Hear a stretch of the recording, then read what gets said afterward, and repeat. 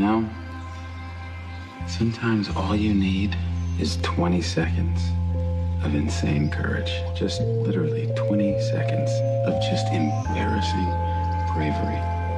And I promise you, something great will come of it.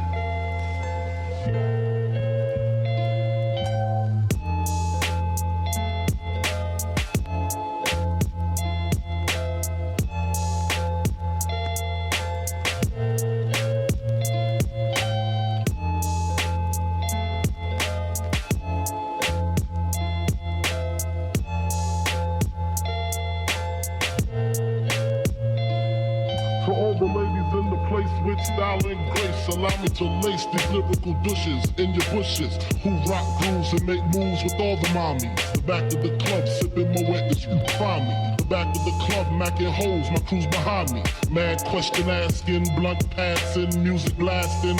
But I just can't quit because one of these honeys Biggie got to creep with, sleep with, keep the ep a secret. Why not? Why blow up my spot? Cause we both got hot. Now check it. I got more Mac than Craig and in the bed. Believe me, sweetie, I got enough to f*** needy.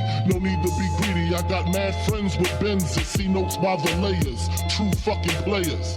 Jump in the Rover and come over. Tell your friends jump in the GS3. I got the chronic to the tree.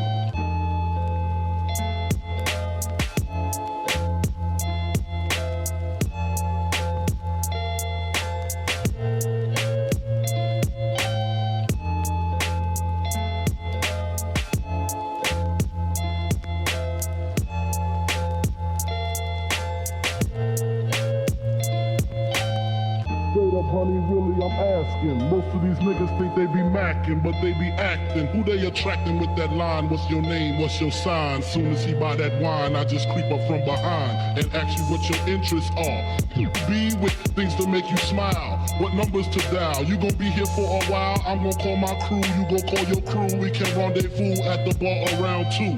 Plans to leave, throw the keys to C's. Put the truck up front and roll up the next blunt so we can steam on the way to the telly. Go fill my belly. A T-bone steak, cheese, eggs, and Welch's grape. Conversate for a few, cause we gon' do what we came to do. Ain't that right, boo? Forget the telly, we just go to the crib and watch a movie in the jacuzzi, smoke L's while you do me.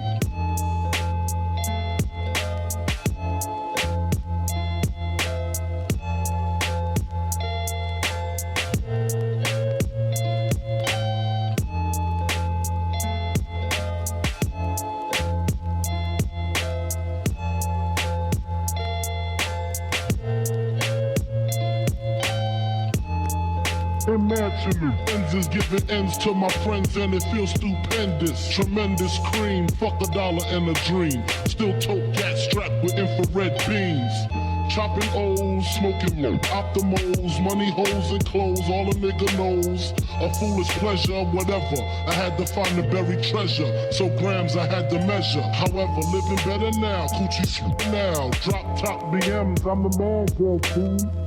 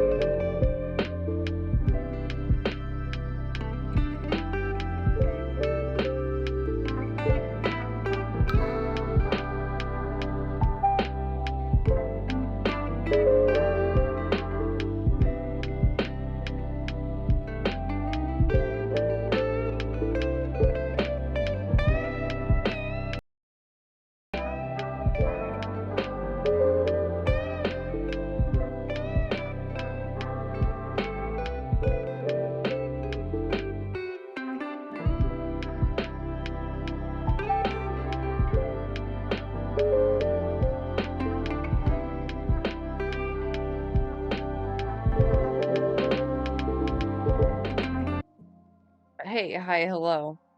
What's up, internet? How's it going out there? Hope everyone is well and good.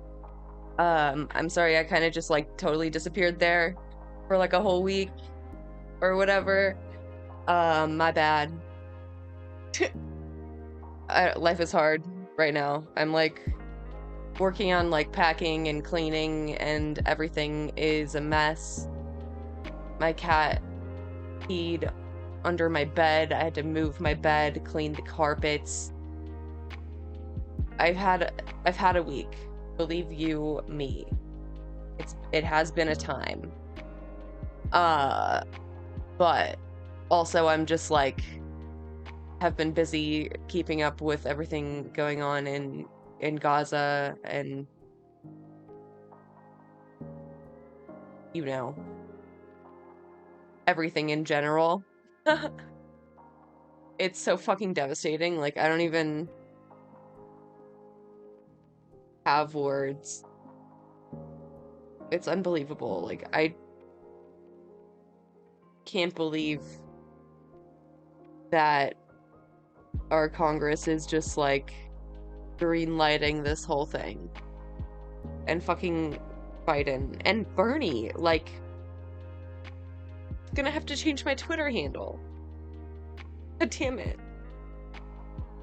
Someone tried to come at me already in the replies like, oh, you know, Bernie doesn't support a ceasefire either. I'm like, my name is literally Bernie Spamders. Yeah. Bernie Spamders. Like, is that really the name of a Bernie fan account? Like, I don't think so. Like, fuck. But yeah, it's just so bloody.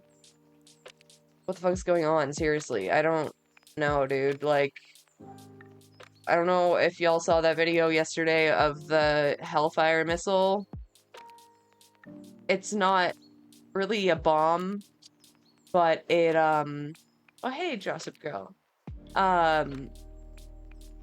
It's not really a bomb, but it's just, like, has blades that spin and just, like, amputate people. Like, it's just...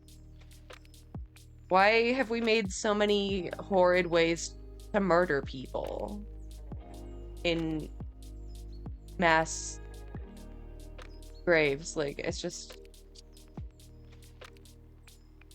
Yeah, the bomb's disgusting.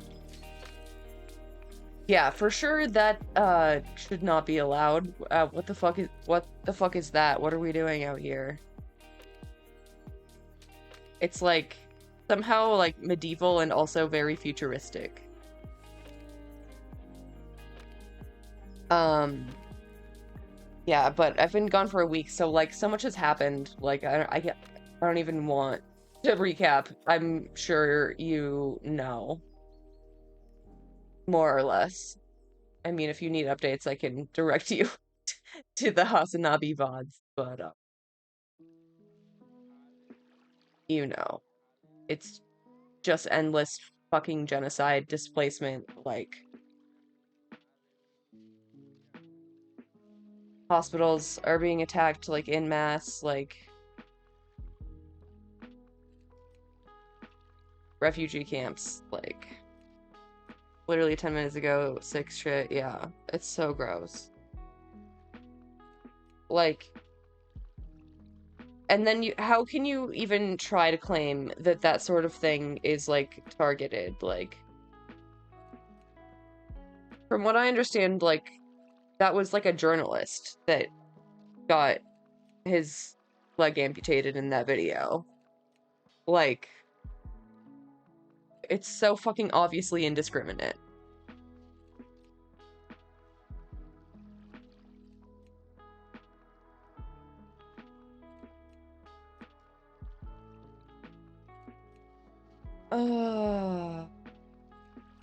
And all the children.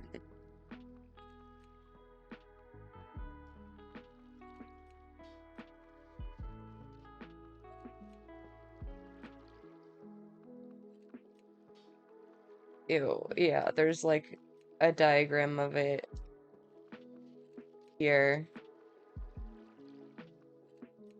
to explain it better than I was explaining it, but like, yeah, these like rotate like a fucking giant like grinder.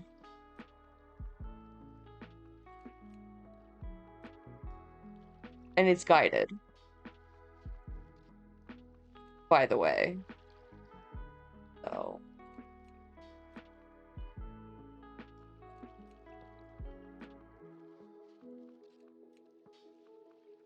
just pure evil, dude.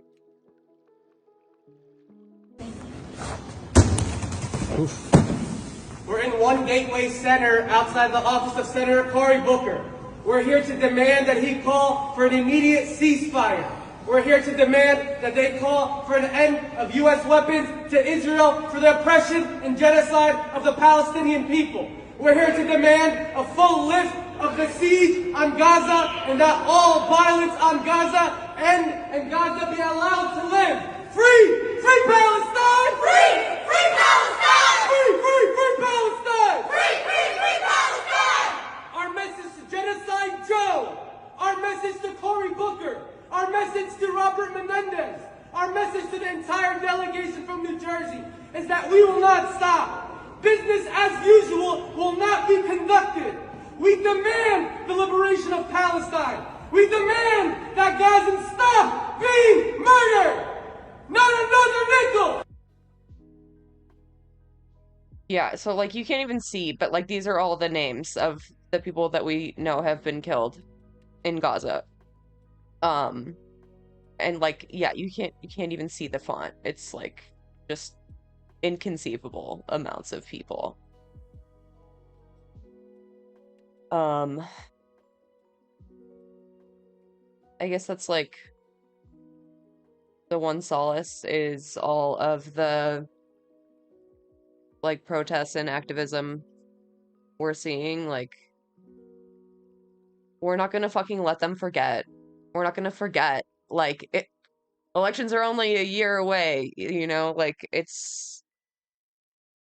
Fuck you. Fuck you, Fetterman. Fuck you, goddamn every Democrat that voted to censure Rashida Tlaib. Like something from Saw. Yeah, like what kind of sick motherfucker with a fucking engineering degree is sitting there like, how can we more ruthlessly kill people?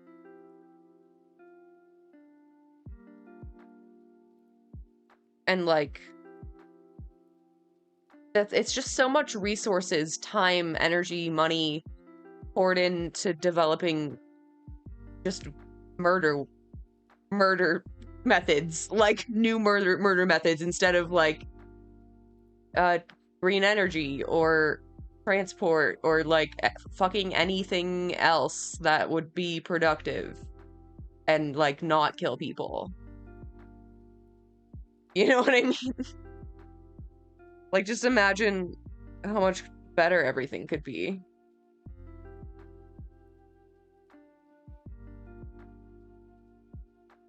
Like, what even makes you want to be a weapons engineer in the first place? What's wrong with you? Who hurt you? I don't know. Yeah, so I still have a lot to do for packing and stuff, so while we watch Fear and, I'm gonna be removing my painting from the frame that it's on so that I can roll it up and pack it. So don't mind me.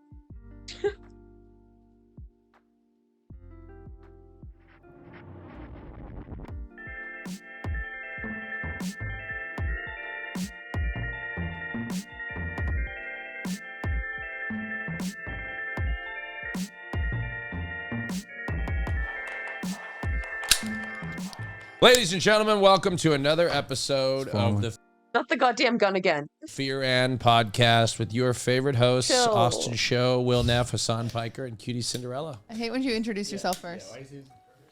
What's wrong with that? You don't That's even he introduce says yourself. himself first because that's what TikTok thinks. Okay, TikTok thinks this We are on is the Austin Show. Austin Show's own podcast. It's in his house. He's kind enough to let us mere mortals stand alongside him. Yeah, it's actually people don't even know my name anymore. Yeah.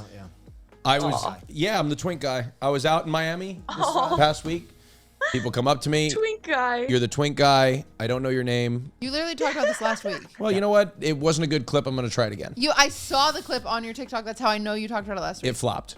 So I'm going to try it again. I genuinely, We're redoing a segment because it didn't hit on his TikTok. I don't understand how you operate this way. Like you're living life one TikTok clip at a time now. Yeah, that's right. That's There's something else we need to talk about. I had merch designed and none of you responded to it. Wait, you didn't send me anything. I sent it in the group thread. I got that design. Well, Mauricio. thank you, Mauricio. Mauricio is taking credit for it, but it was my mod who made it. So Wait, what? Are you just talking show. okay. It's my Are fan. you kidding me? I want Who's all the- your merch. So It's Haas on Twitch, who is Big Haas and Abihead, who you've Well, he's made a bigger. mod. Bigger arch. Who you've now met, who you've made now an arch villain mod. So Well, he's a bigger arch millet. I don't know about that. Yeah. I don't like it. That's why. Well, can we pull it up, Billy Rave Brains? self-sucking kills. Yeah, I saw it and I will Just go on admit. Twitter. It's just on Twitter. Well, here he'll get to it. We'll get. I will around to it. admit. I will admit I did not react to it because I don't want it to be made. yeah. Can we pull it up so that our audience can see what we're talking about? No, It's I don't not- think they should see it in the first 5 minutes. I saw this and I want it. I want this so bad. I think they should.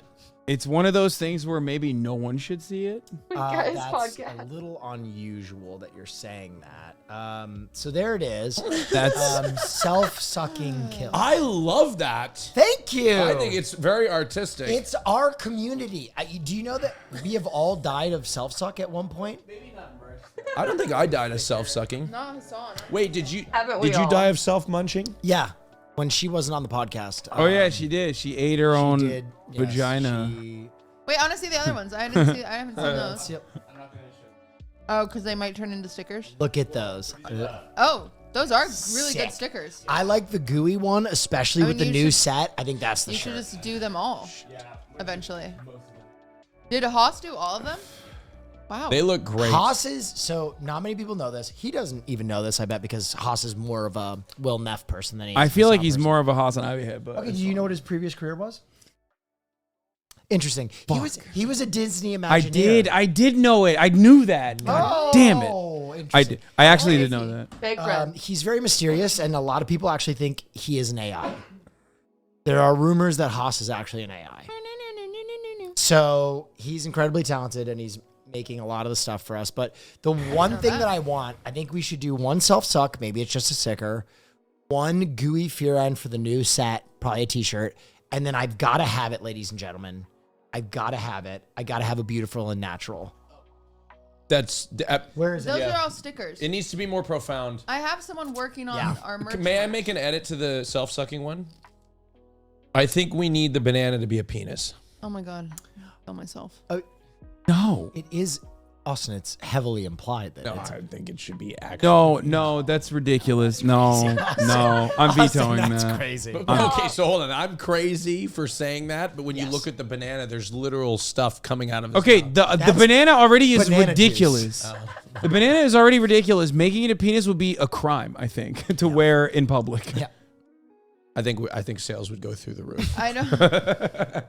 That's because the only thing you know how to sell is dick sucking. Oh, I didn't even show And you. you're not even very good at it, apparently, by your own Wow. admission. Wow. What the fuck? I could suck you Shots into the fired. table. Yeah, prove it wrong. Suck his dick right now. Get over here right now. I have Give me a your- nice little suck.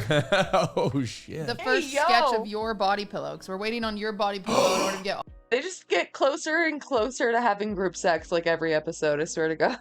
all the. Oh you my guys. god, that's so. Oh, that's pretty good. That's sexy. No, Guys, we can. I don't look We're that kind cut. of podcasting. New set, merch, Oh man. Wow. huh? How did this all get done? I wonder. You know, What? it hurts me when you act like we're not involved. Wow. I talked The to you. calendar, I am starving myself. Okay. Yeah. Oh, you know what? Yes. Thank you, Will, for showing up to the calendar shoot when it happens. That's it. I'm done dieting. I'm gonna look like shit. That's fine. I'm gonna roll in fat. You don't have to look good. Yes, I do. The pressure is crushing. I'm gonna depend on Photoshop. Yeah, I'm depending on Photoshop. Well. I'm depending on Photoshop too. I'll be honest. Like I need at least 7 more days. I need like a week and a half probably to get to my goal. Well, anyway. What do you mean? Cutie, We're despite shooting on the you 13th. being very petty. I'm not petty. Despite you being very petty, you look great these days. Are you on Ozempic? No. Wait, is that a rumor? Wait, why did you say these days? I'm just saying she looks great. It kind of implies that she wasn't looking good. I'm sorry Why that did you- I said my co-streamer looks. Why are you saying? beautiful. Why are you saying she looks like shit on other days? No. So this is the Will episode. This is the So Will. this is the Will Yeah, episode. it kind of seems You like. like it, Austin? It's sexy. I think like I wish my abs looked like that. You are the closest to looking like that. You are the closest to looking like your body pillow out of all of us. So don't worry. You think people are gonna buy that? Yeah. Yes. So anyway, once do. we get the body pillows done, we're gonna do a whole merch drop with body pillows, the calendar, and that, and it's gonna be great. I'm so excited. Can I make one suggestion? Yes, you may, because this is a socialist podcast. Hear that? That was a shot at you. So no, so I will listen to everyone's ideas. I feel like she's because just saying that's what we do. we're a Democratic committee assignment. I think. No, Cutie and I will I are listen to slowly it. Yeah, because you're a bunch of fucking commies. but surely trying to make this a capitalist. I think we podcast. should do one of each body pillow That's what we're doing. that's golden, like a one of one that you can randomly get, Okay. and that's like the golden kappa for our And drop. what do? They get to fuck whoever they get. No, they It's the fuck. It's the fuck. Oh, ticket. they They just, just no, get they a- just have a 1-on-1. So Yeah. Fuck a fan contest. Charlie and the Chocolate Factory. he's boosting the sales because everyone's gonna want the golden one. No, the Okay. golden one's sick. Yeah, we can do one golden one of each pillow. That'd be cool. What about are you making a pillow? No, because I think people will actually fuck it, and I think that'd be a problem. Oh, Wait, hold on. Wait, Wait you a think second. people You aren't don't gonna think they're fuck gonna our pillows? What? That's fine if they fuck your pillows. Oh, But You know, are you saying our Wow. pillows aren't no, fuckable? I just What the the dynamic's a little different. I think we should put our pillow. We'll do a little competition. Why is the dynamics What does different? that mean? Because I'm a What woman. is that? Wait, yeah, what? What is the competition? We're gonna sell our pillows and we're gonna put out a poll and see whose pillow got fucked the most. I don't want to That do is that. terrible. No, Cutie, you don't have to be included in I'm this. not. I know. I am not would doing lose. a pillow. We already decided. I'm just kidding. I'm just kidding, guys. Come on, it's a joke. We're friends, right? Wait, are you saying she would win? Everyone would want to fuck her pillow? No, everybody would want to no fuck. one would want to Comments. No, I know. No, it was a I know, joke. but it's the inverse of it. That's what I mean. Sad that he Clear- gave me a sticker. That was so mean. Cutie, clearly everybody would I want to still fuck think your about the pillow. sticker. Are you what? That's gross. What? No, it's okay. I'm now in a you're weird saying spot everyone here. wants to fuck her pillow. I'm in a weird I spot have here. a boyfriend. I know. I'm in a weird spot here. Nobody should fuck your pillow. Not even Ludwig. He's saying Ludwig's not attracted to you. No. Oh my god. Ludwig is attractive. I That's actually so think he's fucked up. getting even more attractive. Drama. He's very Stop much. hitting on my boyfriend. He's a jock. Dude, you need to dial it back. He's a jock. He's 1,000%. Your boyfriend is going crazy, by the way. I saw a photo of him like this.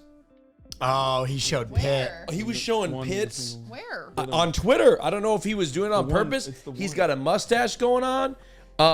He's showing off his pits. He's in a tank top. Your boyfriend's gay. Oh shit! Wow. I'm just gonna say it. Somebody had Off to hear the it. top rope. All right, let's He's bring a it up. gay-wig. Is Ludwig gay? Let's discuss. Would you be mad at me for speculating? No. Okay. Well, fuck it. He's gay then. Okay, let's hear your arguments as I to just why. think he's slowly morphing into a homosexual. He's got the mustache, like a mustache, tank top, showing pits. I made him grow the mustache to be Travis Kelce. Oh, okay. And now it's November, so he wants to see how thick he can go. Also, that's pretty gay. Couple's costume with your girlfriend, pretty gay. Also, you guys, does he love you? Yeah. Very gay. Also gay. Loving a woman? Gay. Okay. You know, Okay. It's tracking. Yeah. By the way, I will have sex with a man, and Hassan won't really talk about it. But as soon as like I talk about What? loving a man, he'll call me gay. Yeah, it's gay. Yeah. It's very. because it's Nothing gay. straighter than just taking a man. Yeah, what do you mean? You're like Or you're giving a man. You're literally conquering a dude. That's fucking straight as hell. The hell? That's true. Yeah. Conquering a dude. Yeah, you're just fucking taking him Speaking out. of which, I'm just going to revisit this because it's time. I think we should do Turkish oil wrestling and donate 100% of the proceeds to Palestine. No. So you don't want to help Palestine. Interesting. Yes. He won't do. I think so too. I've helped him too much. I helped him so much. People are saying it's anti-Semitic. Hamas and Avi is still the an Hamaston show. Yeah, people are Okay, like- I don't know who came up with that. Bro, if we if we raised money for Palestine doing oil wrestling, they would have like interceptor rockets by the end of it. Okay? They would have their own Iron Dome. They become the largest military in the world. Yeah, they'd be like a state, dude. They'd be an established state. Holy shit. Yeah, we can't do that. All right, what else has been going on, guys? What's in the news? What's happening? I took a little. Went to Miami for a week. That's not the news. Oh, the news. Sorry. What? Okay, what It was happened? my news. Yeah. I was just All right, just tell hung us out. about Miami. I just hung out. It was great. I loved it. Good story, Austin. I'm so glad you took some time off from your busy schedule. Guys, to- I'm on tour right now. Speaking of which, last time I'm going to talk about it, folks. Last time. permanently, it's over after this. It's over. Well, not permanently. yeah, it's done, right? Folks, Will? the entire cast of Fear and is going to be on Name Your Price in Long Beach, California. Wait. Tickets are only $10. Wait, really? NYPlive.com. Hassan Piker's going to be there. Will Neff's going to be there. I'm going to be there. Cutie's going to be there. Get your tickets now this Saturday, November 11th. I don't remember that. Hassan, you'll be there. Am I? Hassan is on stage. You're on the poster. Most people bought tickets. Oh. For you and Cutie. Don't include me in that. Cutie, a lot of people bought tickets A lot when of I people announced bought you. tickets for you. Yeah, did No, you they see that didn't. they were disappearing off the Kept map? asking about a body pillow though. It was weird. Yeah, Yeah, they were like, I want to definitely not fuck this body pillow. I want to take They this. were oddly specific about that. Yeah, I they will were. sell a body pillow if you guys all promise not to fuck it. You have They- to sign a You have to contract. pinky promise. They said they wanted to treat it with respect and Yeah. take it to Disneyland. pillow And wouldn't even- Chili's. a pillow doesn't even feel good to fuck. You no dummy. You cut a hole in it and then you put a warm Ziploc. Why are bag you and telling full of people how to water. fuck your pillow, weirdo? Not mine. Your guys'. You literally just described how they're I gonna fucked fuck a your couch pillow. before. You've talked about this before on the podcast. Sorry, running out Okay, of content. current events. Anybody? Current Anybody? events. Current events? I went on the yard this morning. Oh, What the- you bitch! I'm sorry, what? I was a guest on the yard this morning, and then I filmed wine about it, Why- and now I'm here. What? And I feel like a used up slut. God Yeah, because damn. we are your side bitch. You know, you want to know are why you my feel like a nighttime used up bitch. side? It's What? because we are the one that loves you. And these other podcasts use you like a side piece, and you run around town, and then you come home and you look in our loving eyes, and you know that you're I cheating have on us. ownership. Frolicking. I don't have any Leave ownership. us because you need us. Why won't the yard have? You are frolicking about like a harlot. I'm not number one. Wine about it. I don't know how many times I have to tell you guys. Has always been there. It's always existed. No, it's not. No. I'm denying the No. existence of wine When- about it. I was. Why about it left you? It did. Left you. Yeah. And then Okay. came back hat in hand. Don't say whine about it like it wasn't just Maya. Yeah, exactly. Exactly. I thought we own wine about it, don't we? We acquired it. That they are a oh subsidiary. yeah. We acquired it. Predatory merger. Yeah. I was a guest on the yard, and I think I did a bad job. So Yeah, because they're Really? sexist. Saboteur. What did they talk about? Yeah, what do they talk about They in the did yard? slideshows about me. I never see you guys do slideshows about me. I don't know how to make a The slideshow. slideshow's nice. That's crazy. Like fan camps? Yes. They were about why they haven't had me on the yard yet. Oh my gosh. Why haven't I they just had- realized this podcast comes out before the yard. Yes! So I just leaked. Leak. Okay. Idea. Okay, idea. I'm sorry, the yard. Idea. We just reenact what they did on the yard. Before. Yes, and we get it out first. Yeah. Hey, Marsh, pull up that slideshow I made. All right. What else they do? What else No, they do? I'm not telling you. I feel like a traitor. To What? my boyfriend. To my boyfriend. You are a traitor to us. No. We are your boyfriend, all three of us. Your boyfriend's gay, cutie. No, Yes. He doesn't love you. Don't worry. He has a podcast with You three are a men. beard. Yeah, you're a Accept beard. it. Wow. Okay. You're a beard. I've been sleeping with him. I brought us a topic, everyone. Okay. She's trying to deflect. She's my- trying to deflect. She doesn't want to do the yard This thing. guy. She doesn't want to betray the yard This because she you- likes the yard more than us. I don't. Oh my God, you She literally didn't find do. the don't topic. wanna- She just went to the trending tab and found No, the I first thing. didn't. I saved this topic for you because Okay. I thought you guys might think it's Okay. interesting. All We right. accept. We accept. Okay. It was posted on r/AskGayBros. Oh, is this a me topic? And I think it'll be interesting for everybody. Okay. It was posted by user active_angel. And they said, my dog won't listen to me anymore after he saw me bottoming. Oh my God. It said, I'd Oh my rather. God, is that why you sent Kaya away? Who fuck you? That wasn't me. It has 12.4 million views. And this person said, I'd rather not go into specifics, but I had a guy over a couple weeks ago for a hookup and forgot to close the door while my Akita, I've had for 2 years, wandered in while we were going at it. The guy was being pretty rough and I was getting into it, moaning, being slutty, you know, bottom things, until the top pointed out the dog was watching us. No. I got him out of the room and closed the door, but since then, my dog doesn't seem to want to listen to me, respect my authority, or even spend much time with me. I try to pet or hug him, and he growls or moves away. A homophobic dog, IRL. That wasn't the case before. I know homophobic dog sounds ridiculous, but is it possible that since he saw me in a submissive position that he doesn't want to listen to me anymore? Yeah, Akitas are kind of little bitches. That's interesting. They're like catty dogs. They're cute, but they're a little bit. They have a little bit of in them. You know That's what I mean? interesting. So he saw him being dominated. He's like, I don't respect you anymore. Yeah, beta. Yeah, beta. I think he needs to. I think he needs to bring somebody over. He needs to bring that guy over, and he needs to top him hard. Wow. Yeah. And make Smart. Get a Bring the dog in. Bring the dog in. Caesar let him Milan. Dude, you're Watch this, pickle. Yeah. you could. This is a TV show in the making where you go and talk to gay people about how to deal with their Gay dog dogs. whisperer. I mean, I've had my cats have cats are. I mean, Cats don't listen. Sometimes pets watch you. Farley gets a little upset when I fuck. Really? Farley's got a behavior. He'll pull in his stuffed animal and he'll like try and outfuck me. No way. Yeah. If I was a girl dog and saw a boy dog Sometimes fuck I give him like a a hey. stuffed animal, that'd give me the biggest ick Right. as a girl dog. Wait. If Ain't no way. if you If I was a girl dog and I saw a boy dog fuck a stuffed animal, it would give me an ick. Are you trying to cut down my dog's fucking? Yeah, if I was a girl dog, I wouldn't date your boy dog because I'd be like, ew. my cats are gay. Swift is weird. Whoa. Whoa. Okay. He has autism. He has autism. Your dog's autistic? Yeah. Definitely. Oh yeah. Yeah. Big time. You come for my dog. He's just trying to lay down a tasty I'm fuck just on his saying stuffed that animal. if I was a dog, I wouldn't date your dog. I have nothing for that. Have you I don't- ever? Have you? Well, he doesn't even have a dog, so he can't Oh, say that's He anything. doesn't have a Okay, dog. she's coming back tomorrow. You gave her away and she'll She comes not back recognize tomorrow? Yeah, she comes back tomorrow. That's so She soon. got stung by a bee. Oh, they called Yeah. you. Oh no. Her nose poor got girl. big, Oh, poor. but girl. but she's fine. She's done with 3 weeks of training, onboarding. Is she gonna be good now? I mean, she was already good.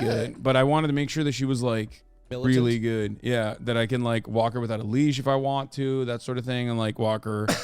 I didn't know they had this service. It's just being rich, baby. That's how it Just gonna works. say the top 1% thing. Really? Yeah. You're rich. Try. I it. can't even find a personal trainer to come to my house. Wait, like for an athletic trainer? Yeah. Come work You're out in with LA. me. I know, but then I have to Cutie. drive you, and then you would make me run and stuff. That's What do you think a any personal trainer is does? gonna I know, do. but then I'd hate you, and it's better if I hate someone else. You're No, not it'd gonna be hate content. me. You're gonna because you give me 2 months, I'm gonna turn you into a specimen. Will Neff is crazy. You're gonna be looking like Arnold Schwarzenegger. I don't know if she wants that in kindergarten. She In doesn't know. in that movie where he gets pregnant. Cop? No, in the one where he gets pregnant. Wait, he got pregnant?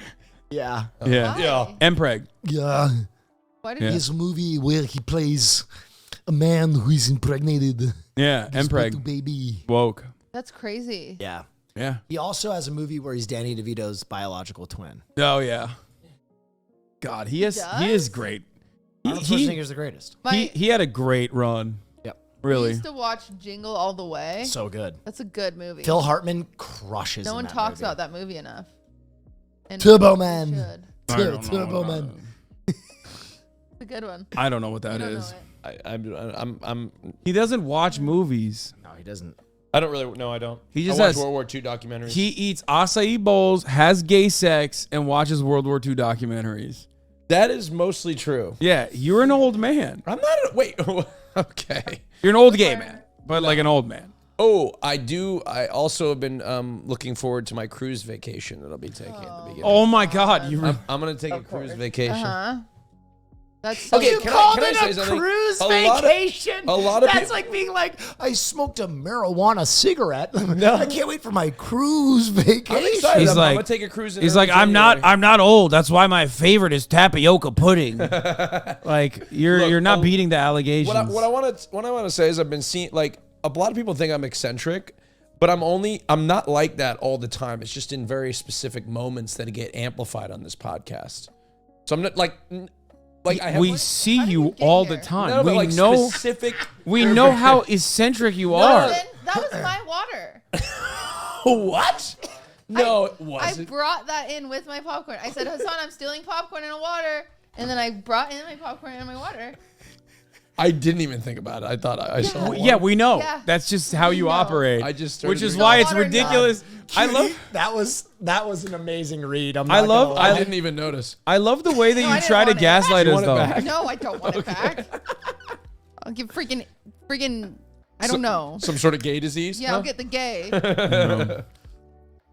I have done nothing. So I feel like my contributions to this podcast as far as like current events and world news goes is only going to be political. So Does Kaya watch you fuck? I'm just Hey, yo. Yeah. Kaya. Is that what you had to I send don't her think to she camp? I don't think she watches me, but she probably is aware of it. What do you? Oh man, my Like, cat. I think watching is different than like just being in the room. You know what I mean? I had to get a little squirt bottle. Like if she's sleeping, then like she's not watching. That's the way I She think sleeps about it. through. God. She's never been awake while you fucked. I don't know. I've never thought about it. But I Do you do have guys- a do you dog. guys I remove do. Such tunnel Do vision, you dude. remove your pets if they see you? I do have a dog story. There was this girl that I was hooking up with who had this massive pit bull. Massive pit bull. Okay. And we had hooked up, but I had actually never gone to her house before. And I went to her house. We're hooking up. And this pit bull had like separation anxiety. And he was just like he was just big ass, burly ass pit bull with separation anxiety. We close the door. We turn on office. Immediately we're hooking up. We get naked. We're having sex. Yeah, dude, the first notes of doo-doo-doo. Yeah, exactly. And then I hear scratching on the door while I'm getting into it, right? And I don't really think about it too much, where I'm just like, it's in the back of my mind a little bit. I'm like, where's that noise is weird. And then the scratching stops.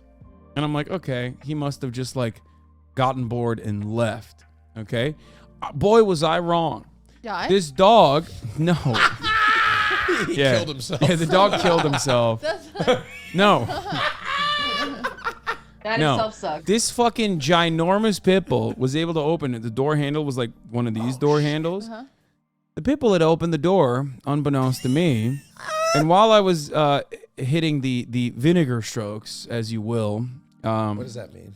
Vinegar strokes is where you're too close to coming to stop yourself from coming. Never heard that sentence. And so you kind of make the vinegar face. You make a face where you're like smelling vinegar. Oh, You're like, I've never heard that. okay. Whoa! Yeah, 'cause I just learned it's fine. something new. It's fine because your boyfriend's gay. So I'm kidding. Hey, what?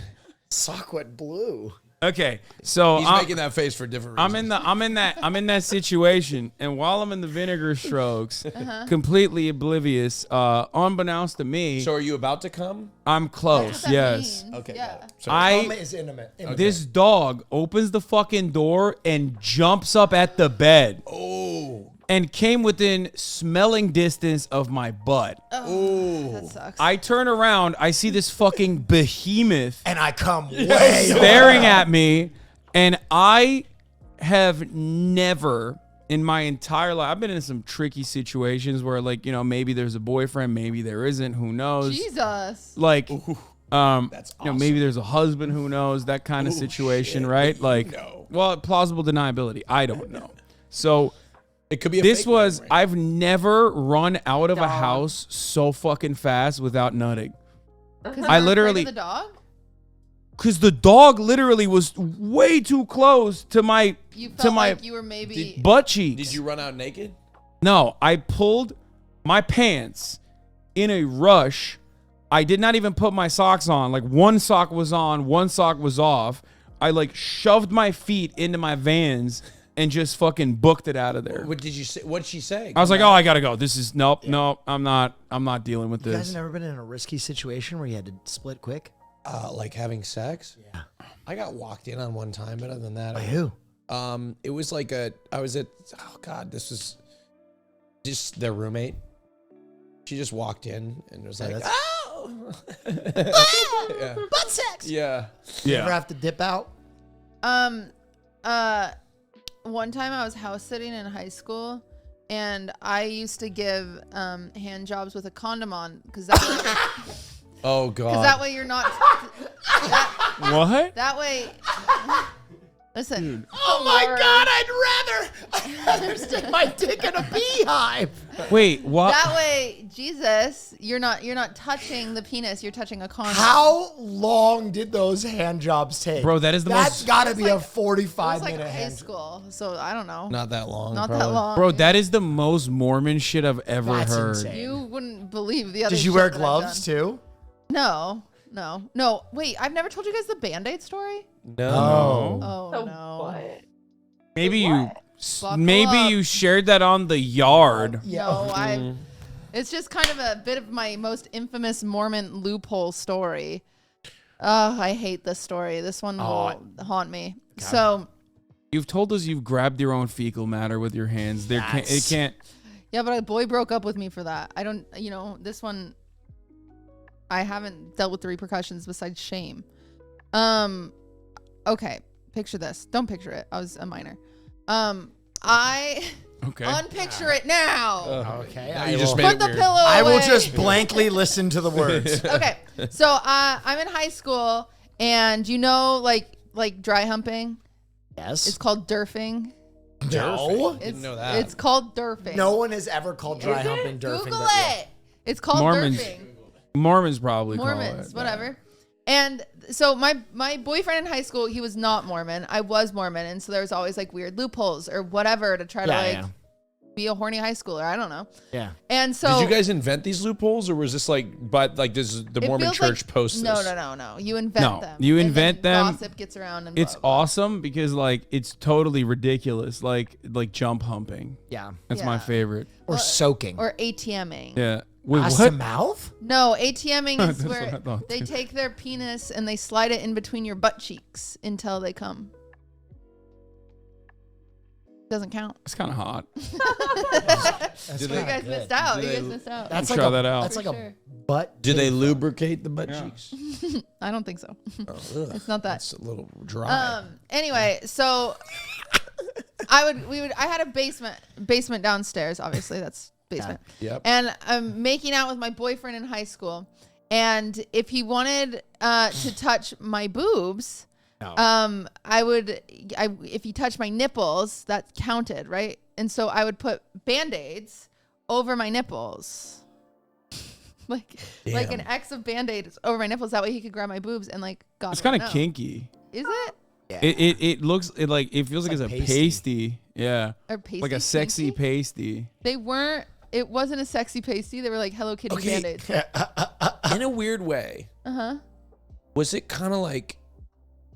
Hotter because you were defying God. Yeah, was it hotter when you were No, defying I was God like when you were Mormon? 17 and confused. Nothing was hot. I just didn't want God That's to be upset. that's 'Cause not some of true. my- some of- nothing was hot. Some of the No. What the Everything fuck? was shameful. really. I That's mean, the what- guilt. that's That's what- when it's the hottest. That's when you learn. That's what you Yeah, learn. yeah. Is shame. Anyway, so we're like making out and we're like on the ground because we were watching TV on the ground instead of the couch. We're like making out on the ground. And then this is so weird. I don't know why this happened, but he was laying down and then I rolled like on top of him, like butt to his dick. So I could like wiggle my butt around and give him a boner until he came in his pants, right? The usual. But So you're riding him reverse cowgirl no, style? I'm just like literally laying on top of him, focusing dude, all we the had power such- in my ass He had such different to make upbringing. him Yeah, come Mormons to are me. different. Or something. I don't know. I didn't know. It was I mean, at coming. this point, I would have loved that. Yeah. I would have loved anything. I didn't have any sexual experiences It's high school. It's whatever. in Turkey. I'm Okay, sure- go I'm on. sure you enjoyed I it. was getting my dick sucked. Okay. You Okay. were the cool kids that made fun of me, okay? And so in the basement doing whatever this is, I don't know what this is, and doing what? like laying on and rubbing my butt around. Yeah. It's just And then room massage. he is like reaching up, grabbing my boobs that are covered in oil. No, Band-Aids. She Band-Aids. just told us. like multiple layers of band-aids. There could have been oil too. I to don't try to like Why are you so invested in the oil? know. I don't You've brought it up multiple He's times. so worried that this is so dry. I mean, I just think lubricant is a very integral part of any sexual experience. Okay. anyway. So no oil. So I'm obviously being. It's a weird freak situation, and my stepdad walks down the stairs. Oh No. Oh no. And I'd rather have been doing like anal or something What? because this is just like this is just a freak show. Like I'd have Yeah. big Wait, why would you? band-aids on my nipples. He rather be can't doing tell. anal? I'd rather be doing sex. Oh, He probably thought you were doing anal. no, my shirt was like off, and I was like laying on. We're like flat, and I'm like laying on top of him. My shirt's off, and his hands are up, and my stepdad goes nope and closes the door and goes upstairs, and I like roll off. And I'm like, and then me and the boyfriend go upstairs, and I'm like, oh, his back hurts, and I was helping fix it or something. And what'd your dad do? He's my stepdad. He just like shook his head or something. It was just so awkward. It was so Oh awful. no. Yeah. That's It was ridiculous. really awful. I know you've been walked in on. Oh my God, yeah. I have some wild stories like that. Oh yeah, I've heard a couple of them. What? How have you heard them? Oh, You've told him. You yeah. haven't Will, like, heard through the grapevine? Will's shared them with Do me. you want like young, embarrassing ones? One of my first girlfriends, she turned me on to cocaine, Oh. and I was zooted. And we were How old were you? 16. 16, 17. Jesus, I was joking. But But That's crazy. So I was zooted, and we were banging in her basement, and her dad came down and knew I was a Jets fan. Oh, no. And he was like, "The game just came on," and he's like coming down, and I put my pants on, and I watched the entirety of a Jets game with a condom on my penis, and the whole time I was like, "You got to stay a little hard so this condom doesn't fall off." So I was like meditating, like kind of naughty wait, why didn't you thoughts. just go to the bathroom? I was on cocaine. He was not, yeah, he's not thinking. I mean, I've never had cocaine before. Does it make you? At that age, it certainly makes you a little. Nothing stops a boner at that age. I think But yeah, I watched. you could fuck I through a watched wall. like 3/4 of a Jets game with him. Had a pretty good time. And he didn't know. While I was still that he wrapped walked up in? tight. No, he didn't. He never knew. Oh, that's good. That's insane. Yeah, I was once having sex with my ex-girlfriend at her current boyfriend's party, and in the bathroom. Oh my God. And he came and knocked on the bathroom, and I jumped headfirst out of a second-story window. That's like Euphoria. That's like an episode on Euphoria. Does that That's happen in crazy. Euphoria? Yeah, the girl like hooks up with her friend's ex or something, and then she hides in the tub. Oh. And then the girl comes in, and then they hook up while she's in the tub, and she cries. That's hot. No, she cries. It's sad for her. It was hot, but it was also sad because I thought we would get back together. We didn't get back together. Was she dating the guy at the time? Yeah. Did he ever find out that? No. Oh, cool. That's fine. Are they happy? You know what? My thing was like, I didn't feel bad because I was like, you dated my ex, piece of shit, because I knew him. Oh, He was my friend. Fucked up. Drama, Yeah. drama. It turns out the Swifties have started to apologize to me because Oh yeah, updates. yeah, the publicist Pia reposted a picture for someone was like posted this thing like saying happy birthday Pia blah blah, and so she reposted it on her Instagram story but put a clown emoji over Taylor's face. Oh, that happened a while ago. Well, we haven't talked. I like that you're up to date on the Swiftie lore though. I knew yeah. that as well. Yeah, and so like now the Swifties are like, oh cutie, maybe you were right. So Dilma, have they apologized? Dukes my way. No, they don't need to apologize. They should apologize. Why? Because they slandered your good reputation, your good name. We're still Gaylors, by the way. Oh boy. Yeah. You guys, wait, we didn't talk about 1989 TV, did we? Taylor's version? Fuck's that? Well, no, she condemned the Gaylors. She like. Oh, you did shut them up. bring that up. Yeah. Yeah. Wow, guys. Yeah, What a struggle of podcast. I wrote that off. I wrote that off in my mind because I am a Gaylor, and I think she's just like, it's just homophobia. I think that's what it is, queer phobia. That like, in a queer phobic society, women love women relationships is just like still frowned upon. So I think that's the reason why she had to come out. Okay.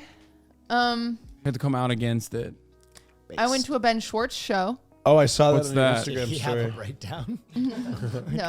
No. He brought his girlfriend to the stage yeah. and started talking about the details of their relationship. No. Who's Ben Schwartz? He is he does long form improv at his shows. He's Okay. very, very funny. It was a very good show. I'm happy I went to it. I've played that guy. basketball with this dude. You have? Yeah. I He love used- him. He used to play basketball at LA Fitness back in West Hollywood. Is he I good? used to ball up with him. He was all right. He was a really nice guy. Yeah. He's What about his comedy? he just does long form improv, and it was like an hour and a half ish, and it was very funny, and I didn't think that could be funny, and now I know that Will could have a job someday. All right, dude. Don't quit your day You job. would be good at it. All right. Don't You quit. could. He's Ben, take he's Will. done this. Ben, take Will on tour. Oh, please no more tours. Oh, Please no more tours. Hold on, we haven't even announced the Name Your Price 2024 World Tour. That I would be out. I would be out. We're starting in Zurich. Oh my god, dude. Name Your Price, Zurich. Yeah. what do you like so much about that show? What do I love so much about it? Yeah. Not the show, but touring in general. I That's love what getting I in want front of live audiences. Is, You're is gonna, that what it is? If the live audiences are sick, I just need a break. Yeah, we're gonna have a break. No. I'm asking the show specifically. Do you like the show? I love the show. It's a lot of fun. Name Your Price is like. Wait, what do you question? Do you not like our show? I think it's a fun show. I'm just you just love my it. God. Oh You- my Oh my god. god. Here, you want to kill him? No, Go ahead. Holy no, shit. don't reach for that. Oh. No. Do you want to have this debate? Are we having No, the we debate? don't You don't have like to my have it. show? It's fun. You just love it so much, and so I was wondering like what makes you love it so much. That's insane. Well, what do you not It's like not about it? Is there something you want to insane. tell me? Give me It's again. like Master Baker. Not everyone loves Master Baker. I love Master Baker. Do you not like Name Your Price? Now you're digging yourself I in. love- Smile. I like Name Your Price. You don't love Name Your Price. I don't love it Why not? because I don't. You don't find it entertaining? I find you entertaining, and I find him entertaining. You don't like the show itself. What about me? I'm You've on been the talking. show. You've been talking shit behind my back about Name Your Price. No, I haven't. This is all Yeah. coming out. If you're saying this to me to my face, what have you been saying behind the scenes? Yeah, no, she's been telling She's me. been talking to me. We've been She's agreeing. She's been like, I don't get it. No, I don't get it. No, I haven't. I get the show. I just didn't know if there's something about it that you. Let me tell you I'm why I trying- like Name Your Price. I'm if you can't tell, I'm Let me- floundering for a topic. let is me what I'm let me doing. tell you why I like Name Yeah. Your Price. Yes. I like Name Your Price because it gives me a vehicle where I can actually perform. Where all my other shows, See, there we go. all my other shows, Lover Host, talent shows, I'm strictly a host. Name Your Price, I can do bits, I can bounce off of people, I can be a part of the show. And I think it's one of the only shows where the host of the show, Will Neff and myself, like the cast could be like none of the casts have sucked, but sometimes it's just like some people don't like talk as much.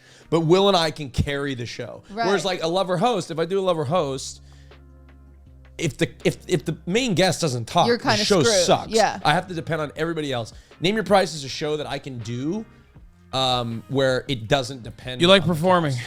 And it's fun. And I can be funny. And Why do you like traveling so much? Why do I like traveling? He I just love loves traveling in general, but I love getting. Nothing is more thrilling than getting in front of a live audience. To me, am I weird I about know this? everybody loves it too. Am I weird? Yes. For me, I mean, yeah, but for this one in particular, I don't see the difference between being in front of a live audience and streaming. That's crazy. To me, it's That's literally the nuts. same. Everybody says this, but I see. No I one see, says that. No, but I see. What I mean is, people say they don't like prefer the live audience. They don't like it, but everybody lights up when they get in front of a live audience. No. I'm not saying I prefer it one way or the other. You're gonna come down the stage. If I could do it at the comfort of my home in front of a massive live audience, that'd be great. I see no difference between a live audience and performing from my perspective. Can I be honest? I don't even think about it. I'm like, I go into performance mode. I don't even think about it. Yeah, I just think it's more impressive when you perform in front of a live audience, ultimately. I think it's the difference between shooting free throws at an empty park and shooting 80% and then going into a, primetime NBA game and shooting 50%. It's being able to perform under pressure. It's live, it's broadcast, and I think it takes a special IQ and it adds a certain energy to things. Oh, I like that. So what do you hate about Name Your Price? I don't hate it. I was floundering for a topic and I was just trying to get somewhere. I got a topic. I mean, I have a topic. Name Your Price is stupid. Like the show is supposed to be dumb and fun. Yeah. It's not supposed to be serious. What's your topic? I have a topic. Yes. Mr. Beast has built 100 wells in which nation did he build it in? Yeah, but he cut Rosanna Patero out of the top 3. The nation of Africa. Oh my God. Yeah, but did you see what he did to the top 3 of hide and seek? You just don't like Mr. Beast. What? I do like Mr. Beast. You just don't like women. What? He's gonna get canceled. Wait, I'm confused. 100 wells in Africa, it says. Yeah. And then he says, I already know. Stop scrolling. And zoom in. And you can show it too if you want. But go down. I already know I'm going to get canceled because I uploaded a video helping people. And to be 100% clear, I don't care. Slay. I'm always going to use my channel to help people and try to inspire my audience to do the same. And then it's the sweaty emoji. Or is that the sweaty emoji? I think that's like I'm stressed. Like How I'm do you stressed. how do you feel about Mr. Beast helping? I hate it. I like it. I love it. I like that he helps people. I don't care. Like one way or another, I think it's like I feel like there's a lot of shitty content out there and a lot of shitty content creators out there that make like awful videos that are harmful in general and spread harmful ideas. So And for ban me, live streaming in Japan. yeah. Oh my God. Let's talk about that after this. Wait, hold on. We're gonna get to that in a second. Because of the space and the toxicity of it, I would never in a million fucking years be like, wow, I can't believe Mr. Beast is like doing this. This is so gross. I don't care. I think it's still better than the overwhelming majority of shitty content out there. Yeah. Do I get annoyed when people are just like they hail him as like this superhero? Maybe a little bit. I think it's just like I don't know. I mean, I think he's a good guy. That's how I think. That's the way I feel about it. I like that. Look at what capitalism can do. That's the reason. That's why people get very critical of this kind of content, though. You know what? Because dummies like you go. You know what oh. I think? I think in order to help people, you need to be broke. Don't do it for publicity. What? Nobody needs to know about it. You need to give everything up. Everything. That's the only way it's worthy. He's being facetious. Oh, I understand that. See what I mean? Like, that's the only way you can help anybody these days is you have to give up everything in your life. You cannot gain anything. No, I don't think it's a bad thing that he's doing. I think it's a good thing. I like it. I'm simply stating that people take it one step further and go, oh, like, it's possible. A better world is possible because people are going to magically get together and build wells in Africa. And it's like... Has Bernie Sanders built any wells in Africa? Not to my knowledge. God damn it, Bernie. Not to my knowledge, he has not. Interesting. So that's the I bet point, Barack though. Obama did. Because like the reality is there are a number of tremendously wealthy individuals who like engage in philanthropic acts every now and then, but ultimately the destruction that they contribute to is far worse. With Mr. Beast, this does not exist, of course. He's just simply an entertainer. So I don't have that same perspective. However, when talking about like the likes of Jeff Bezos and many others who lobby the government and make money off of the defense industry and things of that nature, it becomes a different thing. It's gross. Okay. I categorize them independently. What No happened politics. What happened to streaming in Japan? Good call. There are a lot of streamers and YouTubers that have done criminal acts in the wonderful nation of Japan, and a lot of places in Japan are now completely banning live streaming. Really? Like, Yeah, is Tokyo? You can't live stream like in most restaurants now. What about Tokyo? Can't. Is that all in Tokyo? I think it's all over Japan. So are we canceling our Japan trip? No, we can still work with handlers and stuff ahead of time and get permission. Yeah, it's. Well. Oh, he died. Well, that was surely not a self-sucking accident. That was something else. We sucked on it. Yeah. My foot is trapped under your thigh. Uh-oh. Do you want help getting up, or what's going on? Oh. Oh God. Oh my. Oh, we're gonna get demonetized. Thank you. We're gonna get demonetized. That's crazy. Yeah, apparently there's like this. That's the saddest thing I've ever fucking heard. Yeah, well, Yeah, that makes me streamers are very annoying. I hate IRL streaming. I hate Name Your Price. The fuck? Well, I didn't say I hate Hassan's IRL streams. Well, I hate live events. Hold on, fine, Hassan, whatever. We're going to go to Japan, and it's going to be like, oh, here's Hassan's chest in a different country. When are you going to Japan? Wow. I've been waiting to call him out for so long. I've said this so many times in Hoscourt, he just never reads it. But I literally, Hassan, his live streams are like, yo, what's up? And it's just your chest, your pecs. Yeah, do you want to know why?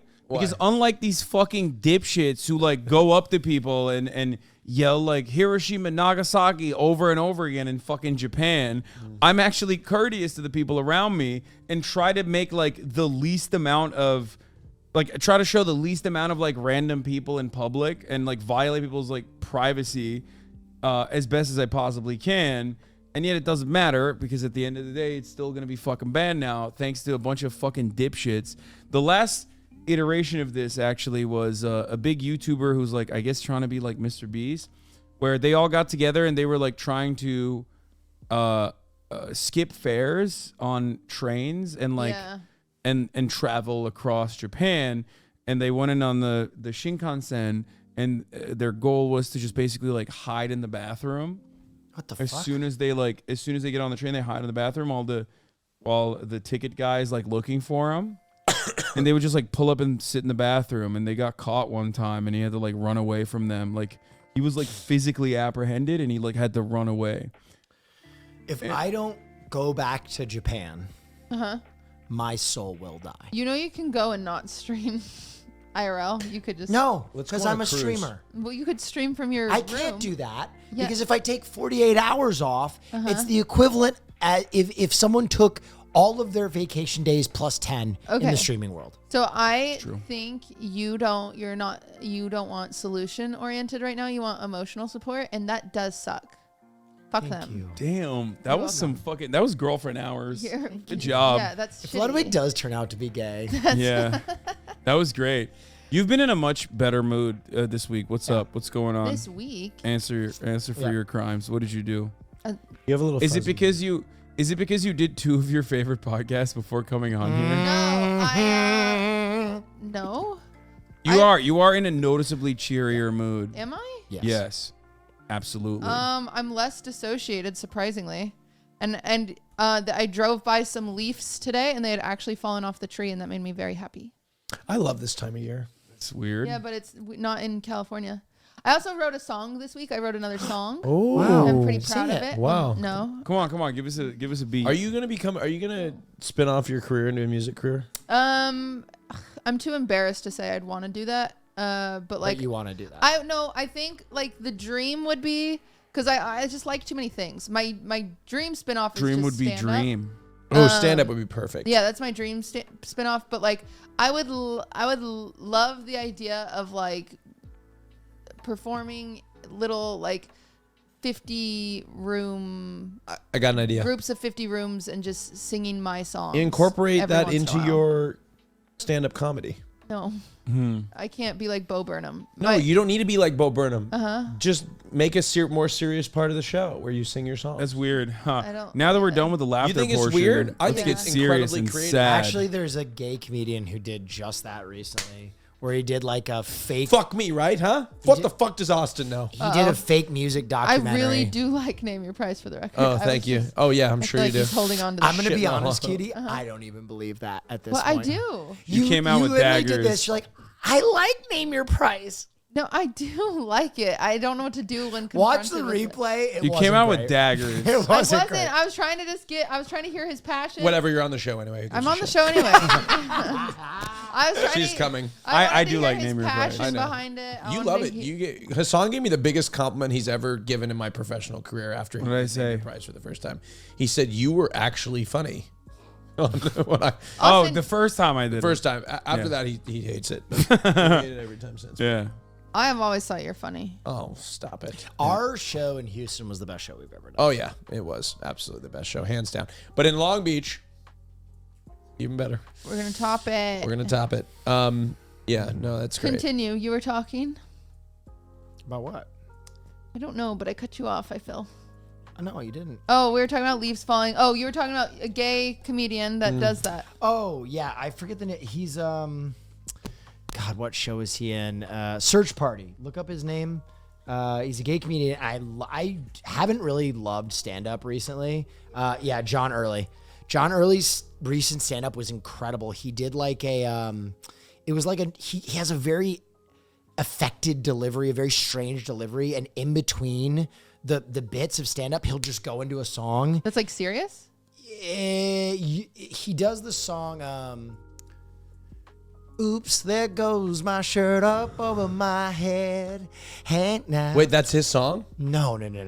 That's Tweet and Missy Elliott. Oh. But he does a version of it that's like, he kills it, but it's funny that he's doing a song about a black woman masturbating as like a gay 40-something. I see. But he just kills it. It's one of my favorite stand-ups I've seen in a long time. Yeah, mine would be my music career. The dream of it would be like a more lower key, like Phoebe Bridgers, like Oh. like low. Okay. Yeah. I was. So it wouldn't really work. I see. Yeah. Plus, like I think I'm genuinely too embarrassed to want to pursue a music career. You know who is a streamer that actually has a freak ability for music, low-key? Sear. Really? Pull up Buddy Orange. Oh, I guess now we're gassing up our best My friends. best friend. Yeah. After we're done gassing up our best podcast Listen, you friends. send your friends away. Can you have more than one best friend? The black and white one. The black and white one. Uh-oh. The black and white one. I'm curious. Here, this is an original song of his. Take a listen. Oh my gosh, look at his hair. This is pretty. Why does he look so Death Note? This is 10 years ago.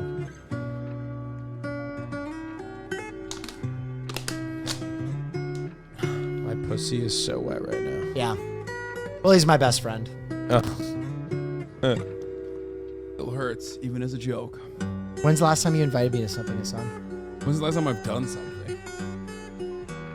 You can't just let me rot. We could have gone to the Diplo party together. Can you have more than one best friend? I think you can. I refer to you as my best friends. You're one of my best friends. Awkward.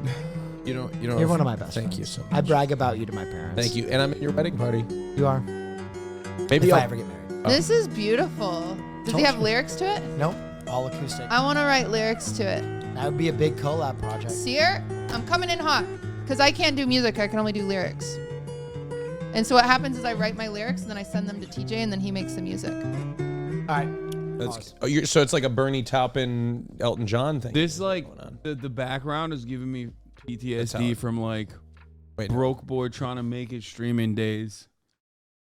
Good Pete. I think that was probably the time you've been most alive.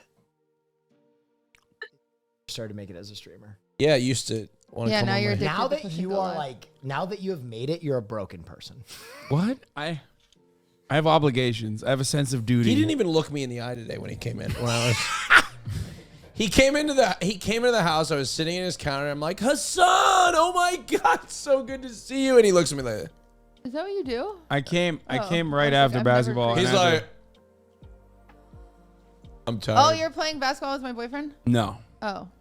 I played basketball with Nice Wig, not Ludwig, Oh. because Lud apparently he's got the basketball itch, He didn't but respond to my text. he plays like so far away from me. Like it's Oh, just I like see. ridiculous for me to go over I there. didn't know where he was playing today. Whereas I play in a place that is at least like reasonable for him to come to, but he refuses to.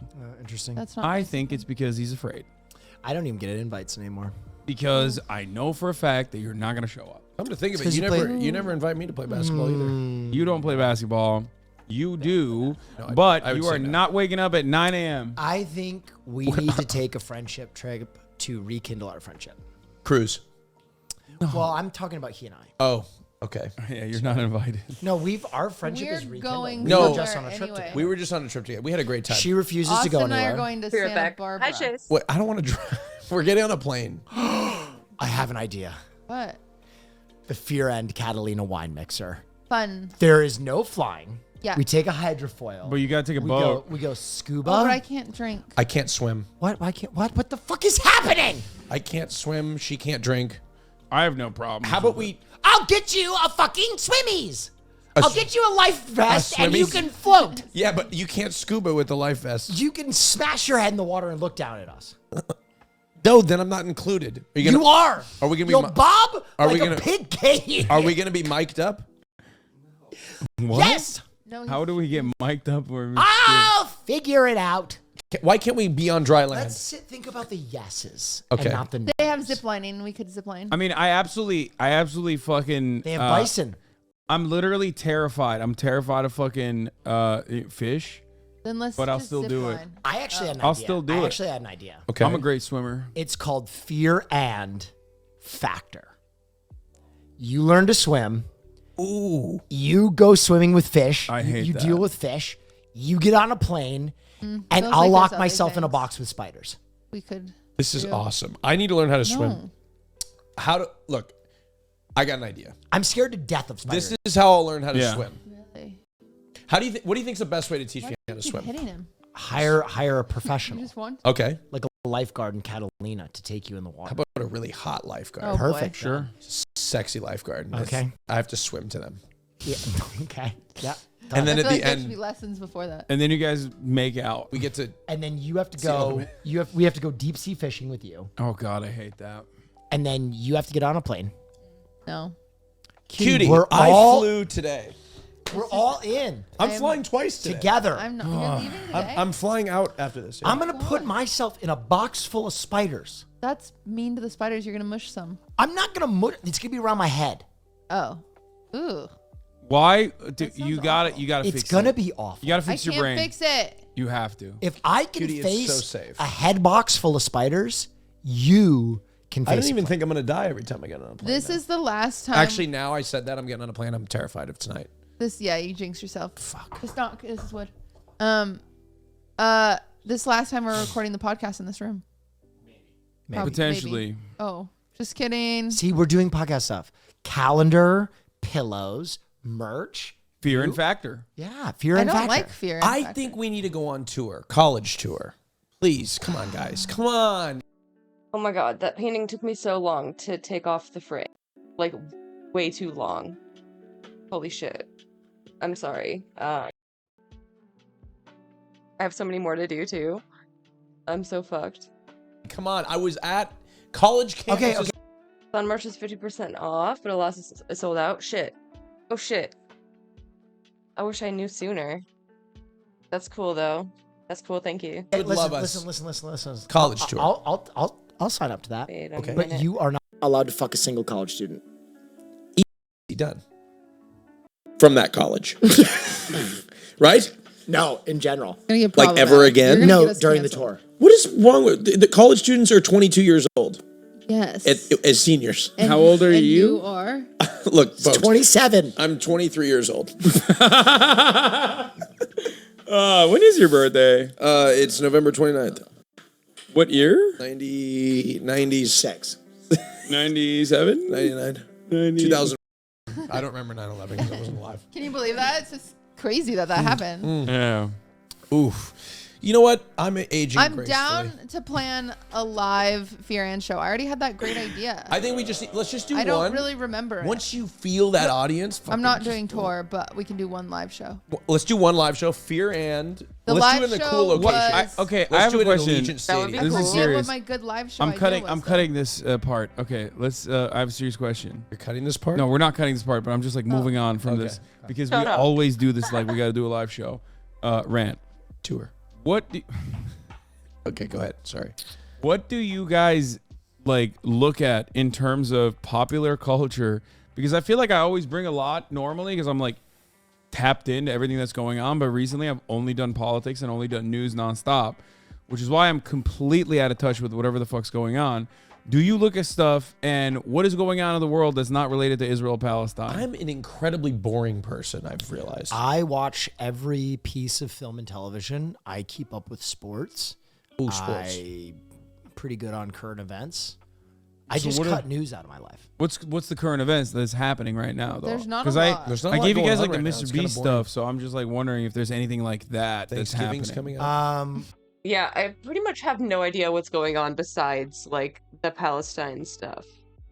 Iceland is having maybe a volcano.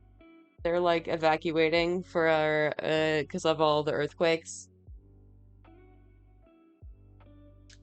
Don't know what a lot sold out means. Fair. That one influencer's bodyguard knocked someone the fuck out. Ooh, I at saw that. Halloween. Let's talk about that. That's a bit of an old story, but yeah. Can you pull that up? Corinna. It was Corinna's friend that got You punched. can't just hit somebody like that. I don't think. I don't think. No, you cannot hit someone like that. I mean, he knocked him out. Definitely it was not. it was pretty much over nothing too. God, is There was a Roblox video. He's got Robloxed. You just got Robloxed. Oh, thank God for Dick Sturdo. The beacon of truth. Oh, there it is. There it is. That's the We video. love them. My security just knocked out a guy live on my kick. So unnecessary punching someone for this conversation as well. And then he posts his website as a pro. He's like pro. Apparently, this bodyguard does this kind of shit all the time. I'm just saying, why?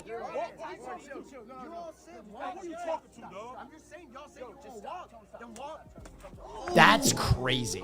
Did he get charged? I hope he goes to jail. I hope he goes to jail too. Apparently, this bodyguard does this kind of shit all the time too. He said, "I'll do whatever I want." What's up? Jack just said the context. He just They said, were "Fuck pressing you, us. Bitch. Jesus. They were absolutely not. Yeah, it didn't look like they were. No. Jesus Christ. That is one of the most insane things I've ever seen because, like, the power imbalance is so apparent. And Yeah. he's there in a professional setting. Yes. Yeah. Like, you can't do that. Can we Yes. get Corinna on the podcast? Sure. Think? Yeah. I don't think we can. Oh. I don't know if we can. I don't know if she likes me too much because of the whole Does she like gay people? kick thing. Oh. She's a part of the first legion of like streamers that made a fuck ton of money on Twitch promoting gambling and crypto casinos. Yeah. And then, you know, I think she attributed it to me Oh, that she you're couldn't so do that. annoying being against gambling. He made so many enemies with that, you know. Bless. You ruined my You Not know even how much against money we could have made, Hassan? I'm not even against. I know how much money I could have made personally if We I'm were one all- fucking we- gambling sponsorship. Will, Cutie, and I were all going to sign a gambling deal until All right, you we came out We against it. can't get Krennikomp. Oh my god. Do you think we can get Bibi Netanyahu? Yes. I don't know who that is. Ooh. That's the Cutie. Prime Minister I of want Israel. Brittany Broski. Who do I want? Elton John. Okay. Brittany Broski Alright, would be well, good. And that's this week's episode. We will see you over on the Patreon now with surely juicy more content. And also, turns out Surely. we haven't heard back from the hotel. So maybe we'll address that on the, Oh, on the Patreon. you have to call them. I have to give them a call. We have to do a white hat. We're going to do a little bit more white hat Karen on the Patreon. And now you need to be aggressive. I'm going to be aggressive. I'm going to turn it up. And big claps in the comments. Not one of us was chewing into the mic this episode. Oh, I was chewing all episode last. Yeah, I know. People complain about it. Really? And him. And not you.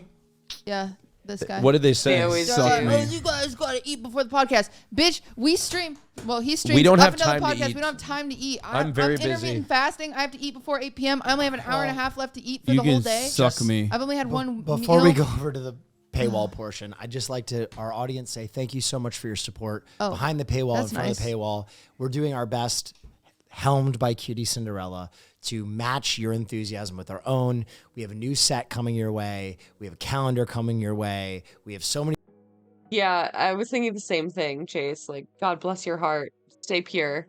Stay innocent. Oh, Jesus. things that we're working our ass off that we're excited to share with you. Thanks for showing up each and every week. Yes.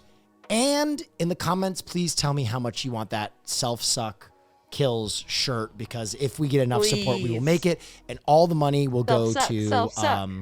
Us. Mass. Side poll. Have you guys heard of Mass? No. Mothers Against Self-Suck? I don't think the director so serious. saying we want a refund. Because I don't think they know what they wanted. I think they wanted risk management. I don't know what. I'll be honest. I wasn't involved in the situation, so emotionally, I'm not as attached. All right, so now for our listeners, what I'm going to do. Oh. Hello, sir. I'm sorry. I'm a little verklempt. I had a situation in your hotel recently. I know. I want this one so bad. That was pretty traumatic. And I have allowed my partner to deal with the situation because my emotions were too close to it. And he has been very patient, and finally I took over. But recently I had a really scary incident in one of your elevators where all of my guests Oh, I need to hear that. that I brought to Vegas with me were traumatized. And it really affected our stay. And we really hoped that this being Vegas, the hospitality, It's so white. What do you mean? Will is right there. He's a ginger. Okay. capital of the world, the Conrad would do something to make me feel better about the situation. And my partner, God bless him, has been so patient, but after being run around on emails and responses for over 2 weeks, nothing has been done. All I would like is some portion of our stay to be refunded so that we can feel better about this. Nailed it. Don't drop the soap, they say, and everyone LOLs. Ha ha ha ha. But in Oh, Bailey. Oh, Bailey, you thought you really did something there, huh? Hassan could be considered a minority to Americans who have no idea how racist Europe is. Yeah. Yeah, I remember the German students, like, German exchange students in my high school were, like, super racist towards, like, German Turks. Definitely a whole thing.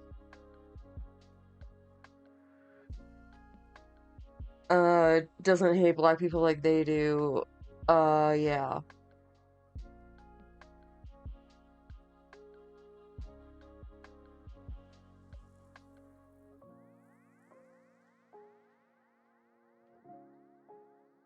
Yeah, it's like a Eurocentric thing. For sure. I mean, yeah, I don't think he did it on purpose. I think that's just like who his friends are. I don't know.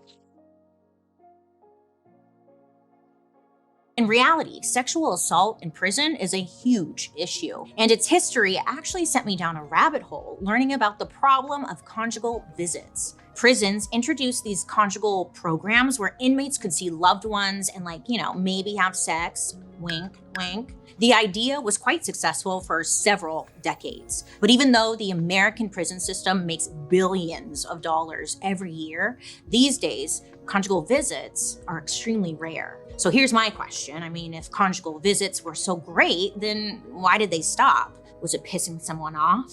Was it making someone jealous? Money? Sex? Drugs? Well, hang tight, kitty cats, because today we're diving into conjugal visits. Yeah, I know this might. I think Will is a multi-year sub, etc. Your sub. Oh, you mean to Hassan's channel? Yeah. This is gonna be crazy. I think it had to do with, like, drug smuggling and stuff. I don't remember. Might be random, but listen, the history behind it is shady and real dirty, and it's very concerning for human rights, and that's why we should care. Thank you so much. Yes, humans have the right to fuck.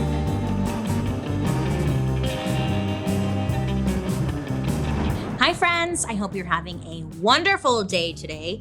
My name is Bailey Sarian, and I'd like to welcome you to my podcast, Dark History. Look, here we believe that history does not have to be boring. I mean, yes, a lot of it is very tragic, and some of it is kind of happy, but either way, it's our dark history. So all you have to do is sit back, relax, and let's talk about that hot, juicy history goss. Okay, listen, don't lie. When you hear the word conjugal, does your mind immediately go to conjugal visits? Of course, right? Or maybe you're like me and it just straight up reminds you of that scene from Goldmember where Dr. Evil is in jail, you know? Daddy's all pent up, let's freak. I don't know, look, it's just become like, you know, over time it's kind of a punchline. But as we've seen on this series time and time again, you know, it's the things hidden in plain sight that always seem to have the darkest backstory. And oof, the history of conjugal visits is about way more than sex. So look, it all starts in a little southern town called Parchman, Mississippi. Now, Parchman is pretty close to the Mississippi and Arkansas border. And in the 1900s, it was like a very rural farming area. You know that word, rural. I nailed it. But Parchman was known for their massive prison. It was called Parchman Farm, which kind of like sounds like a factory where they make cookies. Parchman Farm, right? But no, it was a huge prison built on top of a former plantation. In the early 19... Oh yeah, so it's a plantation. Like, so many plantations just turn directly into prisons. Like, the comparison is right there, you know? You don't even have to draw lines. 1900s, the whole South was a mess. When slavery was abolished, all the plantations and businesses across the South were suddenly unable to operate because they relied so much on free labor. In other words, slave labor, you know? The only reason anyone made any profit was because they didn't have to pay their workers. And without that, their businesses completely fell apart. Between 1861 and the 1900s, Southern states were arresting tons of men, specifically young Black men. Some of the arrests were legit, but honestly, most of them were not. I mean, a lot of them are being charged with like either fake or exaggerated crimes. And to many, it felt like it became much like today. Not a lot has changed there. Another way to round up anyone from the Black community and keep them in prison. But why would local governments like want to pack their prisons with people on bogus charges? Well, once these men were sentenced to prison, that's when the government would lease out prisoners for cheap manual labor. So local businesses would literally rent these prisoners for a day to like help with whatever they needed. Bailey always, like, I know this is a history podcast, so she's talking about history, but like, she never contextualizes this by saying like, this still happens today. They still lease labor from private prisons. Help with. The prison would make money, the businesses would make money. They were like, hey, just high-fiving, win-win for everyone, you know, except the prisoners, obviously. And a lot of the time, the kind of work the inmates were doing was inhumane. Prisoners were forced to like clear out swamps full of parasites with diseases like malaria, or they would have to risk their lives in order to create tunnels for railroad companies. You know, like in order to make a tunnel, you have to blast dynamite through rocks and dirt and stuff. And the prison people were like, blow that up. Could you imagine? Someone gives you dynamite, go blow that up. Good luck. So what I'm saying is it was dangerous, okay? The prisoners worked all day, all night doing jobs like this. And if they were caught like quote unquote slacking, or the guards believed that they weren't working hard enough, a lot of the times they would get punished. One of the prisons that was working their inmates to the bone was that prison, Parchman Farm. It opened in 1901 and it was humongous. Look, it had over like 20,000 acres of land. And on the land itself, there were 3 separate farms that the inmates would work on. Prison officials were making some serious money off of this whole little scheme they were doing. And by 1918, prisons like Parchman Farm were earning $800 per inmate for their work.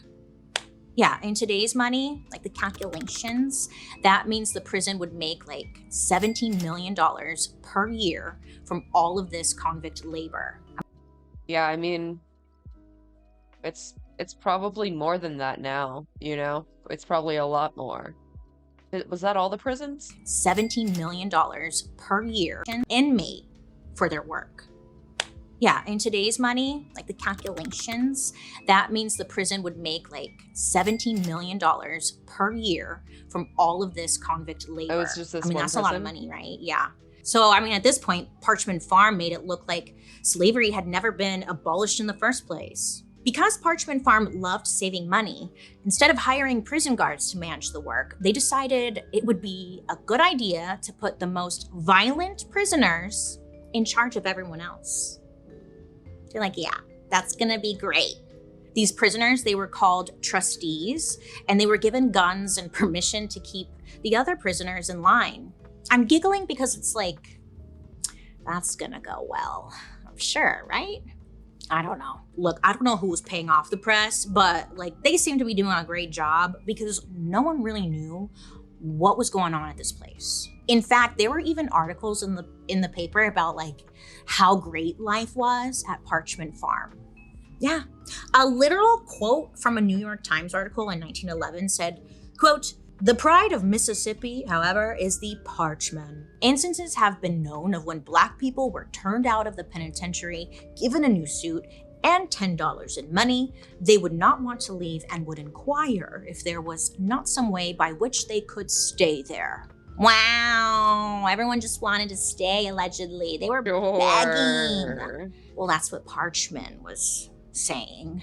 You know, okay, sure. In reality, the inmates were being worked to death for profit. So prisons like Parchment had created a problem for themselves. They had a profitable workforce, but working your prisoners to death wasn't good for business, right? So they got to thinking like, hey, you guys, how do we motivate the inmates without having to pay them? And that's when whoever had this major light bulb moment. They realized the one thing missing from these men's lives, one thing that would for sure motivate them to work harder, something that makes the world go round. So prison officials, they figured the prisoners, they might work even harder or like make the prison more profit if they had something to motivate them, you know? So they decide to bribe the prisoners with sex. Woo! So that's when prison officials brought in sex workers, literally by the truckload, like they were in the beds of their trucks.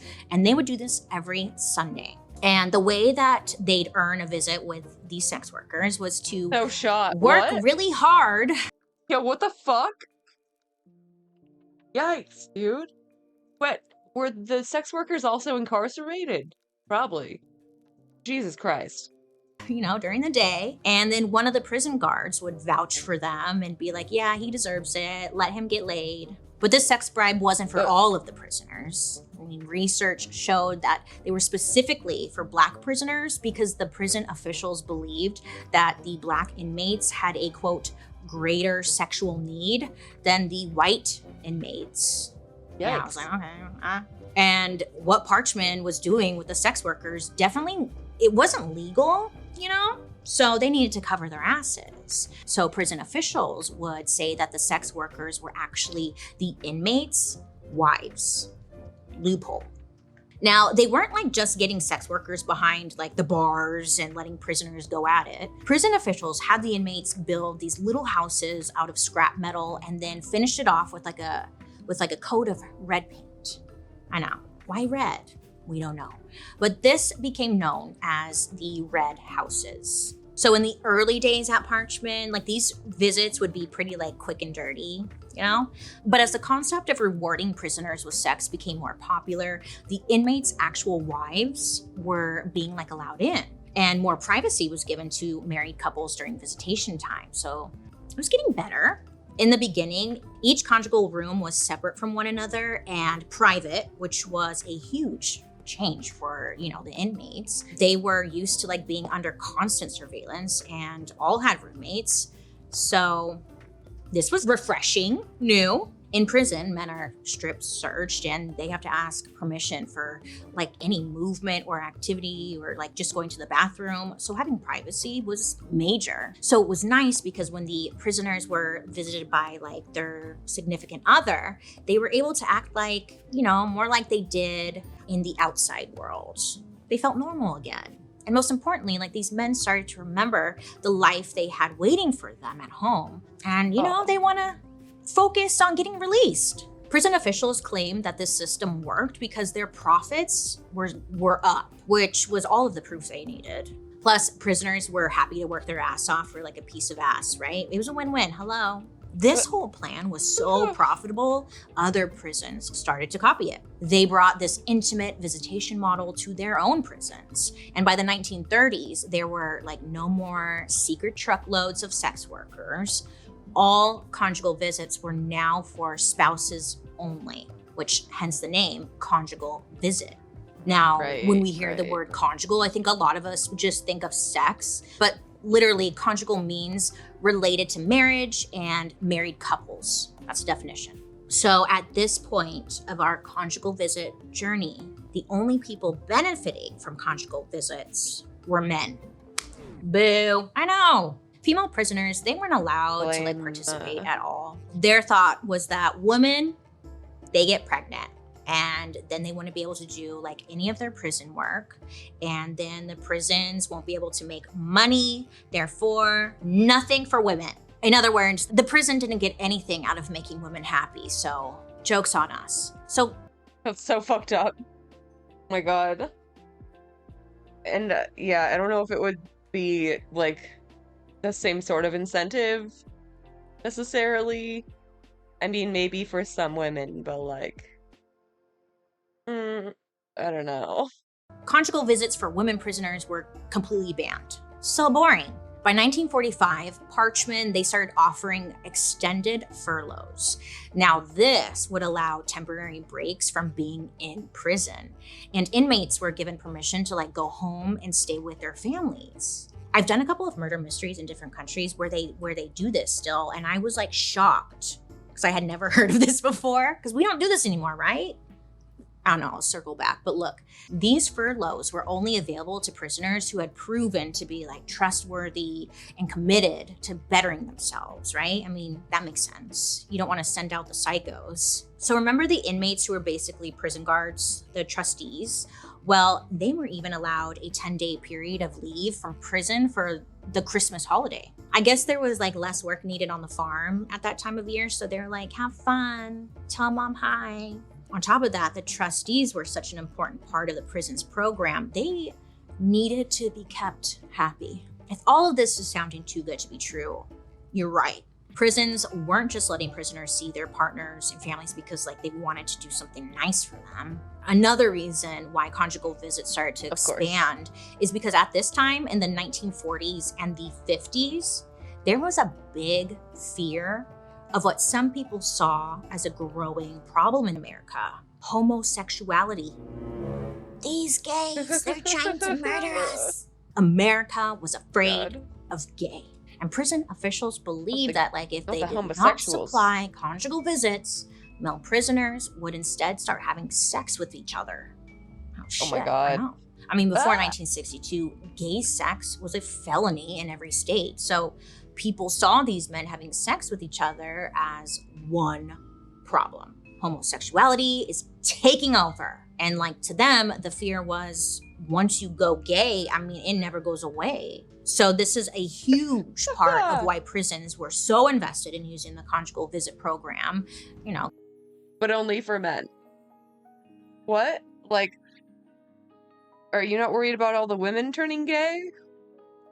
Because they wanted to make sure that the inmates were in the. In 1974, inmates were finally able to get visits from their whole family, usually on Sundays, and they were given like 4 hours to have a picnic with their wives and children. And some prisoners even constructed like swings and slides for the kids to play on during their picnics. It's cute.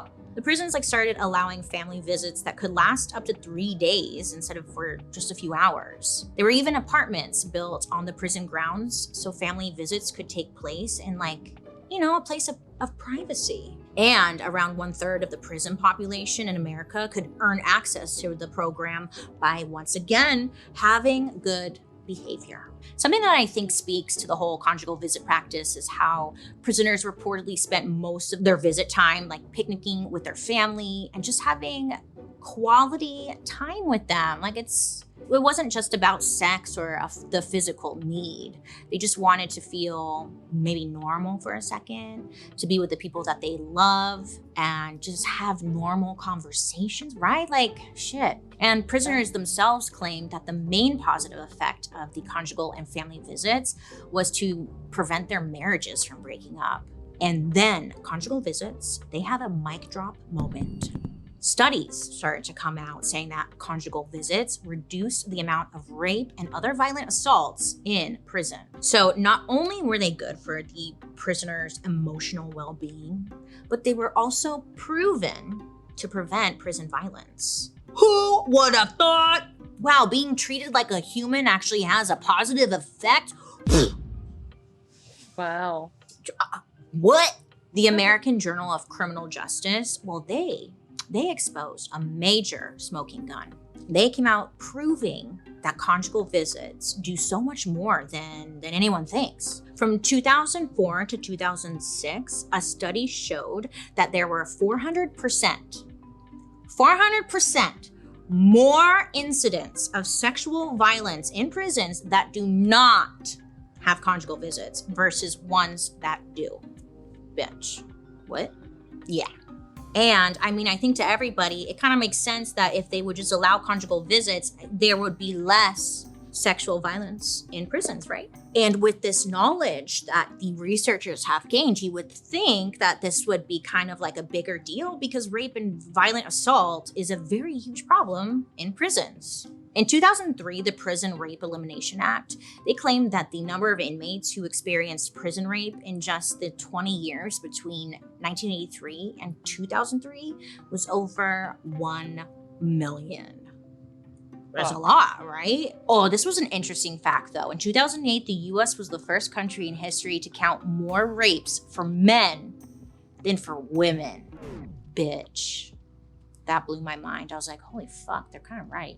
So, well, I mean, men are typically raped by other men, so that makes sense.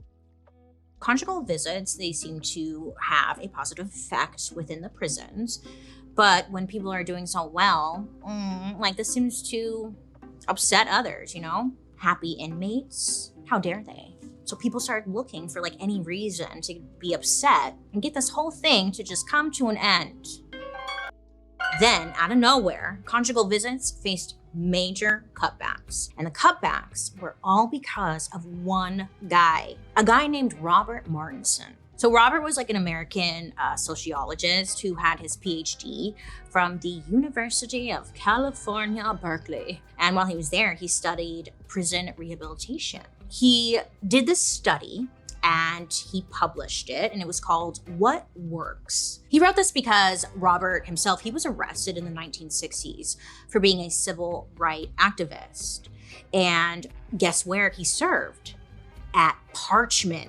During his stay at Parchman, Robert got a firsthand look into the American prison system. Robert was trying to answer the question, what works when it comes to prison rehabilitation? And I guess in his study, when he answered the question, what works, it was nothing. Nothing works. I guess people interpreted his book to mean that no correctional treatments, positive or negative. I mean, probably that nothing that we're doing works. Negative had any impact on the prisoners changing their ways and staying out of prison. So why bother? What's the point?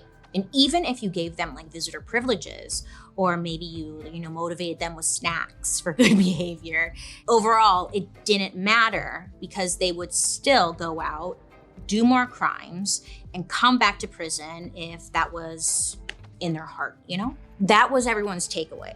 And prison officials loved this because all of those perks, they had cost money. So this guy says none of it works. Let's cut costs and get rid of them.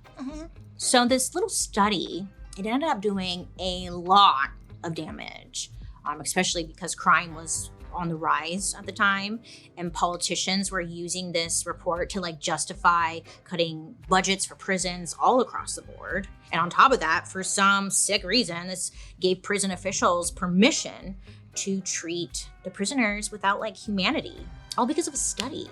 And after all, like according to Robert, I mean, it didn't matter anyways, right? So this is really the villain. Yeah, I want to read this study. That's so fucked up. An origin story for why America's like prison system is more brutal than most other developed countries. So back in the good old days, conjugal visits were allowed in 17 different states. I mean, even like some of them evolved over time and started allowing gay couples to participate in the program, specifically in California. But today, only 4 states have any sort of conjugal visit program. It's like California, Connecticut, Washington, and New York. And most of the programs that do exist in the United States are reserved for prisoners who have like shown, again, good behavior or live under minimum to medium security. You can even be denied conjugal visits if you are convicted of violent crimes, crimes against like a minor or a member of your family.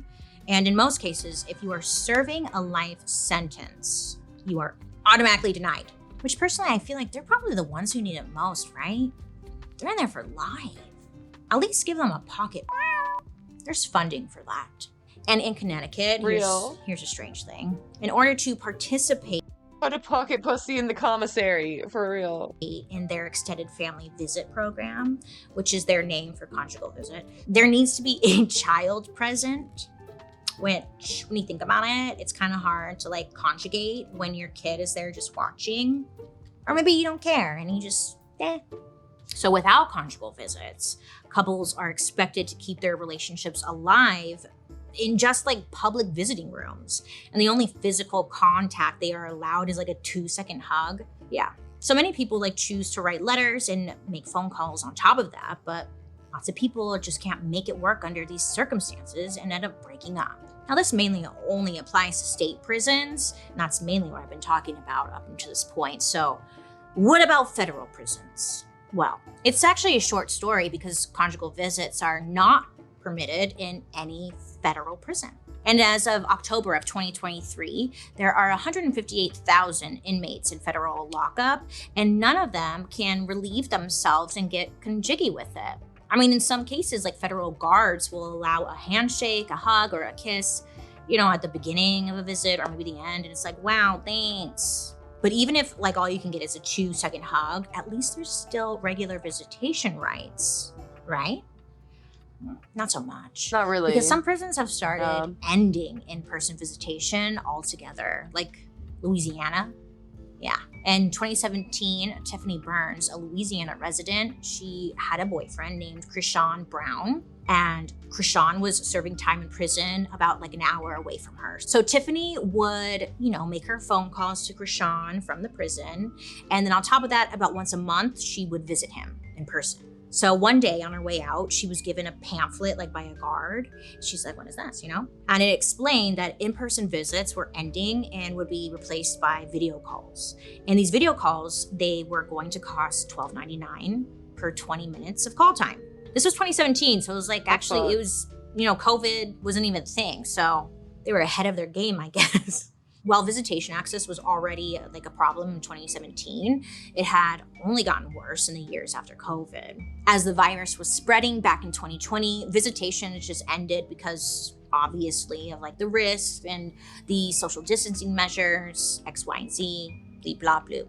There are prisons that have brought back visitation rights, but it's changed like a lot. It's become very restricted. Yeah, like I visited someone in prison and like we couldn't even touch, I think, at all, if I remember correctly.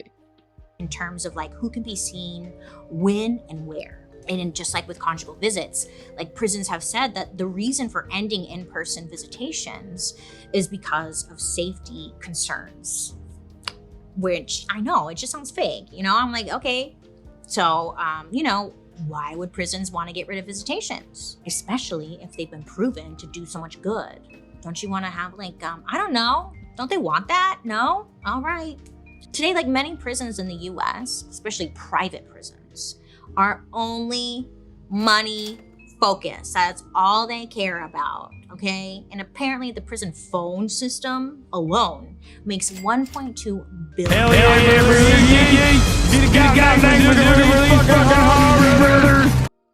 Oh my god, you scared me so much.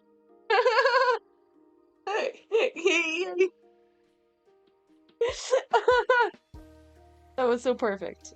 Thank you for the bits. So they're gonna push to have you use that phone. Because in-person visits, honey, they're free. We don't like that. It's so much fucking money. That's insane, dude. It's so much money. And like, you know, prisoners are making like pennies on the hour. So fucking, what the fuck? Like, how are they paying $13 for 20 minutes? That's so dumb. The math, and we don't like free. Some prisons in the United States are still run as a for-profit business, meaning they are in the business of making. Coming hard. Let's go. Thank you. Thank you, Cool Divides. I appreciate you. 5 months. Let's go. Money off of the prisoners. I mean, they don't care about the well-being of the inmates. Come on, they don't care about making them better people who never end up coming back to prison. They don't give a shit. Because in the end, to them, more prisoners means more profits. They're not going to treat them like human beings. They're not going to try and help them stay calm. Coming hard. Let's go. Thank you, Chase. Thank you. Thank you for the 4 months. And not be sexually assaulted in prison. They're not going to help them at all. It's just sad. It's a human rights thing. It's a violation. Come on, they're people. Prisons can like charge crazy fees, right? Like for phone calls, for video calls. And this might be the only way to contact a loved one for them, right? And again, like conjugal visits, they don't turn a profit, so they've been removed. Video call systems like the one Tiffany was told to switch to are now the only option for visitation in many of the US prisons. And just like any video meeting technology, obviously it's not perfect, right? Glitches, delays, and more importantly, yeah, I'm sure the like internet or like phone connection is terrible in fucking prison. So yeah, I mean, that's a goddamn joke. Like it's not the same, especially like for your mental health. Like, man, it's just not the same as seeing your loved one in person. So most US prisons still have not brought back conjugal visits, even after like the COVID restrictions were lifted. There are claims of like safety concerns, especially for visitors coming to see violent offenders, even though instances of violence between visitors and inmates are extremely rare.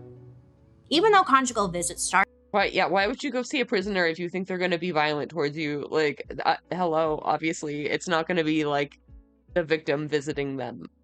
In the United States, it's been implemented all over the world.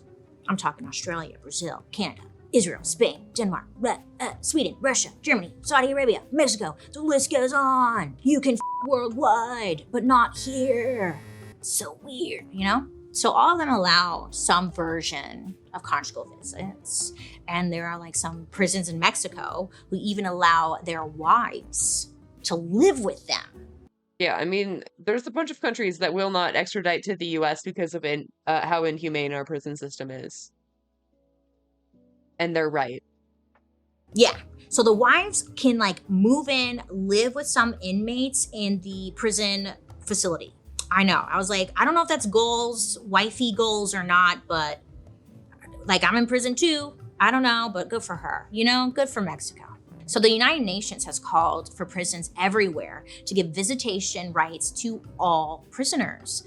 They believe that it should just be the norm. And thankfully, there are some nations who are listening. For example, in Brazil, prisons allow conjugal visits weekly.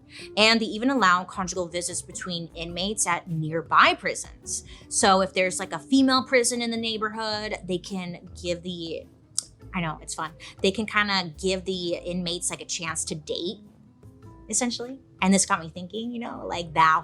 That's so cute. Oh my god.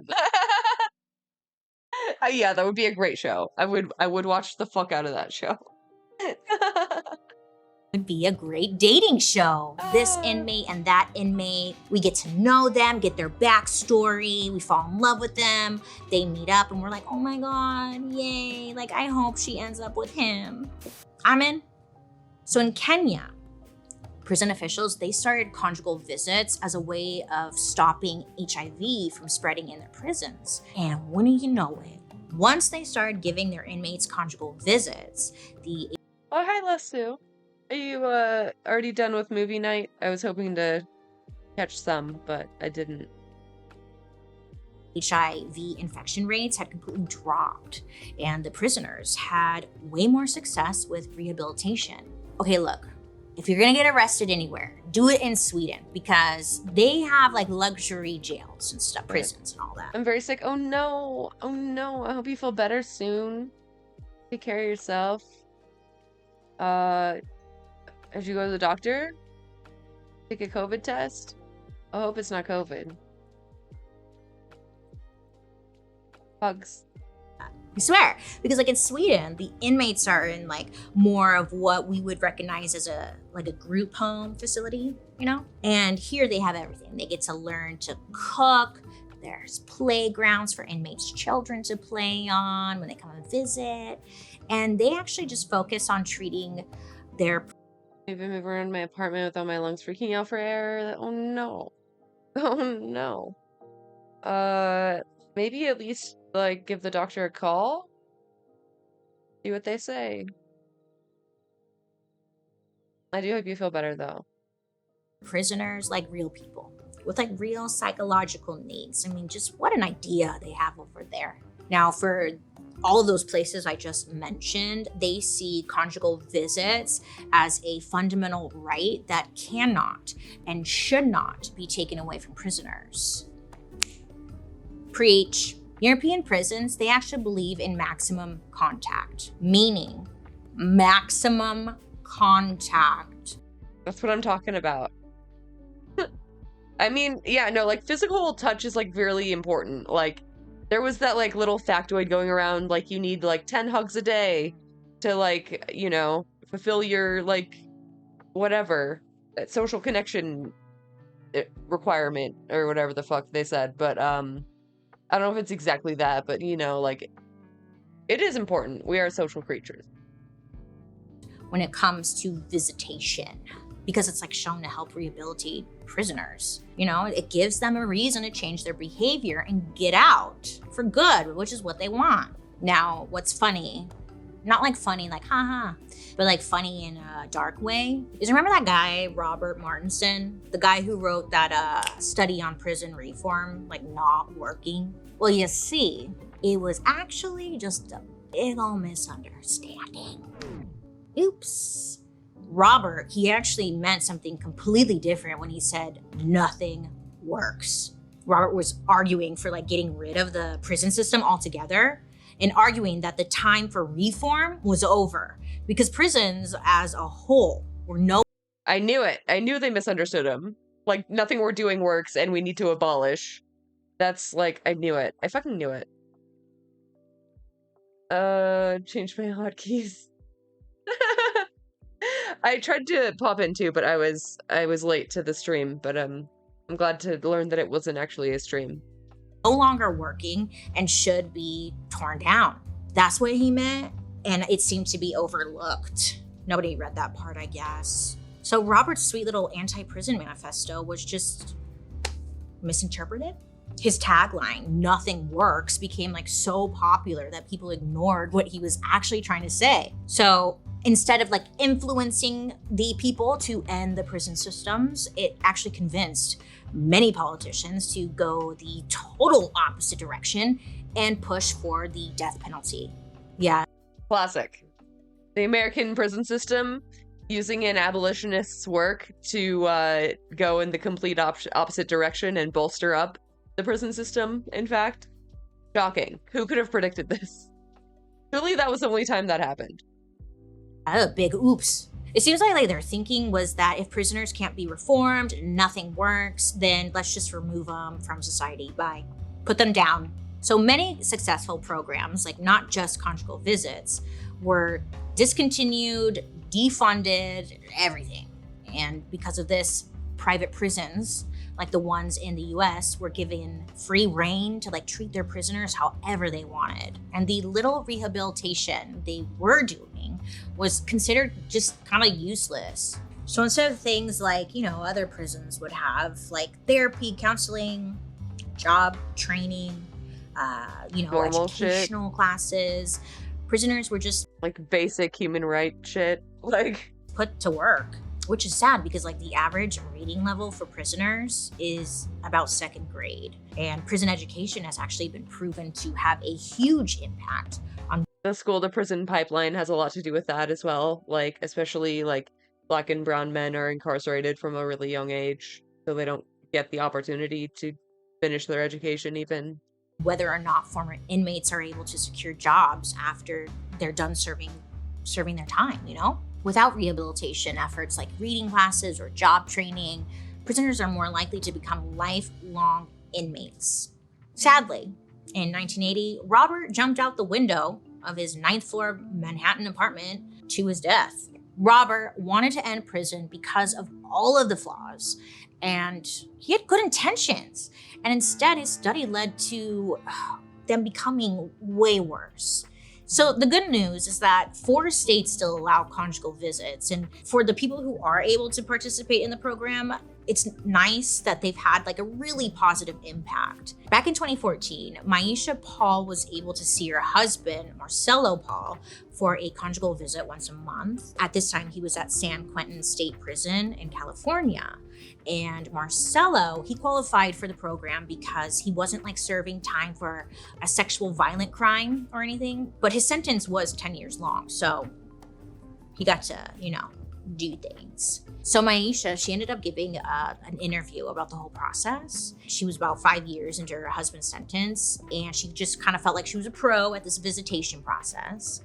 And in the interview, she talks about how she would always come like dressed in men's sweats, because like the prison guards would make her change out of anything tight-fitting or just straight up like say go home because she didn't have anything else to wear. And then after that, Maisha would go through the metal detector and they would search her bag. And then she is like allowed into a room where she could pick out puzzles and games and even like some movies for her and like Marcelo to enjoy. In my mind, when I think of a visual Automod, I'm sorry. That's weird. I could probably relax that. There was like a time I was getting a lot of like jitters, but of like a conjugal visit, I kind of think about like 1 hour and there's just like a room with a mattress, which is nothing like that. That's just me being nasty. It's actually a lot sweeter. At San Quentin, Maisha and Marcelo, they get to spend 48 hours in a 2-bedroom apartment on the prison grounds. And like she brings food for them to cook and they can like spend their time watching movies, playing games, hanging out, and just like getting some alone time. In this apartment, there's even like a baby crib because I feel like that's like so fucking like easy to provide, and it's like so beneficial. Couples will bring, the kids for the whole weekend. Maisha says that for her, conjugal visits, they're not really about sex. It's about, quote, the smaller, quieter things, like waking up together, end quote. I was like, oh, that's so sweet, Yeah, it is about that. It seems like conjugal visits have always had some strings attached. It's never something nice that they do for inmates. Okay, I'm gonna try turning auto mod off. Don't do anything crazy now. Because God forbid you treat them like human beings, I think this. Oh, it was the link? Wait, I have links allowed. Weird. These photos look like they're from a hotel or a fancy college dorm room. There's a gym. Yeah. Right? Like, we could easily afford this shit. Common areas and private bedrooms. But this place, just outside Khāled, Norway, is a prison. There's no barbed wire, lots of greenery, and striking contemporary art. Inmates even have pretty great views out of their cell windows. It's all part of a plan to make prisons more humane through design. Yeah. I think that was like the worst part when I was in jail was there's one small ass window that's like barred and like it's so thick it like barely even lets any light in. And then so like your only light is like fluorescent lights that are on all the time. And like just psychologically, like that's so bad for you. Like I feel like maybe that's like when my sleep schedule, like I got fucked up like for life. Like honestly. The underlying philosophy behind humane prison design argues that the look and feel of a prison shouldn't be a punishment. The sentence is taking away the freedom. Everyday life shouldn't be a sentence. And the first thing designers focus on Being in prison is the punishment. You don't have to add punishments of like horrible conditions. Is the basic architecture of prison buildings. In most prison architecture, facilities are consolidated into one contiguous building. A courtyard design uses a rectangular building around a central outdoor space. In a telephone pole design, rows of buildings are stacked like a ladder, and radial designs have corridors that branch out from a central hub, like spokes on a wheel. While these layouts are good for moving lots of inmates around efficiently, they restrict prisoners to identical indoor hallways day after day, and tight quarters can unintentionally create tension and conflict. So humane prisons are often laid out in a campus design, where facilities are split between separate buildings with a surrounding perimeter wall. At Norway's Halden prison, housing is located here, while education and visitation spaces are here, in separate buildings. This means most inmates have to start their day with a commute, mimicking life in the outside world and providing easy access to outdoor physical activity. And unlike other layouts, like having sun on your skin, like a human, feels good, man. You know? Like, you don't appreciate fresh air and sunshine on your skin until you cannot have it. Which have windows that look out onto the prison itself, campus design gives inmates a rich view of their surrounding environment. This access to nature also helps inmates track the passage of time. The inmates felt that they were in a diving bell. They were disconnected with time and with space. Spending time outside and seeing days and seasons pass through windows helps reduce T&D is immensely popular in our prison system? That's interesting. That's cool. This problem. Plus, the grounds of humane prisons are usually landscaped carefully. At Halden, tall birch and pine trees dwarf the buildings and obscure the perimeter wall, lending what designers call an anti-authoritarian feel to the campus. Inmates are never made to feel intimidated by the architecture itself. Building materials influence humane design too. In other prisons, interiors are made from hard materials like concrete, linoleum, and steel. Yeah, you may be unfamiliar with humane design because it's literally the opposite of what we do here in North America. We just do hostile design, which is like breaking up park benches so no one can sleep there type of shit. Spikes everywhere. Materials like this block light, are visually unappealing, and constantly reflect noise. In prisons like Halden, you'll see glass to let in natural light, and materials like cork and wood to muffle noise. But humane prison design isn't just about architecture and materials. It's also about what happens inside the walls. Halden's design affects the way correctional officers and inmates interact. Because housing is broken up into small communities with a shared kitchen and communal space, correctional officers can easily monitor inmates through regular face-to-face contact, instead of observing large groups of people from a distance. And the guards' rooms are intentionally designed too small to incentivize them to move out into the inmates' common area. And this, that the guards are together with the inmates, is a very important security system. Campus layouts help that relationship flourish. A study of architecture in Dutch correctional facilities found that campus design... Yeah, I mean, obviously, like, if you're, like, a whole room away through, like, 6 sets of hallways before you can get to the fight that's happening or whatever, that's, like, a lot of time for shit to go down. Design ranked highest in inmate-staff relationships. And US prison studies from the late 90s found that this style of direct contact resulted in fewer violent or security-related incidents. Designing these humane prisons costs money, which is why most of the groundbreaking work is happening in Western Europe and Scandinavia, where smaller prison populations and more robust social support systems allow for more flexible experimentation. And because US prisons often prize cost saving over design, it's still uncommon to see them here. But places like Halden are setting a new precedent for what the prison of the future could look like. It's so important to have a human behavior towards the people, so they are not so angry, but give them human dignity. It might feel counterintuitive to create pleasant, well-designed spaces. Yeah, it's just fucking dignity, you know? Like, part of restorative justice is like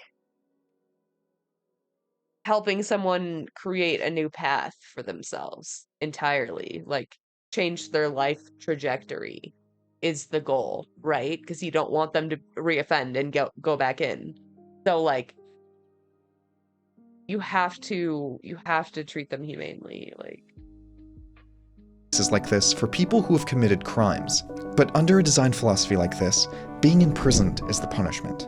The architecture doesn't have to be.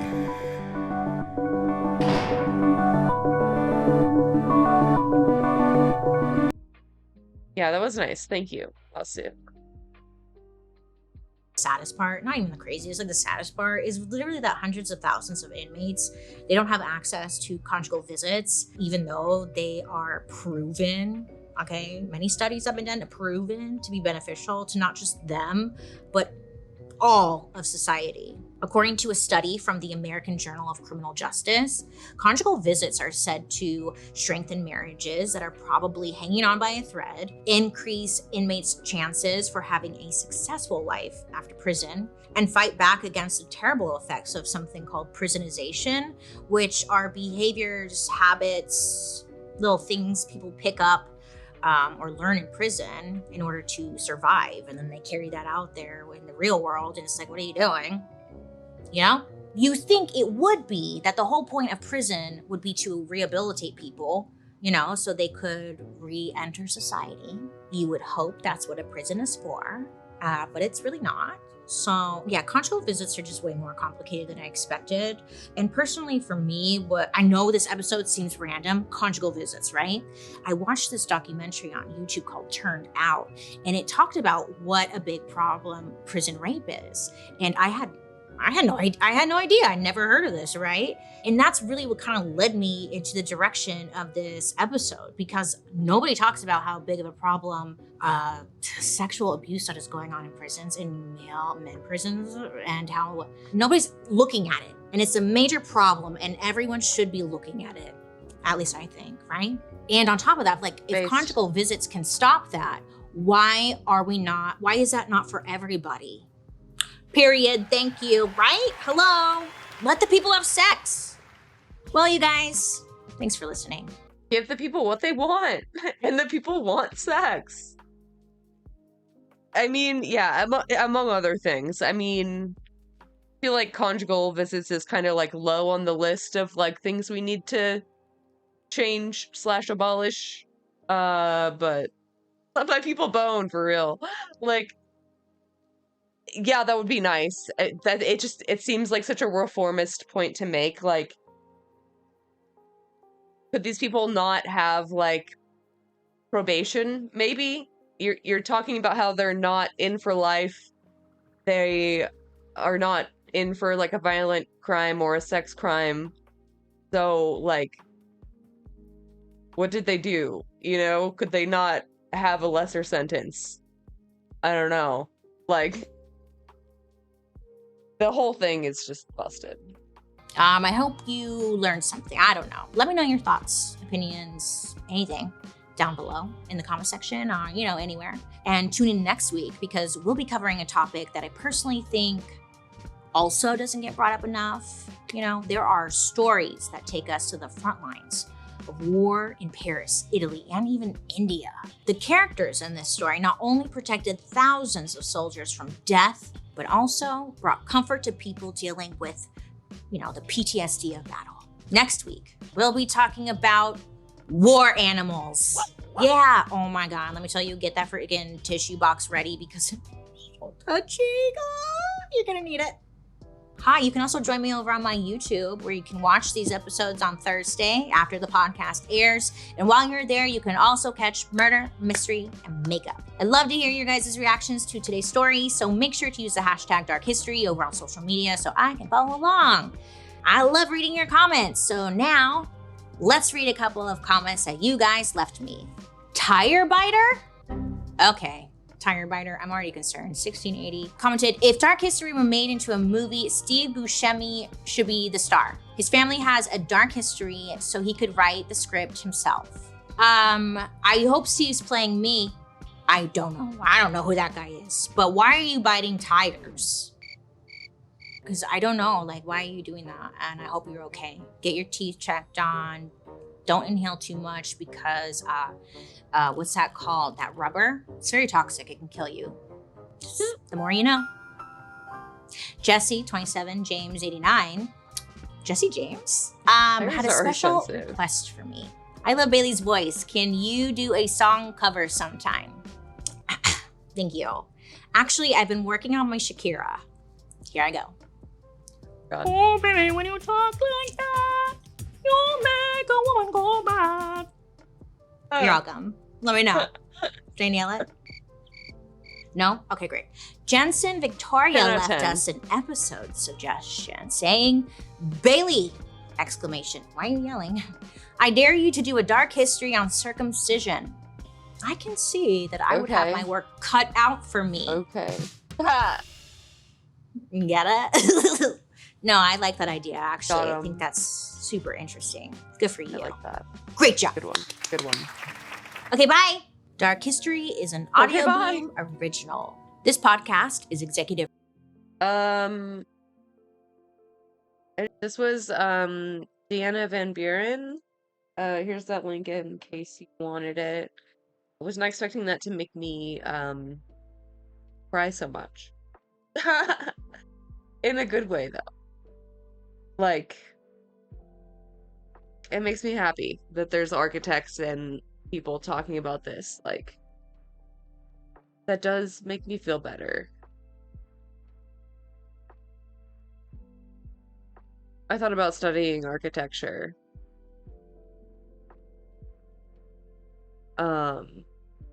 It's just like kind of stressful.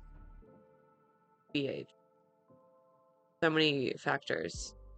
I don't like them putting chemicals in the water that turn the friggin' frogs gay. Do you understand that? Turn the friggin' frogs gay. Serious crap. Gay. Frogs, friggin' frogs.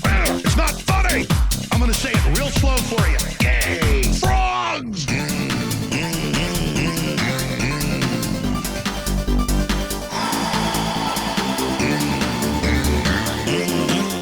All right, we'll get into the next dark history after this. For your life. Gay. Frogs, friggin' frogs. I don't like them frogs. Gay. Friggin' frogs. Frogs. Friggin' frog crap. Won't you fight the frogs? It's not funny. I'm gonna say it real slow for you.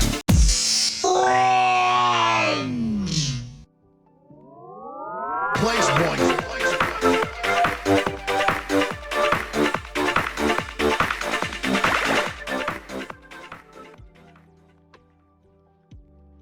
Whores in this house. There's some whores in this house. There's some whores in this house. There's some whores in this house. I said certified freak. 7 days a week. Wet ass P word. Make that pull-out game weak. Yeah, you effin' with some wet-ass P-word. Bring a bucket and a mop for this wet-ass P-word. Give me everything you've got for this wet-ass P-word. Beat it up, N-word, catch a charge. Extra large and extra hard. Put this P-word right in your face. Swipe your nose like a credit card. Hop on top, I wanna ride. I do a kegel while it's inside. Spit in my mouth, look in my eyes. This P-word is wet, come take a dive. And continue along these lines. And it gets significantly more vulgar. Like, a lot more vulgar.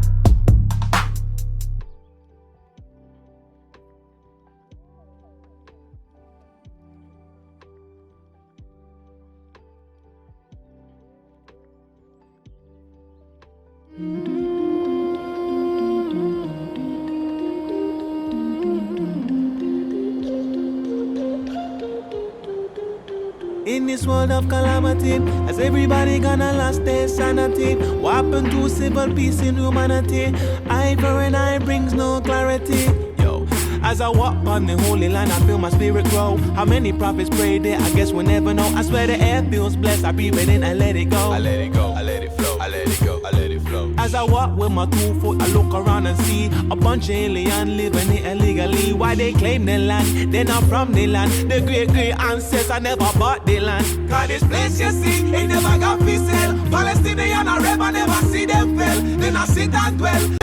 Rise up, Palestine, put your light up, light up. Me not wanna see no violence, me only want peace. Everybody live in unity, that's how it's meant to be. But oppression is oppression, so nobody act blind. When me 6 foot, did that be the day I stop trying, cause we got to keep on walking on the road to Palestine. Palestine, free, Palestine, free, Palestine, free, Palestine, free. We got to keep it burning on the road to Palestine.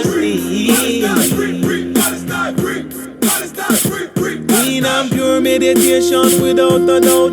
Truth will rise when the lies them are drowned. God we are praise him, there we are shout. God we are praise him, yeah. In this world of calamity, as everybody gonna lost their sanity. What happened to civil peace in humanity? Eye for an eye brings no clarity. Don't forget that a smile is charity, especially in the times of war and tragedy. Kids are growing up without no family. World peace slowly looking like a fantasy. But still, we got to keep on walking on the road to Palestine. Palestine free, Palestine free, Palestine free, Palestine free. We got to keep it burning on the road to Palestine.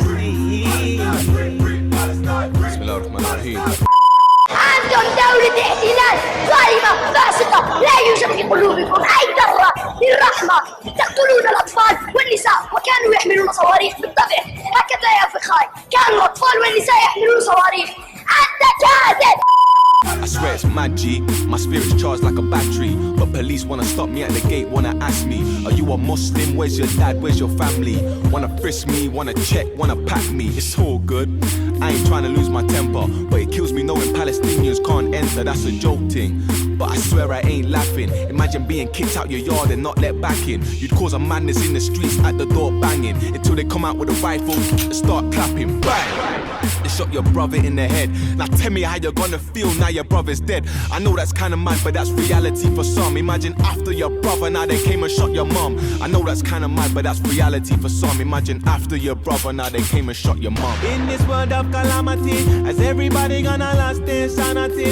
What happened to civil peace in humanity? Eye for an eye brings no clarity. But still, we got to keep on walking on the road to Palestine. Yeah, like there are entire families being wiped out right now, like entire bloodlines. And I mean, this has been happening for many, many decades. So like, what would you do? What would you do if an imperialist army killed every single one of your family members? You know?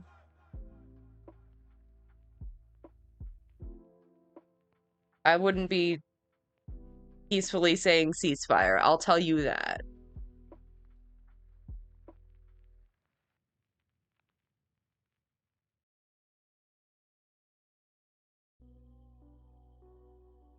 Father of lies, come in disguise. This is so tasteless after that, but it's on shuffle. I'm sorry. I thought I was gonna play the other... Oh, that's bad.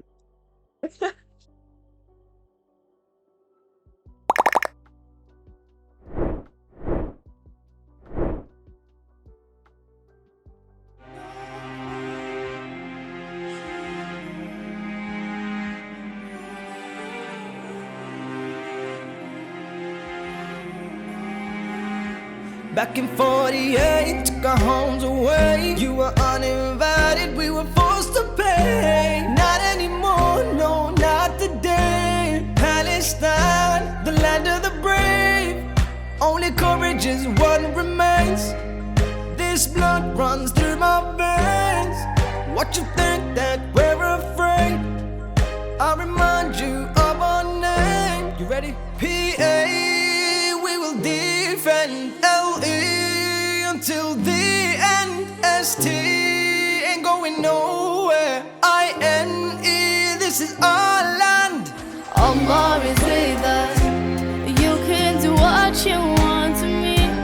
Allah is with us. Right from the river to the sea, with us through blood, sweat and tears.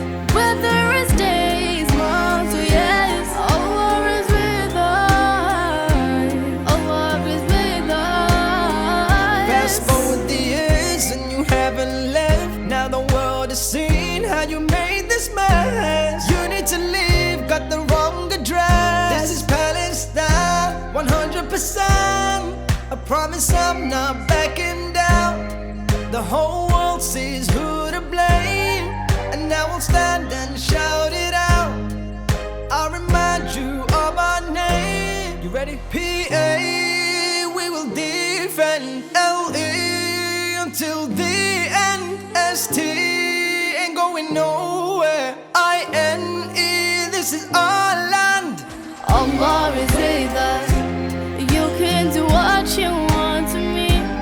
Allah is with us. Right from the river to the sea, with us through blood, sweat and tears. Whether it's days, months or years, Allah is with us.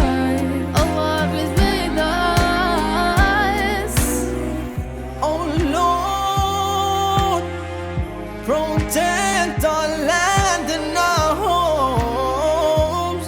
The world sees us and just lets us go. But one thing is for sure, you are always there. You are always there. Allah is with us. You can do what you want to me. Allah is with us. Right from the river to the sea, with us through blood, sweat and tears. Whether it's days, months or years, Allah is with us. Allah is with us.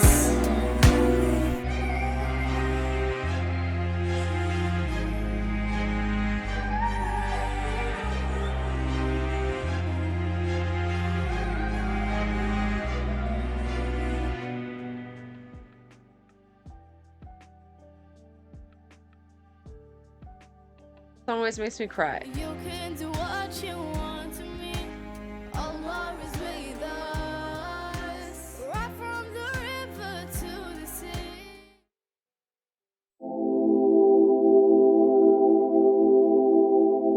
This is a good song to decompress.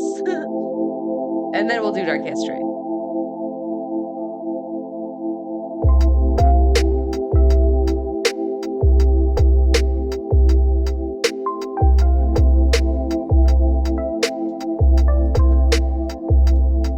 There's a question and an answer and a worry in the middle.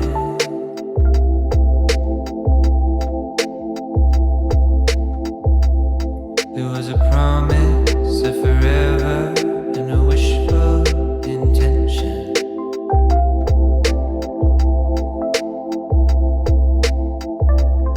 What a world it would be if we all made out like the books we read, all the films we see. It's a travesty.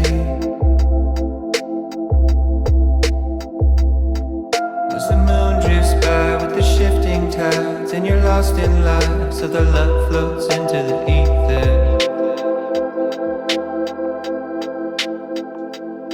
And there was something that you heard and heard, and despite your parents, you placed your bet on love.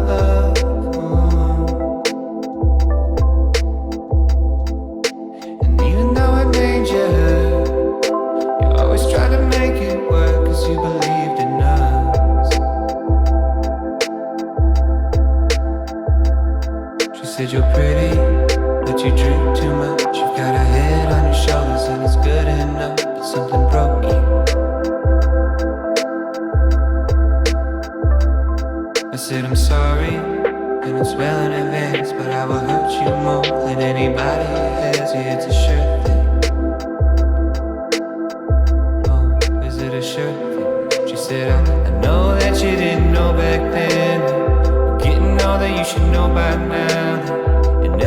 about the pain you held, not in the way that you shut me out, not in the way that you hate yourself, or all the ways that you let me know it was that you and I, we were on our way. Kind of feeling that was unexplained, and you still feel like it felt back then. It's what you tell me when nobody's listening, and you ain't happy where you're at right now. Talked about it for a couple hours, a lot of change in the past few years, a couple deaths and a few relationships, a little older and a little scared of making all the same mistakes I made. You said you're weary because you think too much, you've got a mind of your own, it's freeing up but it'll drain you. I know you're sorry and it's right on time, cause you told me what would happen if you stuck around. I know you warned me.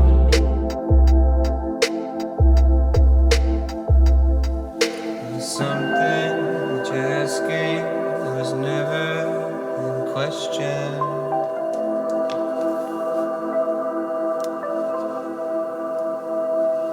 Something that you're asking that was never in question.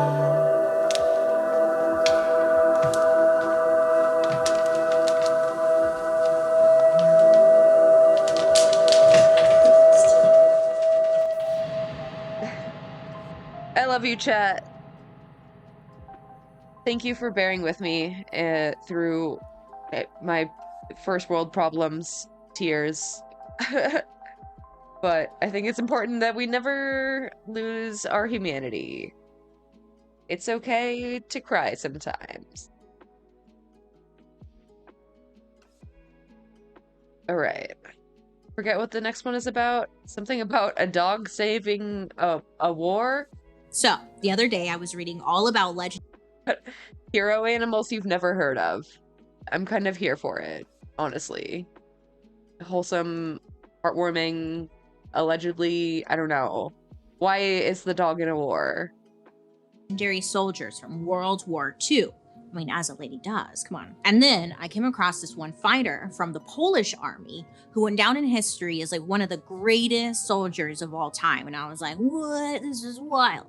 I mean, his story seriously reads like a wild movie. This guy, he grew up as an orphan in the Middle East, and when he got older, he was adopted by the Polish army. He went alongside to go train with them, and like in their free time when the army had nothing to do, he would wrestle with them. And like, also this guy just loved hazing new recruits, chugging wine, and smoking cigarettes, you know? I mean, this soldier would strike the fear of God in the Nazis with just one look. And guess what? This soldier, wow, he was 1,000-pound brown bear, a literal bear. Yeah. His name was Wojtek, and he was a legend in the Polish military. A bear. And that's it, you guys. Welcome to this episode. Because look, we're going to talk about some of like the most overlooked war heroes of all time. Today's theme is war animals. Yeah, because there's a lot of animals that like fought in wars that we didn't even know about. And I want to tell you about it because it's fascinating. And Paul's over here dressed up like a bear. You look like you're going to murder me. Or the guy from Midsommar at the end. You remember. We remember. Take that off.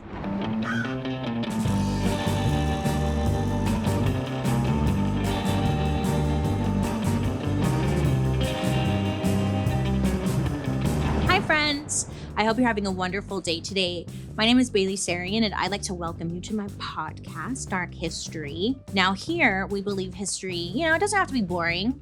Some of it might be tragic, yes, and some of it might be really happy, but either way, it's our dark history. So all you have to do is sit back, relax, and let's talk about that hot, juicy history gas. So, listen, once I heard about Wojtek, oh, baby, I was all in.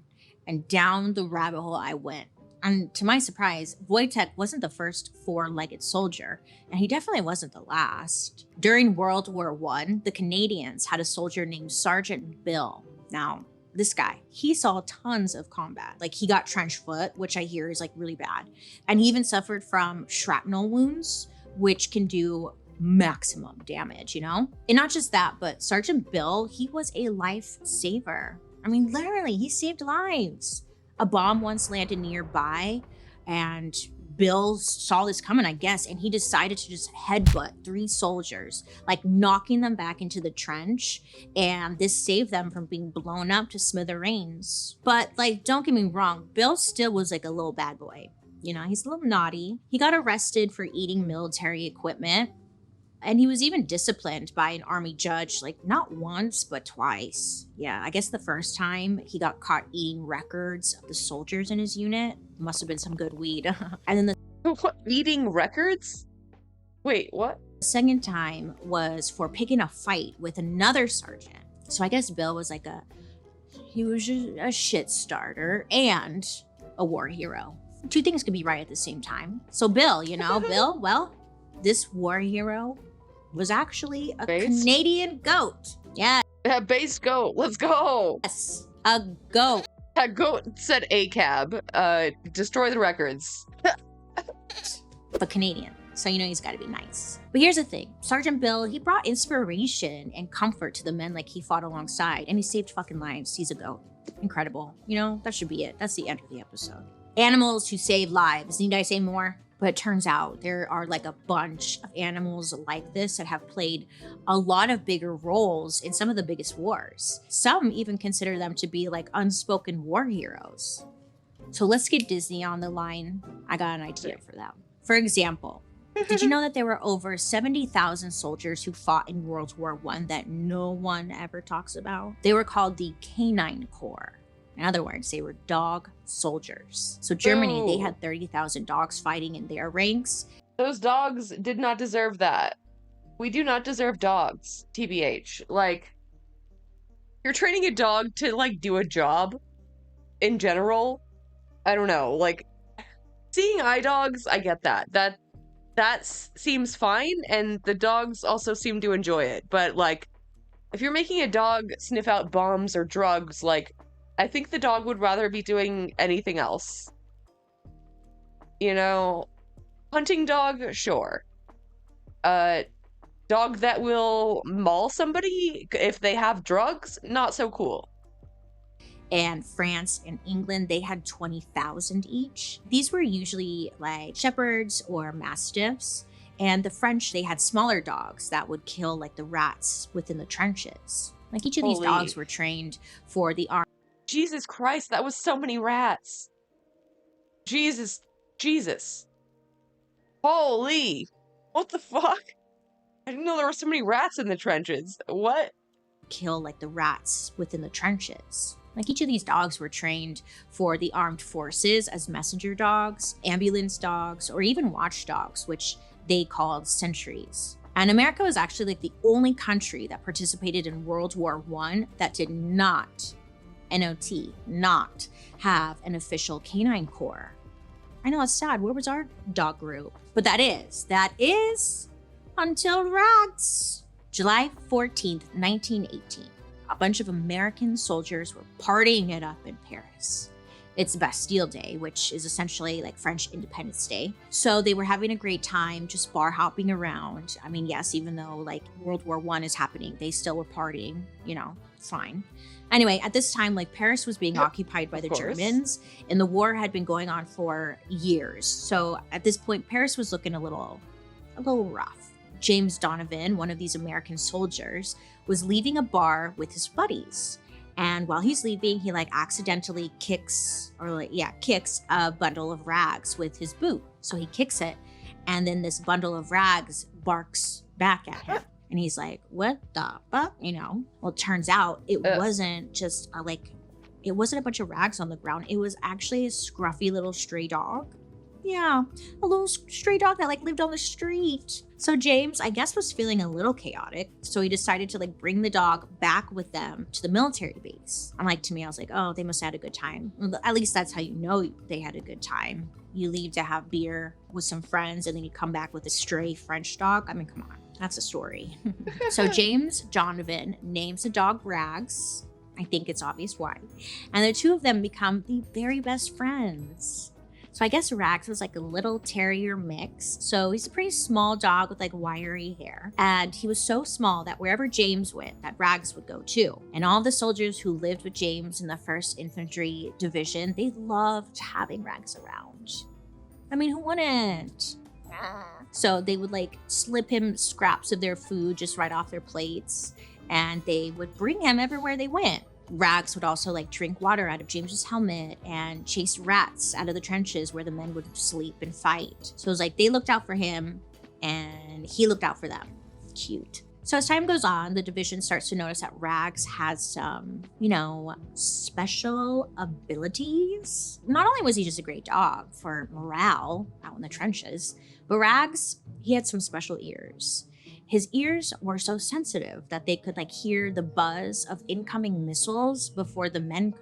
So Rags would alert the men by flattening himself on the ground, which would give the men enough time to like take cover. So if they saw Rags flatten on the ground, so did the soldiers, right? And Rags was like never wrong. So it's like paying attention to him could freaking save your life. James Donovan was what they called a signal man in the military. Said Israel has so a he right. was the one who would like put down the telephone wires that made it possible for the men at base to communicate with the soldiers back on the battlefield. Apparently, just like working alongside him, Rags was able to help James identify places like where the phone line had like a broken wire. It was believed that Rags could do this because dogs in general have like a really good sense of smell, and Rags could tell the difference between an open and a closed wire just with his nose. That's special. Hello. So Rags would point the spot out to Donovan, who would be able to then repair it. So it's like teamwork. Incredible. I love it. I love the story. I want a dog named Rags. So basically Rags is a precious angel and the rest of us are scum. That's what I'm getting from this story. Apparently he even learned to salute Rags. I know, this part I was like, Pixar didn't happen, but I'll believe it just because it's a cute story, I do want a picture of that, But though. I guess like whenever a general would walk by, Rags would salute. I know, I need a visual. I really do. Because I'm a Yeah, I just don't know. I guess they could, theoretically. I don't think dogs' bones bend like that, right? I got questions, but pretty soon, Rags wasn't just some stray that James had found on the street. Nay. Nah, he was a respected member of the 1st Infantry Division. Go Rags! As if he wasn't doing enough already, James taught Rags to send messages on the battlefield. Now, this was a game changer, and it gave the American infantry like a huge advantage. On top of that, for a dog, it can be a very difficult skill to teach them. And for some reason, Rags over here, just being the little angel that he is, it wasn't hard for him at all to catch on. He was just a special little baby genius. So James was able to teach Rags how to send messages, and James would tuck a message under his collar and then send him to whoever the message was meant for. And Rags would just like, no. I just love this story. Just a good dog. So like Rags would carry this little message, just willingly during the peak of battles, which is brave, right? Even for a dog who has like no idea what's going on, or like the fact that he's in the middle Just a brave dog trying to facilitate war crimes. Oh. Middle of a war. But I mean, there's like guns blasting, there's shrapnel exploding. War is loud. And Rags did not have earmuffs. Most of the time, Rags would have to like cross an open area and the enemy would like literally just be shooting at him. But nobody could take Rags down. It's just so precious. Once it became known that Rags could send messages successfully, bitch, he was a game changer, and he was doing it all the time. The 1st Infantry came to rely on him to get urgent messages about enemy fire or their location back to the base. Now, if you're thinking, it's so sad, because like, so many dogs were bred for hunting, so they just like to have a job. They like to feel like, they're part of the pack doing something. And we just like exploited that for like the worst purposes. oh my God, animal abuse. Listen, they did have like men doing this job, and they were called runners. They were the ones carrying messages back and forth, but it was like a really dangerous job. If you got that job, you didn't want it, okay?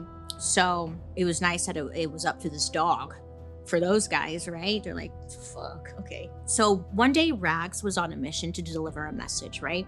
And he had come across like a dead runner out on the battlefield. And when Rags approaches him, he's like, oh my God. Well, he's a dog, so he doesn't say, oh my God, but in his mind, he's like, that's a US soldier. He must have recognized him. And then Rags takes the note that was pinned to this man's uniform and he carries it back and delivers it to James. Isn't that special? Oh my God. The note was from an officer whose men were surrounded by Germans and like needed to get out. And since Rags got to the note before the German soldiers did, those men, they were able to be saved. I know. Sadly, there were many men who were wounded in battle and died because no one knew like where they were. No one could get to them, you know? So they would just sadly die alone in the field. Rags had this special talent for finding soldiers in trouble. And if he came across one that needed help, he would bring back a piece of their uniform or helmet. So someone back at the base could help rescue them, or at least like retrieve their body. What a good boy, you know? Just what a real good boy. What a good boy. Just want to give him a treat. He's such a good boy. Okay, a good boy. But I don't believe this because, like, if he only brought back a piece of their helmet or uniform, how would they know who it was or where they were? I mean, maybe the dog led them back, but I don't. I have doubts, okay? Boy, just want to... Then in 1919, oh, it's so sad. James and Rags got caught up in like a mustard gas attack. Now, I guess at this time, it's not funny, but it's cute if you imagine it in your mind. Rags had a special little gas mask that James had made for him, but it flew off when Rags was running a message, and then he got hit and like just like blew off, I guess. When James came to, because he passed out or something. Okay, I have to take more canvases off of the frames. He was in a field hospital, and somehow magically, Rags was there too. Rags had like crawled under his bed, and both of them were seriously injured, but they were there for each other. Rags's paws and ears had been injured, and his lungs were damaged from inhaling the mustard gas after his little mask had slipped off. James was in even worse shape and needed serious treatment. So they decided to send James back to the US to Fort Sheridan Medical Center in Chicago. But Rags wasn't allowed. Rags was not allowed to go with him because pets were believed to carry disease. So they were not, absolutely 100% not allowed to travel with soldiers back to the States. So like James and Rags had to say their goodbyes. No! I know. But what the fuck? There was another officer who knew Rags and like saw him sitting on the dock. Poor little Rags, just looking at his owner. And this officer decided to smuggle Rags onto the ship inside of his jacket so Rags and James could stay together. Now, this was a huge risk because if they found Rags on board, he would be chloroformed. I know. Wow. Chloroformed and just thrown overboard. Wild. I guess that was the military policy with animals coming back from foreign countries, but praise the Lord, Rags stayed hidden and he and James made it to Chicago safely.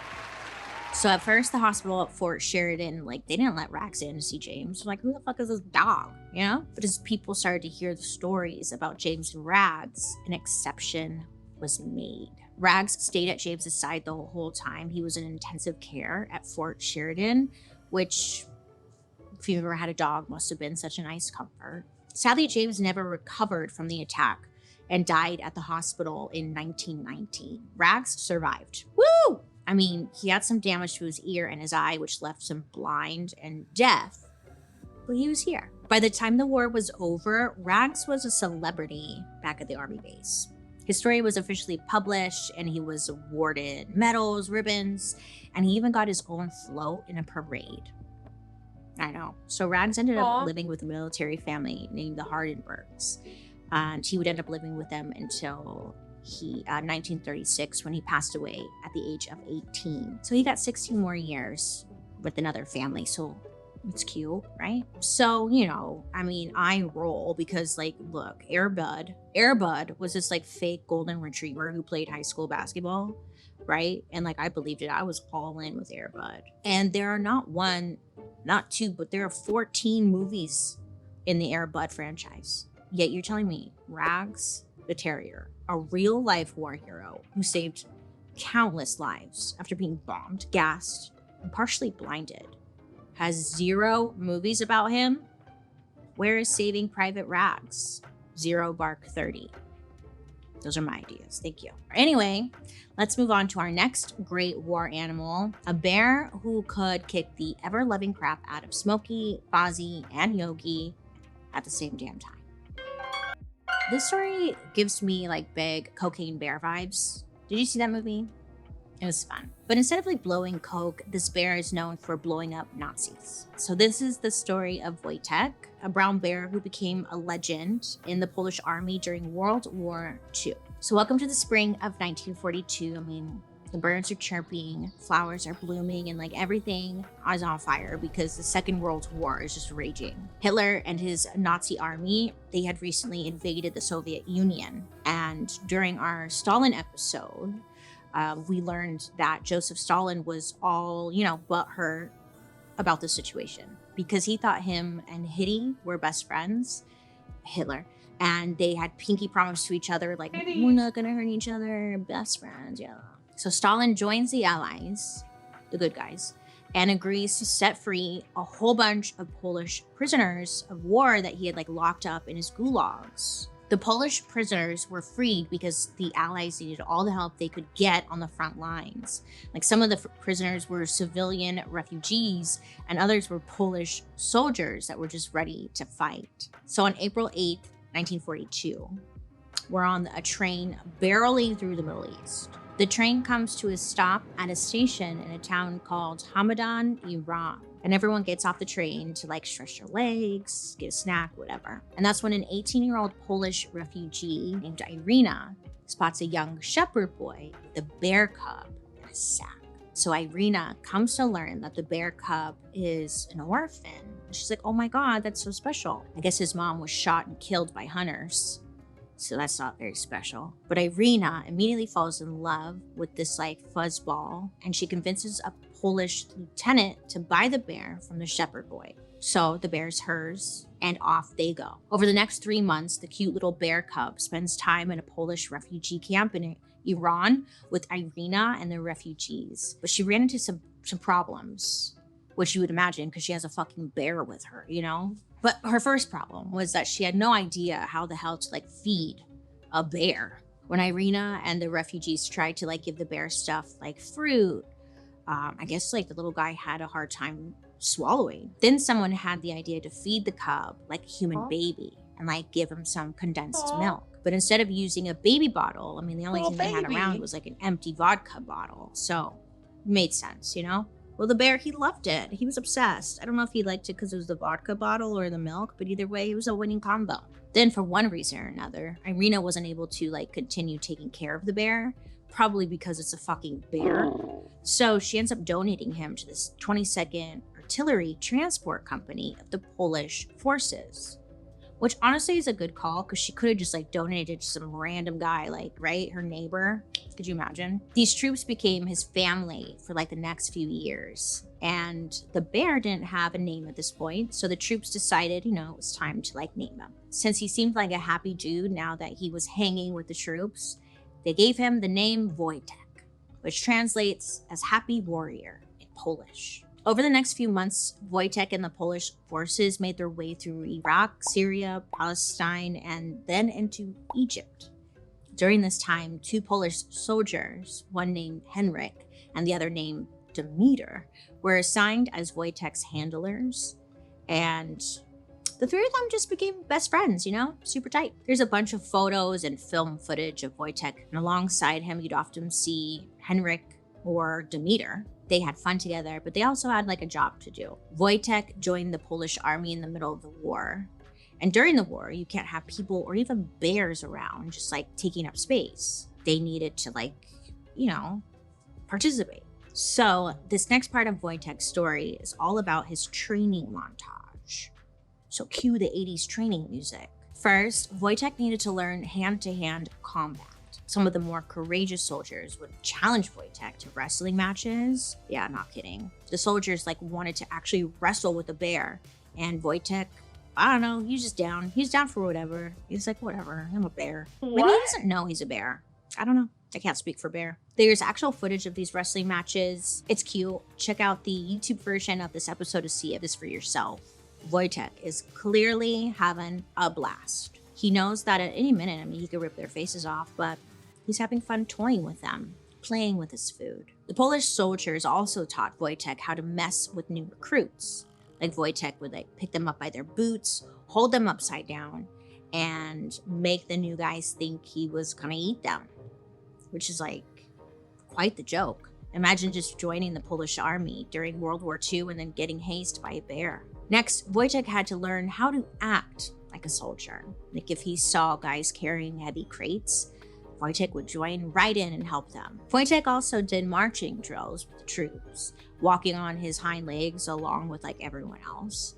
And again, he would salute. So he'd put his cute little bear paw up to his forehead and be like, reporting for duty. He's like a bear, so it'd be aggressive.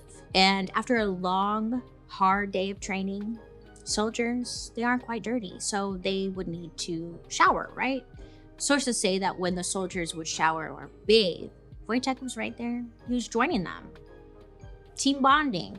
Sometimes Wojtek would break into the shower huts and turn on the shower on his own, I guess, which was a big problem because apparently no one taught him to turn off the showers. And this sometimes would create water shortages.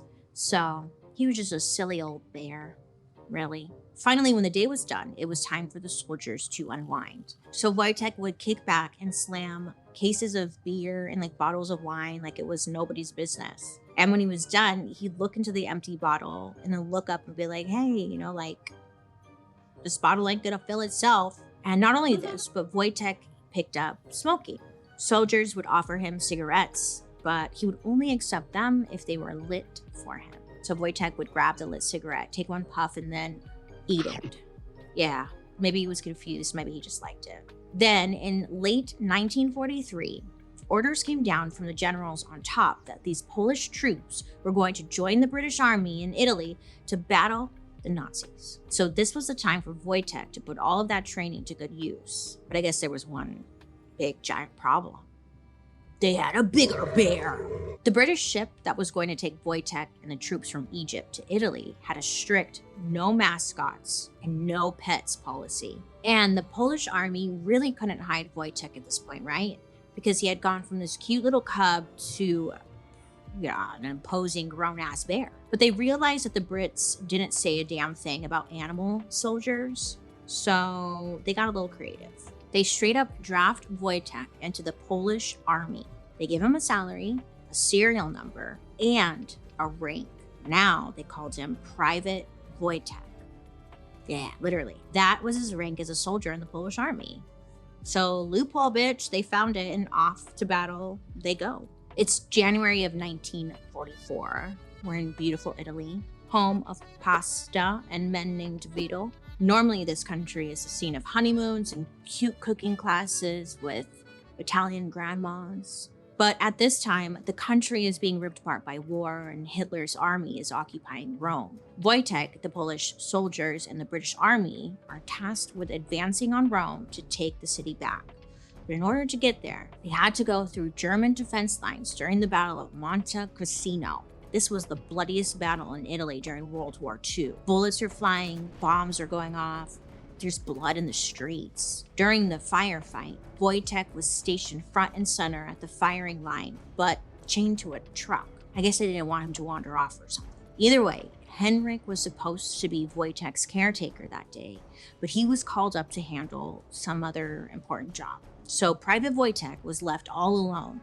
And this is when all of his training had kicked in. Wojtek started picking up 100-pound crates full of ammo, moving them towards the cannons. Then Wojtek was helping stack heavy boxes onto the truck that normally would take 4 men to lift. He couldn't care less about the gunfire going on all around him. I mean, he had a job to do, and by God, he did it. Now, some of you might be rolling your eyes. You're like, this can't be true. A bear doing all of that during war? Yeah, right. But listen here, there was a documentary where a British veteran went on the record saying he was surprised when he suddenly saw Wojtek, a grown bear, just casually walk by, carrying artillery in the middle of the chaos. Yeah, that would be quite shocking, wouldn't it? On May 18th, 1944, when all was said and done, the Allied forces, led by Wojtek, won the Battle of Monte Cassino. In recognition of his service, Wojtek was promoted to corporal, which is the next level above private. After the battle, the official badge of the 22nd Transport Company became an image of Wojtek carrying an artillery shell. Look at it. It's so badass. It's a symbol of like strength and courage, and it appeared on vehicles and uniforms of all the soldiers. Well, of the soldiers, you know? It's badass. I want it. I want a badge. World War II ended in May of 1945. Polish troops went on to live their lives all over the world, but Wojtek's future was up in the air. Eventually, he joined some former Polish soldiers living on a farm in Scotland, where Wojtek, I guess he loved to climb the trees and just be a bear, you know? To this day, there are trees there with Wojtek's claw marks in them. Wojtek lived out the rest of his days in the UK at the Edinburgh Zoo. Sometimes former Polish soldiers, they would stop by to see him. When Wojtek heard them speaking Polish, he would get so excited, probably reminding him of his days in the military when he would scare the shit out of new recruits and wrestle with his buddies. These veterans would salute Wojtek and toss him packs of cigs. Smoke up, Wojtek. You earned it, sir. Wojtek died on December 2nd, 1963, at the age of 21. His passing was reported with sadness in newspapers and on radio stations. That's because Wojtek was a symbol of bravery, power, and grit that the Polish soldiers were proud of. Today, there are a bunch of memorials and monuments depicting Wojtek in Poland and the UK, and there's even a marble statue in Italy that went up in 2014. It's where near where Wojtek helped with the important battle. Yeah, send me pics if you live around there. I want to see. There's no question that he will go down in history as probably the most badass bear to ever have lived, right? I mean, Winnie the Pooh. It's all about Corporal Wojtek. I salute you. Our final war animal that deserves saluting comes from Southeast Asia. Oh yes. He also served during World War II. And no, he wasn't a dog, a goat, or a bear. He was something much bigger, much larger. Dry skin, flat feet, big ears. He was an elephant. Did you guess? Okay. And I had this thought. I was like, and maybe you're thinking this too, and you're like, how could an elephant help during war? I mean, they're so big. Wouldn't they just get in the way? But then when I got to Googling and goggling, I found out that elephants have been used in war for hundreds of years. I mean, going all the way back to the Greeks and Romans, Makes of course, sense, yeah. right? Now, the reason elephants are used in war in the first place is because 1, they're huge. 2, they can crush half of an army in just a few seconds. And then soldiers are able to even climb on top of their backs and have an advantage over the enemy. And get this, horses are terrified of elephants. So if you're riding Seabiscuit into battle and he spots an elephant, a Dumbo, it's game over for you, buddy. Seabiscuit, you're out. Elephants were such a force on the battlefield that the only way to stop them, you might want to write this down just in case there's a stampede happening, because the way to stop an elephant is to light a pig on fire and then catapult it at their face. It's very specific. But they were terrified of pig squeals and fire, so the second they saw a flaming pig coming at them, I guess they just completely ran off the battlefield. Jesus. But flaming pigs aside, elephants are very dependable in battle, and that's because of, I guess, how loyal they are. I guess they have these really intense emotions, and I also think they have a really good memory, which ties to their emotions. And like an elephant, I guess they just never forget. They actually have better long-term memory than most humans, and some of them can live up to 70 years old, so they would know all of your secrets. During their lives, elephants stayed very loyal to the people who trained them or even took care of them. During war and whatnot, those trainers would ride them into battle and direct them on what to do. And originally I was like, oh my god, aw, that's so cute, right? Elephants, loyal, they're loyal to their trainers. Oh my god, cute. No, it's love abuse. Their BFFs. Well, of course, it's not that cute, because for centuries, the only way elephants were trained was through violent force. Yeah, this was called the breaking process. Essentially, elephants were captured by these traps that would snap around their feet. Then they were brought into like these giant arenas where for months, trainers. Yeah, it's still called breaking with horses, and it's because you're breaking their spirit. Scared the elephant into submission. I'm not laughing at that, it's just uncomfortable. So you scare the elephant into submission by using fire, loud noises, or even they would take spears and like stab them. So elephants would usually be starved while in captivity. So when their captors would feed them or like give them positive reinforcement, that's when the elephant would start to think of them as this person as like their safe, good person. That you saved me kind of thing, thought process. So like this breaking process would lead to the elephants becoming loyal and looking to their trainer as like their everything. So it's kind of like classic Stockholm syndrome. The breaking process of elephants wasn't just so that they could be used in battle. By the 1800s, they were being broken or domesticated to do jobs that were too dangerous for humans.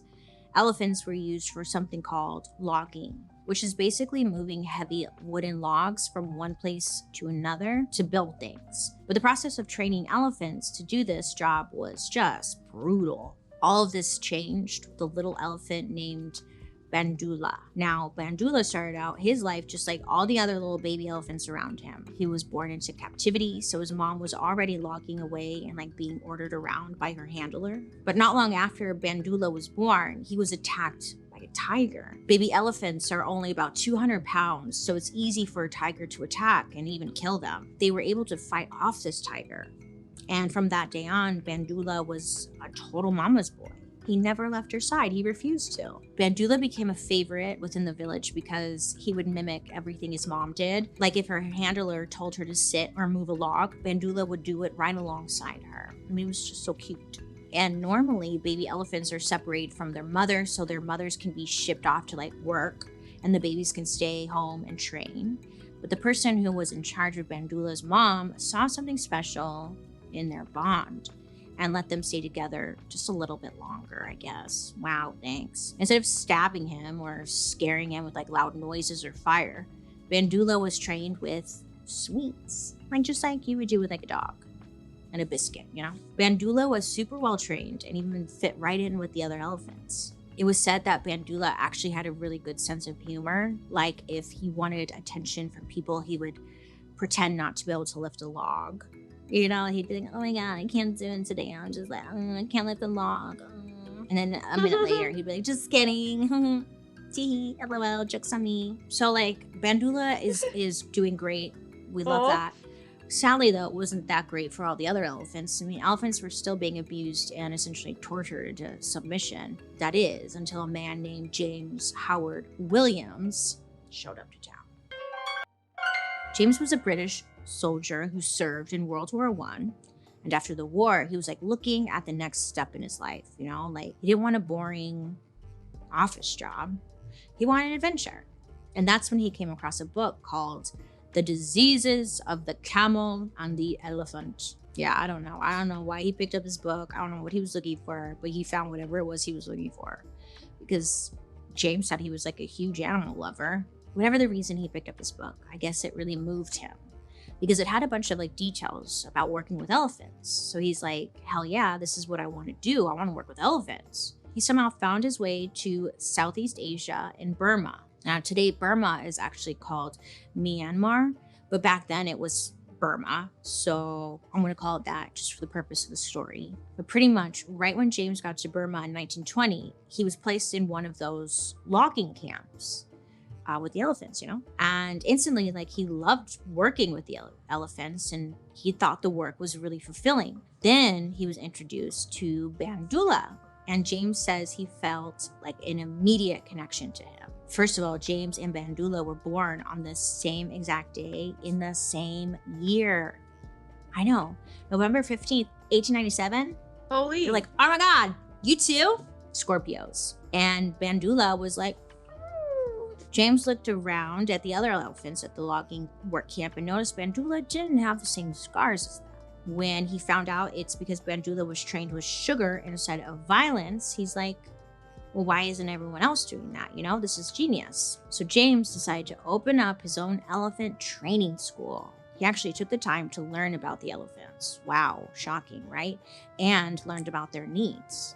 For example, he realized that tons of baby elephants die after being separated from their mothers. With that knowledge, he let elephants stay with their mothers until they were around 5 years old. Then he paired them with a 12-year-old local boy who would become their handler. And this is so those boys and the elephants could go through life together. His elephant school kind of became famous, so the locals gave him a nickname. They started calling him Elephant Bill. So James was like loving life, riding elephants. Elephants are smiling. James has a new nickname. It was all nice and good in Burma until World War II rolled around. Burma was allied with England, which meant that they were a target of Japanese soldiers. And in 1942, the Elephant Training School received a notice saying that all the elephants and their owners had to report to Japanese training camps to fight for their side, or they would all be killed. By this point, British forces were losing the battle to the Japanese soldiers. They didn't know anything about the Burmese landscape or how to defend themselves, so they realized they needed help or they were screwed.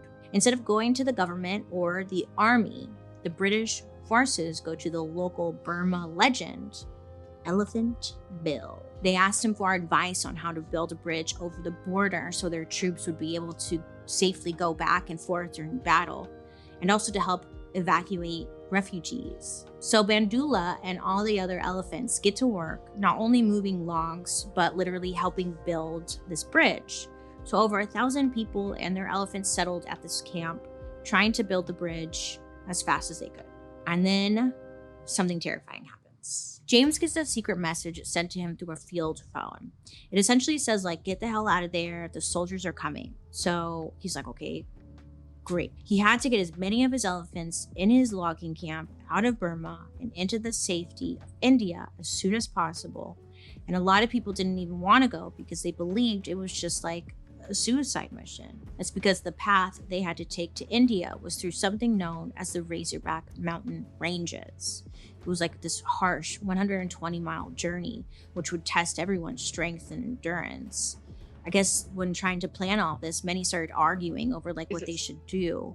But James just reminded them if they didn't at least try to get to India, well, the elephants would be slaughtered and who knows what would happen to them. So James, the elephants, their families, and a group of refugees start the 15-day journey through the Razorback Mountains.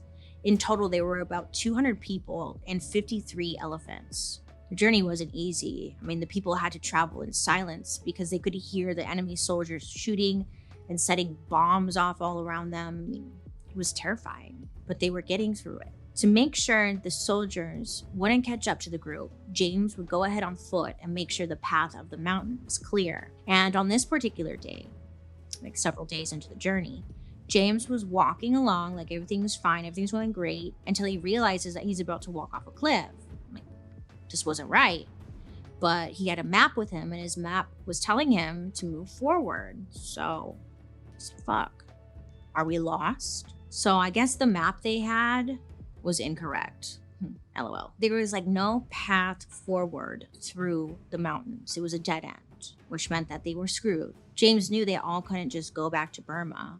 By now, the soldiers would be waiting at camp to just kill everyone. So James goes back to his group and reports the news. And he looks up at the sky like, what am I gonna do? Then that's when he notices the types of rocks on the mountainside. They were easy to break and they were easy to shape, I guess. And he realized he could make giant elephant-sized steps up the side of the mountain so that they'd be able to walk up the mountain into the safety of India. He and the other men stayed up all night to build these steps, but then they realized like they have their biggest challenge yet. I mean, elephants can follow commands, but they aren't like dogs. Like you can't just force them to do what they don't want to do, you know? They have to make the decision for themselves. And actually, I mean, just one of them has to make the decision, which is the leader elephant, and like the rest of them would follow. So James decided that the leader elephant should be Bandula.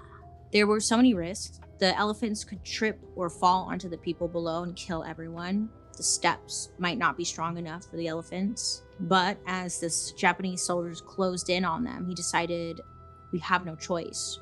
It's like, we have to do this. James tells everyone in the group not to make a sound. They didn't want the elephants to get spooked and like run off. They could still hear enemy fire in the distance. James walks about halfway up the mountain, then calls Bandula to follow him. Bandula is clearly scared, but he's loyal to James. So he takes the first step and then just stands there for like 10 minutes. But eventually, Bandula feels safe enough to take another step, and then another. And then he walks all the way up the mountain. This signals safety to the other elephants, and the other 52 of them make their way up the mountain after Bandula. Then the people make their way up, and every single one of them made it to India safely. Wow. I know, right? When you think about it for a second, it's like 53 elephants scaled a mountain to lead 200 people to safety. Again, it's like Dumbo. I don't need a movie about Dumbo. I need a movie about this. You know, it's like, what is this? Let's get a Bandula movie. Hello. Today's episode made me cry numerous times because I love animals, especially dogs. From Sergeant Bill headbutting his comrades to Bandula and his pals building a stairway to safety, war animals do not get enough credit. But we can't ignore the fact that if we didn't have all of this four-legged help, who knows, like, how those wars would have turned out or could have turned out. And since those animals can't speak for themselves, I hope this little episode is able to speak just a little bit for them. Hooray, animals, you did it! Speaking of sweet, come back next week for an episode that I am very excited about. It's all about a topic that is very near and dear to my heart. Candy. Apparently, over the years, food companies that make all sorts of sweets, candies, and chocolates have been at the center of the deaths of a whole lot of people. There's floods made of molasses, poisoned sweets, and an explosion at a chocolate factory that somehow involves DuPont. Tune in next week for sweets that kill. Fucking DuPont. Hey, remember, don't be afraid to ask questions because you deserve that. Like, find answers. That's what the show's all about, bitch. Join me over on my YouTube where you can watch these episodes on Thursday after the podcast airs. And while you're there, you can also catch my murder, mystery, and makeup. I love to hear your guys' reactions to today's story, so make sure to use the hashtag Dark History over on social media so I can follow along and see what you're saying. Now, let's read a couple of comments that you guys had left me. Me-oh-my-10 clarified something for us in our season 3 episode on conspiracy theories, where we talked about that Japanese Kleenex commercial. The kid is a mythical Japanese creature called the Oni. They're sort of like demon gods. Okay, thank you for clearing that up. I'm not gonna lie, it's now kind of keeping me up all night because I don't know what that is still.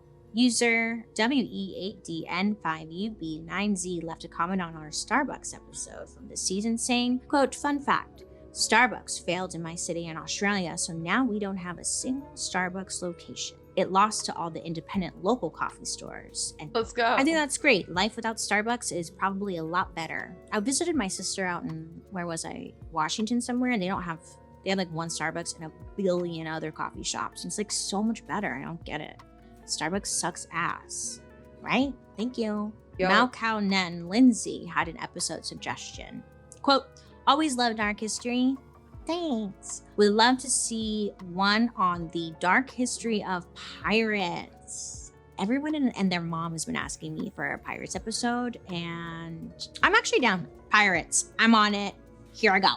Dark History is an Audio Boom original. This podcast is executive produced by Bailey Sarian, Junia McNeely from 3 Arts, Kevin Grush, and Matt Enlow from Maiden Network. Writers, Joey Scavuzzo, Katie Burris, Allison Villalobos, and me, Bailey Sarian. Production lead, Brian Jaggers. Edited by Lily Young. Research provided by Xander Elmore. And I'm your host, Bailey Sarian. I hope you have a good rest of your day. You make good choices, and I'll be talking to you next week. Goodbye.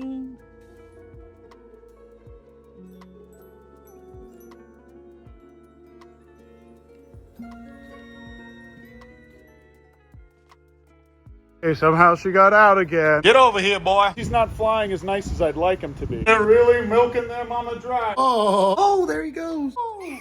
Having a nice little day today. But look how friendly she is now. I don't know what type of bird it is. All I know is that it's mine. Just like Minecraft. We finally have electric running to this building. Welcome, children. Welcome to Capybara Land Pooey Pooey 2. That's right, kids. Come on in. I'm just gonna sit at this here bar and pick my thumbnail for the last video that I already posted by the time you guys see this. Why are these boys fighting each other? Look at these fellas just hopping around in here. This is where at least 2 of them grew up. Once I put a little bit of food in here, they'll be a lot more comfortable walking in and out. All right, everybody, my video is uploaded now. And I promise from now on, I'm gonna start making more regular uploads for you guys. Finally moved into the new house and everything is as it should be. But this guy's getting picked on and I've had to keep covering his cuts with blue coat. So starting tonight, you guys, this is Kumala. I'm gonna be putting him in my yard where I live because these doofuses keep bullying him. And while it's completely normal for capybaras to bite and hurt each other whenever they're mating or asserting dominance over food or territory, Kumala is my precious baby and I'm not letting them do this again. And it was actually this time last year that they attacked him and I had to spray blue coat on him in that exact same spot for the first time. So I'm actually going to be pushing him in there. Ooh, the lights just turned on. I'm going to be kicking these guys off the porch. Get down. And you, my adorable friend, are going to be going inside. So he's going to hang out in here. I'm going to treat him special. Get over here, boy. And for now, I'm going to let him eat all these pumpkins. Also, a couple squirrels squeezed through the cracks somehow. There's one right over there. This is where I'm putting Kumala for now. You can see that he's trying to get back in. The good thing is this is a soft release for them. Either way, it shouldn't have gotten out here in the first place. There he is, though. I'm going to see if I can catch this little fella. Oh, look, now he's in here again. Good thing is it was just this one that escaped, and there's tons of pecans everywhere around here. Just kidding. I just got him back inside. I just had to wrangle him in. It's funny, he wanted to be in here. Okay, guys, it's tomorrow now. Take a look at this. Right next to my kefir and my eggnog, I have some worm. And it's been a little while since I fed these dingleberries, little dinklebergs. We're at a good temperature right now. I'm gonna go ahead and feed them. And this is all I do, you guys. I just take this little worm fella right in front of his little, oh, there he goes. Wow. There is nothing more amazing than watching the miracle of life unfold in my very own bedroom. Coincidentally, this is also the miracle of death. That little worm had a family and feelings too. Now please enjoy as our friend Steve here from Minecraft completely eviscerates this living being. Oh, sweet wompo. Oh, he's going for it. Look at him. Oh, okay, fine, guys. I see the appeal of the axolotl. The Herobrine and Steve are fed. They seem to be very happy. Right now, I'm working on slowly burning all of the extra wood and stuff that we have here, you guys. It's gonna take a while. But Homelander now lives in here because he was getting bullied by the other ostrich hens. This boy took a real nasty kick from one of those muscle mommies in there. And honestly, you guys, ostriches were the first thing that made me fall in love with these animals. Oh, there he goes. But as you can see, these guys have tons of grass back here that they could eat. And this eagle and osprey flight pen is more than ready now for me to go ahead and put a bunch of pigeons in here. Or peacocks or whatever else we could put in here for the winter until we actually need to start rehabilitating eagles and osprey and maybe vultures here. Because technically vultures need this amount of space as well, but most people don't really care. Hey, it's me, Editing Ben. I haven't talked to you guys in a while. Did you pray today? Here's some footage of me and my friend Matt moving Homelander into the front yard. Come on, Homelander. Poke. She's not the brightest one. Come on, Homelander. Let's go. We're almost there, Homelander. Let's go. Come here, sexy boy. Come here, sexy girl. Woo! But before I can go to sleep tonight, I'm going to take all these little bits of trash that Homelander could swallow. Now, normally the contractors don't leave all kinds of things lying around, but I did find a couple bottles of urine here the other day. I'm going to see if I can find all the little things that these guys left for me. It's like an Easter egg hunt. Okay, somehow she got out again. The next day, did you pray today? Well, everyone, it's finally happened. I caught a bird. But now I just have a bird living in here. And you know what? No, I'm not going to open up any of these doors. Also, my dogs destroyed their dog bed, which is fun. But look, you guys, this is my bird now. I don't know what type of bird it is. All I know is that it's mine. And I don't know where the lid is for this thing, so I'm just going to be using it as a water trough for a little bit. It's kind of neat watching them drink out of a bucket, too. That's pretty cool. And look at those beautiful feet. This is one of the coolest animals I have. But now that he's got water, I'm going to go ahead and grab a little water bowl for Biggerton, who lives comfortably in here. And he doesn't really need to drink water because he gets most of his moisture from the grass. Fun fact, most prairie dogs don't don't drink water at all. All right, everybody, I went ahead and fenced this in, so now these guys can't get to the electrical stuff anymore. And now I don't have to worry about Homeland or any of the goats jumping on the fan or doing anything cringe with these wires. And also, if we move Kevin back here, this way Kevin won't fake his tasks in electrical. But all the animals seem to be pretty happy, and Master Oogway is right a little bit to the right of this frame. But I can't film him and his wife, or else I won't make any money for this video. This is Master Oogway, you guys. Look how cute he is sitting up. Look, guys, he's sitting up for us. Isn't this fun? Beautiful, handsome man having a nice little day today. And all these cappies are watching. Beautiful clappity blappities. Wow. Oh, and here's his wife. She seems to be having a good time today. Okay, guys, right now I'm eating cotton candy grapes in this bed while watching this little fella. I'm like eating some cotton candy grapes while watching a beautiful little fella. Well, guys, it only took till almost mid-November, but take a look at these mushrooms. Wow, just like Minecraft. We finally have electric running to this building. I only had to fight the city a copious amount, get swindled by several different contractors that promised the world and then ghosted me, and learn the name and favorite donut flavor of every person working in the city.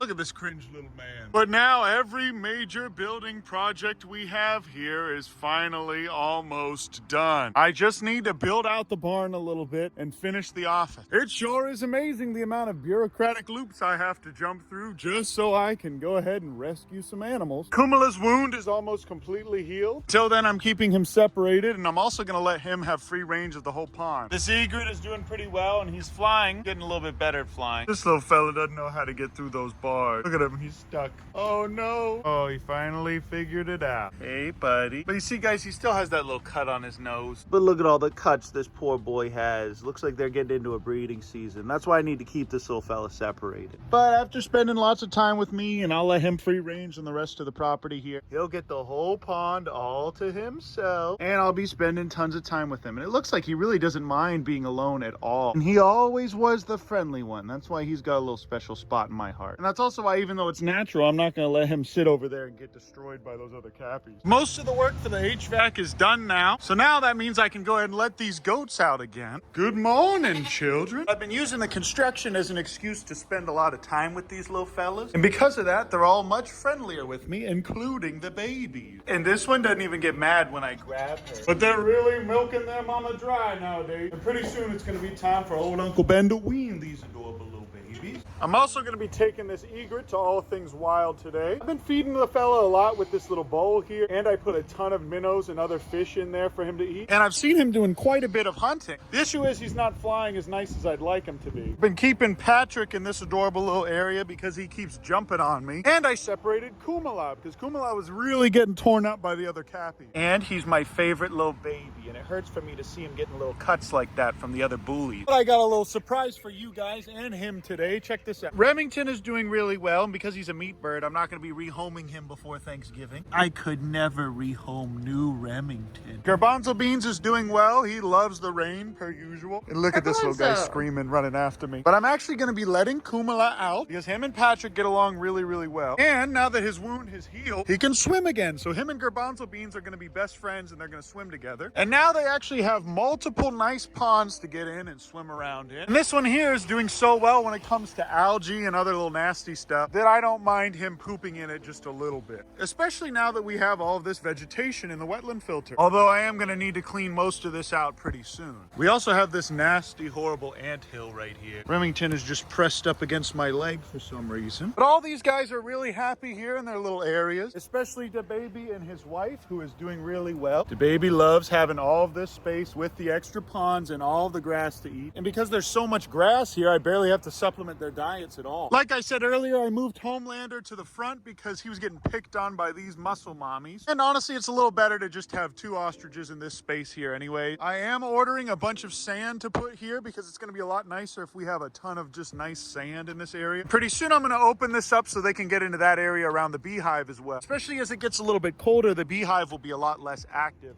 It won't be dangerous for them to be around that at all. Kumala doesn't really need to come back inside until it starts to get below 40 degrees. And kangaroos like DaBaby and his adorable little wife under that tree over there, they can be hopping around in the snow if they want to. In fact, I've seen some farmers that have them all the way up in Michigan. But look how friendly she is now, you guys. She's so perfect. Goodbye. But it actually stays pretty dry in this little area because of this cypress. And as long as I keep topping this bad boy off, I don't have to worry about too much algae getting in here. All the animals, if they need to, can hunker down in this shelter here. What do you think of your little dirt house in Minecraft, Patrick?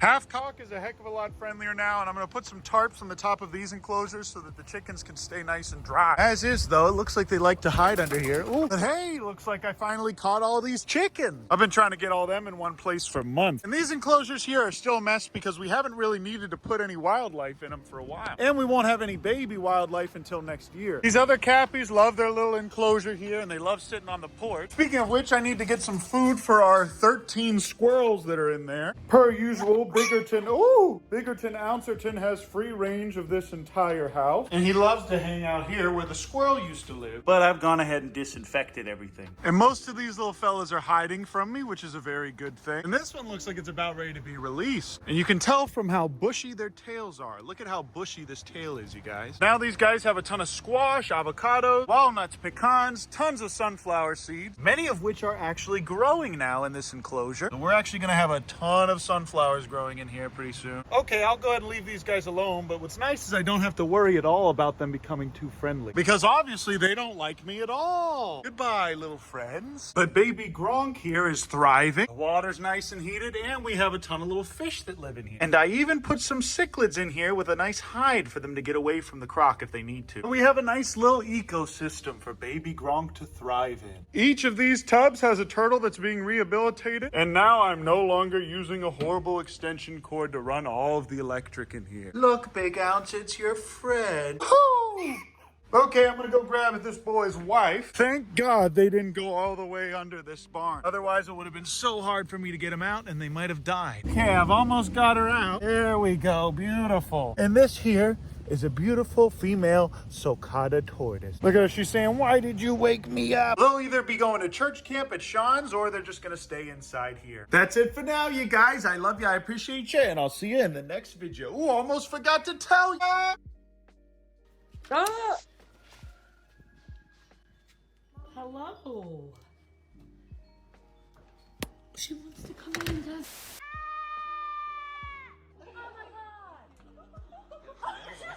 You have been consistently lied to your entire life, and the biggest source of some of the most unprovoked lies is school. School really told us that this dude in '92 discovered America, that quicksand and giant Venus flytraps were way more of an issue than they ended up being, that writing in cursive was the only way you'd ever be taken seriously, and my personal favorite, whenever a teacher would say, "This won't slide in college." Whole time, your calculus professor at 5 p.m. can end up your beer pong partner by 11. But there's one mistruth that insists on being spread, and before we get to that, story time. So back in the 70s, ornithologists noticed something pretty disturbing, even for them. Fola is a remote island over 200 miles off Scotland, and for generations, migratory birds, specifically Arctic terns and one of the ops of happy feet, the skua, use it as nesting grounds to raise their chicks. And a group of ornithologists noticed a gruesome trend of chicks with pretty graphic injuries. Some chicks looked like they had a leg or two ripped off. For others, the same but with their wings. Some chicks even had their heads divorced from their body, for sure irreconcilable. And while some of the chicks somehow survived being mutilated, scientists had no idea what was causing this sudden rise in amputees. At first they guessed otters or even hedgehogs, but it turned out to be neither. You wanna know what it was? I promise you'll never guess it. I'll even give you a chance to try. Comment what you think. I bet you're wrong. The answer? Sheep. Yeah, sheep. Scientists observed grazing sheep stumble across a defenseless chick and without a second thought or really even much of a prequel, grab them and eat them. Sometimes the sheep would snap off a leg for a premature drumstick. Other times they might grab one by the head and initiate a permanent separation, swallowing skull and all whole.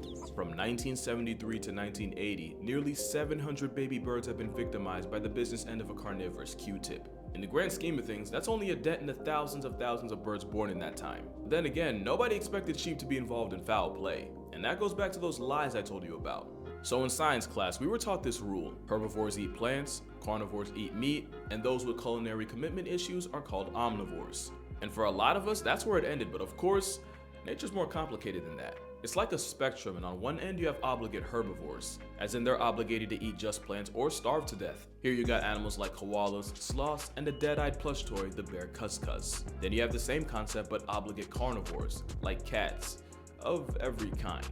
And smack in the middle are your omnivores. But there's also facultatives, and basically that means most of the time you'll find them at one end, but every once in a while they'll borrow a meal plan from the other side. Polar bears are hypercarnivores, with most of their calories coming from seals, but rarely they'll switch it up to berries, seaweed, moss, and even straight up grass, which makes them facultative carnivores and not an obligate like a lion. And since we're already on bears, pandas are a good example of facultative herbivores. I promise it's gonna get less complicated, but the yin-yang yogi's defining personality trait is being a bamboo merchant. But every once in a while, they surprise us, like when this panda was caught in 4K eating a past tense wildebeest, or when the DreamWorks jockey chased, caught, murked, and ate a peacock. They've also been known to hunt pikas. That's a pika. So even though most of what goes down its gullet is bamboo, protein in the form of meat is never really off the table, which makes them facultative herbivores. And they're not the only ones. Almost the opposite. Almost every herbivore you can think of is actually facultative, even the ones you wouldn't expect. That's how the Good Vibes vegan aqua blimp has also been known to snag fish from nets for themselves. Then you got the normally vegetarian shell jockey the tortoise, turning a rabbit carcass into a cookout. They've also been known to plot on and consume unlucky birds. To be fair, if you can literally fly but get taken off a census by a mobile boulder, that's more about you than him. There was even that time India released 25,000 flesh-eating turtles to deal with the whole corpse population problem in the Ganges. It didn't work, by the way. But by far, the biggest culprit of covert carnivory are deer. The same deer that's usually the poster boy for the middle child of the food chain will occasionally get calories from something like a past tense bunny.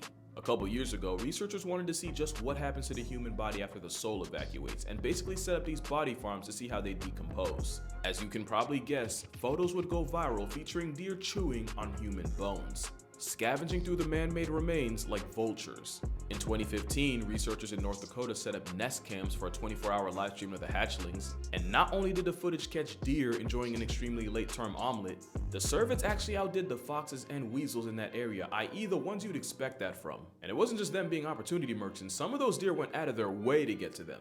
And in Canada, scientists were looking to study different species of birds and so trapped them using mist nets, only for the unhinged ruminants to stroll in and eat the trapped and struggling birds alive, right out of the nets. Growing up is realizing Bambi would have 100% turned on Thumper if times got tough. It's now believed that a nutrient deficiency and a food shortage is really all it takes for an animal to go from herbivore to fernivore. Because one thing about animals, they don't care. A deer not finna pass down a chance for easy protein just because a textbook says they shouldn't. The twist is, almost every herbivore on Earth is facultative, meaning they'll take a page out of a predator's playbook if circumstances call for it. That's how you get normally docile horses treating baby birds like popcorn chicken, or that time cows in Australia were caught slurping pythons like fruit roll-ups, all because they were apparently feeding for phosphorus. Even giraffes, yeah, they're not safe either. The verticality merchants of the motherland will often feed off the bones of other animals. Not really swallowing them, but more like licking and sucking on it, pause, so their saliva can leach off nutrients like calcium and phosphorus. There have also been cases of the camel leopard cosplaying antelope snatching up birds to feed on their misfortune. So far, we've learned 3 things. 1, most herbivores are about as vegetarian as their options. 2, baby birds are really the Kit Kat bars of nature. And 3, now you see why Marty did everything in his power to get up out of there. His entire friend group would have had his hide if it got to that point. Which of course brings us to hippos, and this is where things get complicated. At this point, it probably surprises exactly none of you that the 4-legged assassination cetacean can have a hankering for flesh. Hippos have been seen eating carcasses, and even resorting to cannibalism. It's complicated because for a while we thought it was the same deal as before, just animals switching it up when their primary food source is compromised, which would make hippos facultative herbivores, there's that word again.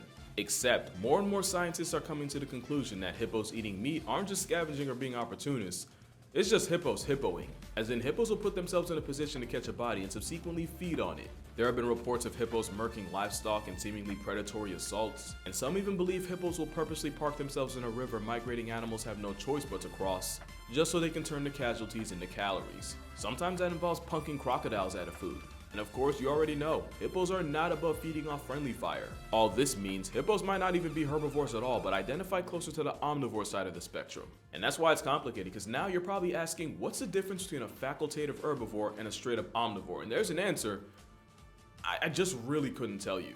Like, you could say facultatives eat mostly plants but can resort to meat as a fallback, where omnivores can normally go either way, but I'd be lying if I said I didn't just make that up on the spot. The moral of the story? It's way more complex than just putting labels on things and calling it a day. For example, that is a common duiker, and it's an antelope less than 2 feet tall found in sub-Saharan Africa. And I could be wrong, but I'm pretty sure it's the only antelope that regularly eats meat. Along with the shrubs and grasses you'd expect, the meal plan for this antelope undertaker often involves combing through corpses, along with lizards, frogs, small rodents, and, you guessed it, baby birds.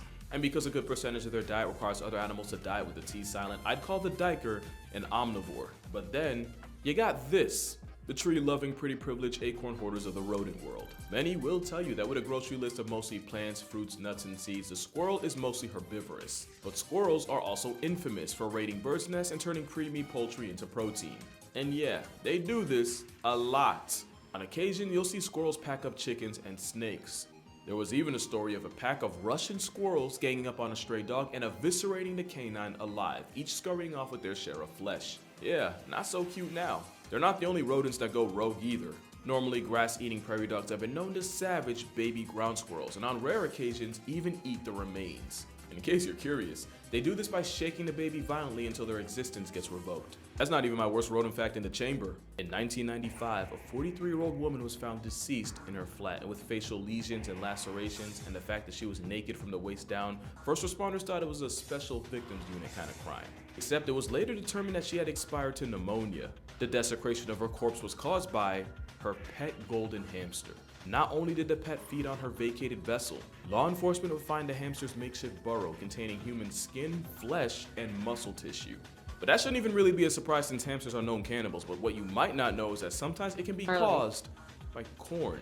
Researchers at the University of Strasbourg found this out by accident when they tried to figure out why the female hamsters under their care kept dominating their own children. Through some likely traumatizing trial and error, they figured out that just a corn diet was even a hamster missing vital crucial vitamins, specifically B3. They figured that out because once they added B3 back into their diets, the mother hamsters suddenly remembered how to mother. And the crazy part is, that can happen to people. Vitamin B3 deficiency can lead to pellagra, a disease associated with diarrhea, dermatitis, dementia, and eventually dying. So in a weird twist, an unbalanced diet can That's crazy. I didn't know a B3 deficiency could do that to you.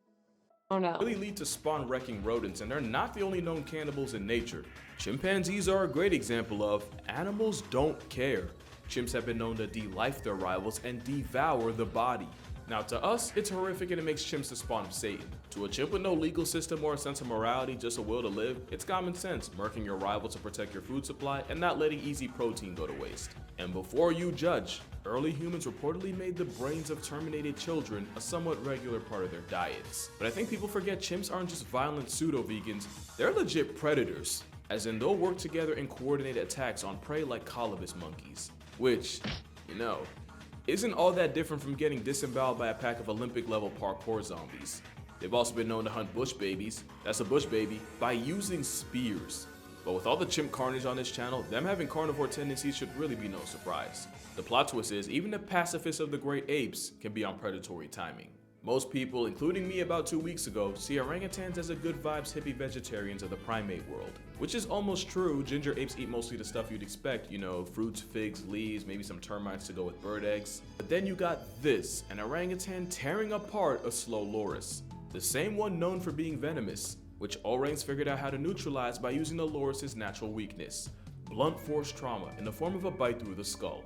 Now to be fair, a meat-eating man of the forest is remarkably rare. But then again, chances are, before this video, a good number of y'all probably thought orangutans were only a threat to pieces of fruit. The same way a lot of people feel about toucans. Well, this roided up woodpecker, which is actually what toucans are, the more you know, has also been known to put bats on permanent leave from life. Yeah, that's the part Fruit Loops commercials ain't show you. They're also Holy fuck. Nature is metal, dude. So one of the many animals on the list of population control for baby birds. Oh, you thought that was a mammal thing? Well, two can play that game. Yo, who wrote this? I did. I wrote it. I'm sorry. But birds in general will eat virtually anything that doesn't pack them up in the process. Seagulls have been seen scarfing down squirrels with zero remorse. And I'm pretty sure there's at least one person in the world down a dog thanks to this flying antichrist. But the biggest example of feathery f***ery is what happens on Malgus Island. This is where we go full circle. This island off the coast of South Africa is a nursery for the thousands of Cape gannets nesting here. Which would probably be a good idea if someone ain't snitched to the pelicans. Because a population of white pelicans started traveling to Malgus just so they can swallow gannet chicks whole, often right in front of their parents. And if one was unlucky enough to have both parents out at sea, that's just an easy lick for this attack on Titan pterosaur. It gets worse when you realize the half-digested, fully molested baby birds often end up being regurgitated for the pelican progeny to eat. And you thought they just ate fish. Predators come in many forms, and one island in the Pacific is home to one of the most unlikely.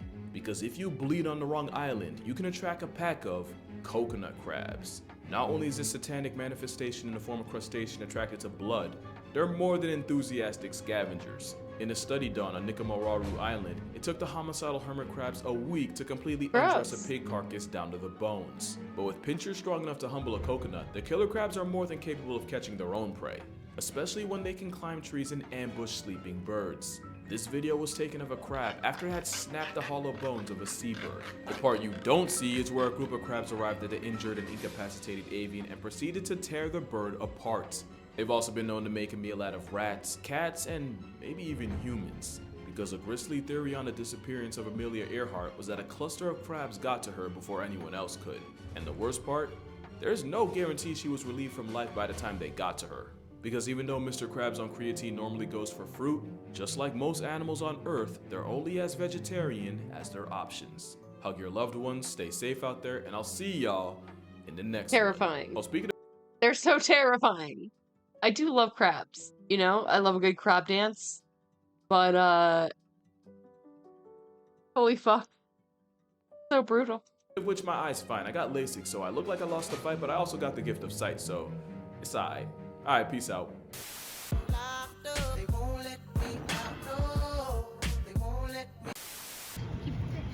Cook it now.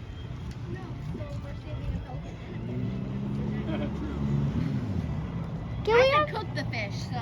Yeah, she's a little nicer than you. Yeah, I guess. Oh, he's got a hook in him. That's. Wow. Yeah. We're saving the pelican. Go.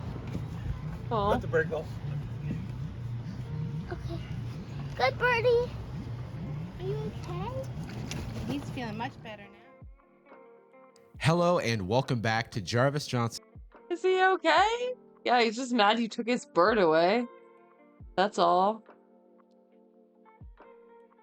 Holy. I'll be right back. Bing bong bong bing bing bing bing bing bing bing bing bing bong bong bing bing bing bing bing bing bing bing bong bong bing bing bing bing. Let's indict the motherfucker. Bing bong bong bing. 6 o'clock, I think I'm being indicted again. Bing bong bong bing bing bing bing. Let's indict the motherfucker. Bing bong bong bing bing bing bing. You don't mind if I go off script, do you? Most indictments in the shortest period of time. Who is it? Trump. Trump! But when they indicted me, and then again and again and again, I was never indicted. Now I'm setting records. Al Capone was not indicted so much.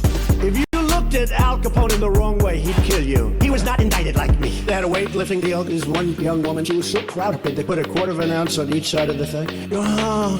Then this guy who recently transitioned. Bing, bong, bong, bing, bing, bing. Let's indict the motherfucker. Bing, bong, bong, bing. 6 o'clock, I think I'm being indicted again. Bing, bong, bong, bing, bing, bing. Let's indict the motherfucker. Bing, bong, bong, bing, bing, bing. You don't mind if I go off script, do you? We will immediately stop all of the pillaging and theft. Very simply, if you rob a store, you can fully expect to be shot as you are leaving that store. Shot, shot, shot, shot, shot, shot, shot, shot, shot, shot. Get up! You deserve a little entertainment. I have a problem. Everybody wants it. They're screaming, dance, dance. Bing. My wife, the first lady, hates when I do this. She said, it's not presidential. I said, yeah, but people like it. Bing, bong, bong, bing, bing, bing. Let's indict the motherfucker. Bing, bong, bong, bing. 6 o'clock, I think I'm being indicted again. Bing, bong, bong, bing, bing, bing. Let's indict the motherfucker. Bing, bong, bong, bing, bing, bing. You don't mind if I go off script, do you?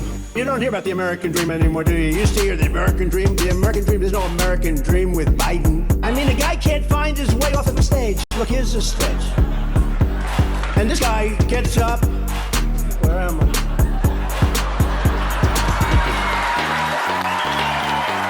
What a loser. They said, sir, please don't say that. It sounds too obnoxious. I said, I don't mind being obnoxious. Bing, bong, bong, bing, bing, bing. Let's indict the motherfucker. Bing, bong, bong, bing. 6 o'clock, I think I'm being indicted again. Bing, bong, bong, bing, bing, bing. Let's indict the motherfucker. Bing, bong, bong, bing, bing, bing. You don't mind if I go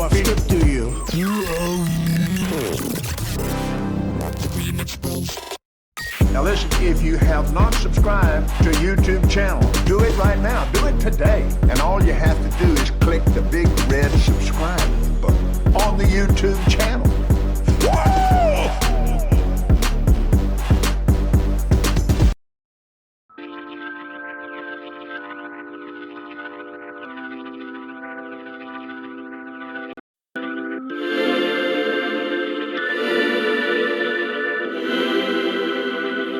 Lately I've been going through shit. All the things I love seem to defeat me. I don't wanna do shit except smoke weed, sex and watch TV. I've been feeling stupid, but it's hard to make great things look easy. I don't wanna do shit except smoke weed, sex and watch TV. Tired of being motivated, consume all my life. I've had close to 30 jobs and still the minute writes. Then sometimes I see your face and everything is dry. What's the point in going on, yeah? Who stays up at night waiting for me to arrive? Waiting for me to. Lately I've been going through shit. All the things I love seem to defeat me. I don't wanna do shit except smoke weed, sex and watch TV. I've been feeling stupid, but it's hard to make great things look easy. I don't wanna do shit except smoke weed, sex and watch TV. Trying not to lose it, finding what the truth is. Tone my ego down, this tug of war, spirit and skin. The time that you came around was when I really needed balance. Turn off the TV right now, 'cause you're the one with all the talent. All I ever do is try hearing you out when you got a problem. You know that you're speaking to me. Tired of 9 to 5, too much time is regular, like been taken from me. I gotta slide when a lawyer coming like medication for me. I take a ride, I am so over this week. Lately I've been going through shit. All the things I love seem to defeat me. I don't wanna do shit except smoke weed, sex and watch TV. I've been feeling stupid, but it's hard to make great things look easy. I don't wanna do shit except smoke weed, sex and watch TV.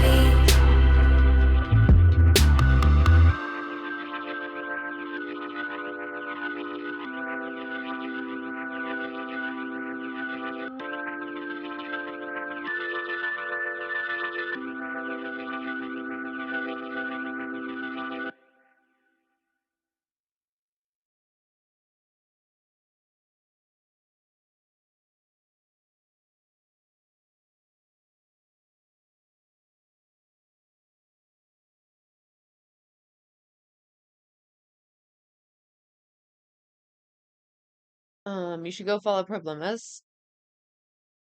Not following.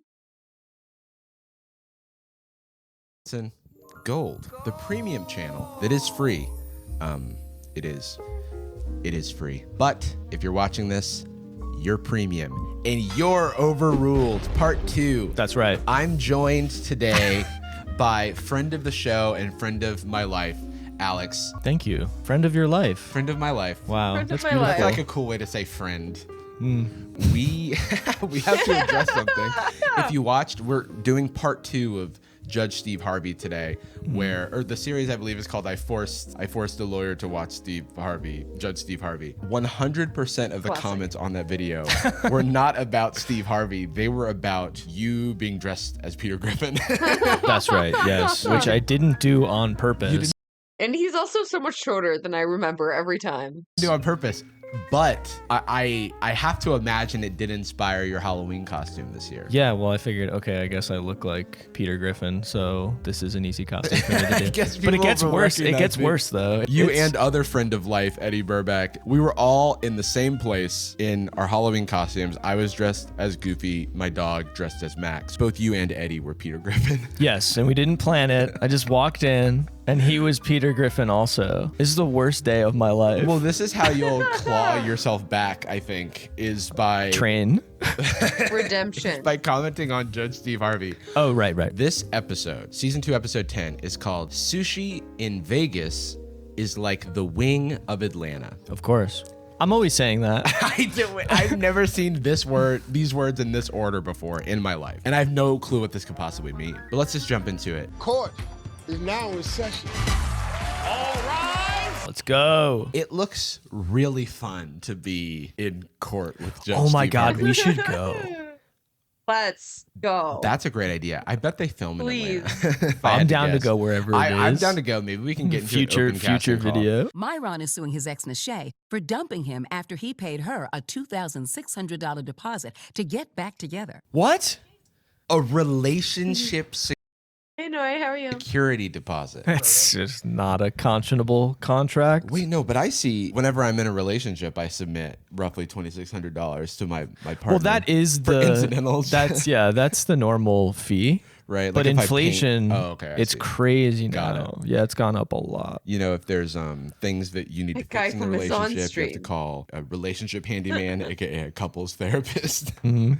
and that comes out of the security deposit. That's my understanding as well. Okay, cool. I'm glad we're on the same page. I'm suing my ex over there for the $2,600 I paid her for a security deposit so us to date again. We was dating for over 2 years, Your Honor. What? Some unforeseen circumstances happened. Okay, all right. I'm already What? suspicious. Wait, What were what? the unforeseen circumstances? Maybe someone was there was some infidelity. Wait, there was a security deposit to date her? Am I understanding that correctly? Am I dating wrong? Hang on. Y'all have contracts?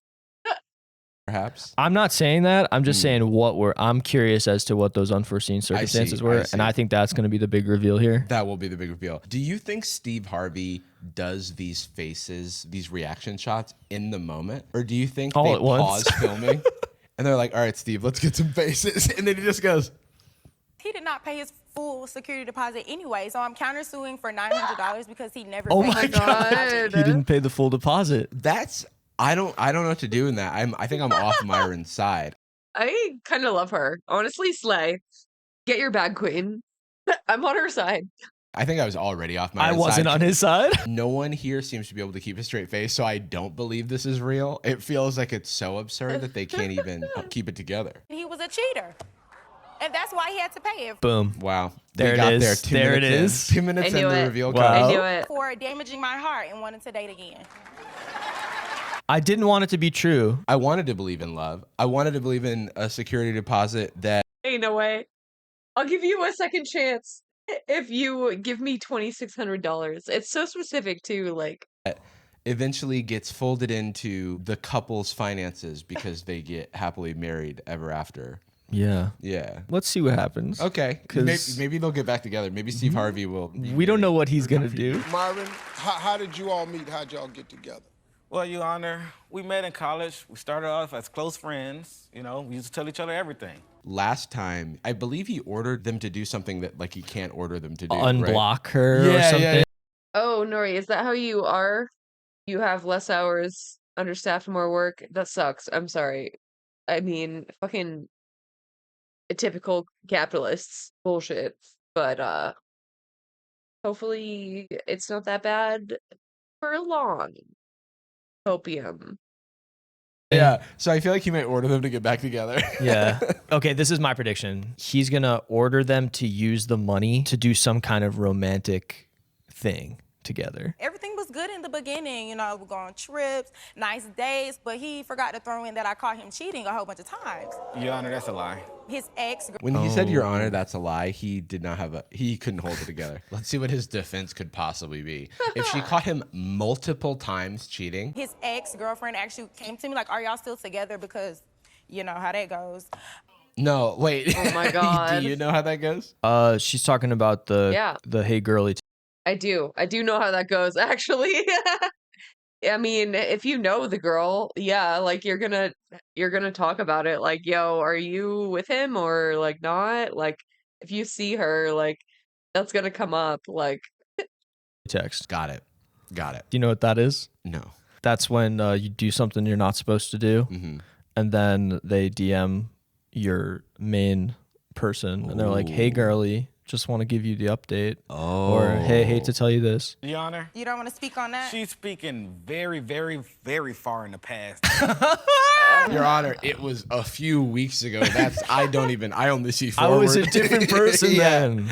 I was a different person last Wednesday. We've gotten over. I've changed. She's talking about stuff in the past. You say that we've gotten over. Yeah, that we're moved on from, like. He's just doing a bad job here. Yeah. He's not doing a good job. You can't say you've moved on from it if you're currently in court over it. It's like clearly something you were in the moment moving through. Well, he's moved on. He's got it. Right. He's moved on. He doesn't even recognize that guy. Sir, that's not even. She's laughing though. No one takes the shot seriously. You're about to learn a very valuable lesson today. Yes, sir. They don't ever forget. They move on, but they never forget. I think he was attempting to say like a positive thing about women in general, but I don't like the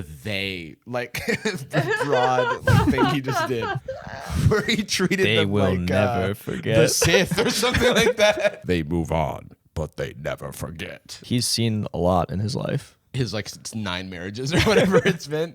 So let me ask you this: What do you think changed in the relationship? She switched careers. Like I said, she was a businesswoman working in the office. I brought my parents over to her job and everything. And then she switched over, moved to Atlanta, and became a bottle girl. So that conservative, nice, beautiful office. Myron, we were not even on your side for a moment, so I'm not even gonna pretend we were. It's just getting worse. But what are you doing? The woman that I was dating started posting hella pictures like. Wait. I'm sorry. I just came across this on Twitter, and this is way juicier, even than Steve Harvey. Fucking Elon Musk got a wellness check because he locked himself in his office at Twitter like a little baby. Brother. Ex-staff almost called the police to carry out a wellness check on Elon Musk after he once locked himself in his office.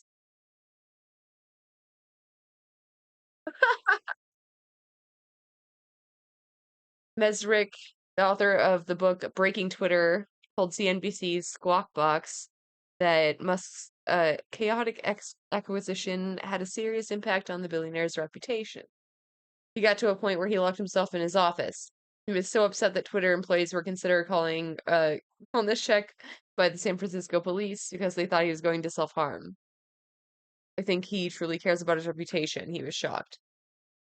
Mesrich cited several incidents that led to a spiral for Musk, including getting booed at a Dave Chappelle comedy show and his son's car being attacked. I didn't hear about that one. The Elon before Twitter and the Elon after Twitter are two different Elons, he said. Elon didn't just break Twitter. Twitter broke Elon. Oh no. Oh no. He's a broken man. Like this right here, Your Honor. I have proof for it. Oh no. Myron. That doesn't look real. That looks like they took it today. You think so? The background, she looks photoshopped into the background. So he got mad that his beautiful partner got a new job doing bottle service, right? And then was looking sexy doing her bottle service job. Yeah, like in this photo, looks like it's shot with professional light. I'm so confused by this photo. Okay, I mean, you're like, I'm very familiar with it. I'm not confused at all. There's a special bar in Atlanta I love to frequent. Oh, dipper attack. Hey, buddy. Oh. Dog time. I don't like he's like, we were all conservative values and then she decided to be a bottle girl. I don't know. There's so much that reeks about this. There's a lot of bad stuff wrapped up in it. Yeah. That's not what I signed up for, Your Honor. That's not what you signed up for. Not for the world to see. Like we said, she started wearing less and going out more. Talking to a lot of people I've never seen before, sir. That's like a lyric from a song. That is. Yeah, I think that's literally a lyric. I think I've heard that before.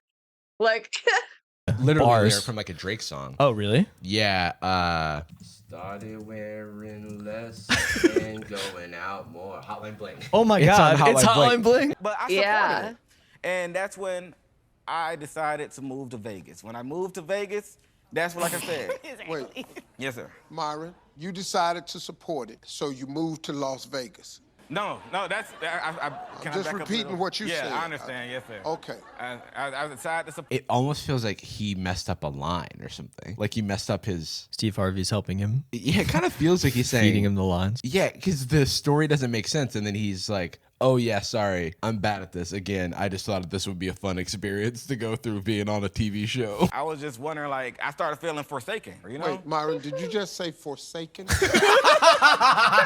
Nashay is in Atlanta doing bottle girl things, living her best life. And then he decides to move to Vegas. Which doesn't make sense. He's like, I felt forsaken. So I moved to Vegas. It sounds As like you do. you weren't fitting my conservative lifestyle, so I moved to the least conservative place in the world. The city of sin. Yeah, literally the Sin City. He didn't like my job, and I understood that, but we had a little back and forth about that. We would go on little FaceTime dates. So he would like send me, a little money, not a little money. He would send me some money. We would go out to eat. He would go to his restaurant. I would go to my restaurant. Wait, that's kind of cute. Yeah, the whole situation is bad. Crazy. It's really strange. But this little moment is kind of This is nice. This makes me think maybe there's something here we could salvage. Yeah. I get eating meals together over like FaceTime and stuff, but going physically to a restaurant. I think that's kind of cool. It is cool. Yeah. I would get one of those telepresence robots where it's like a person on an iPad. Yeah. Thanks for making it out tonight. I'm really glad you can make it. I know you had a busy day at work.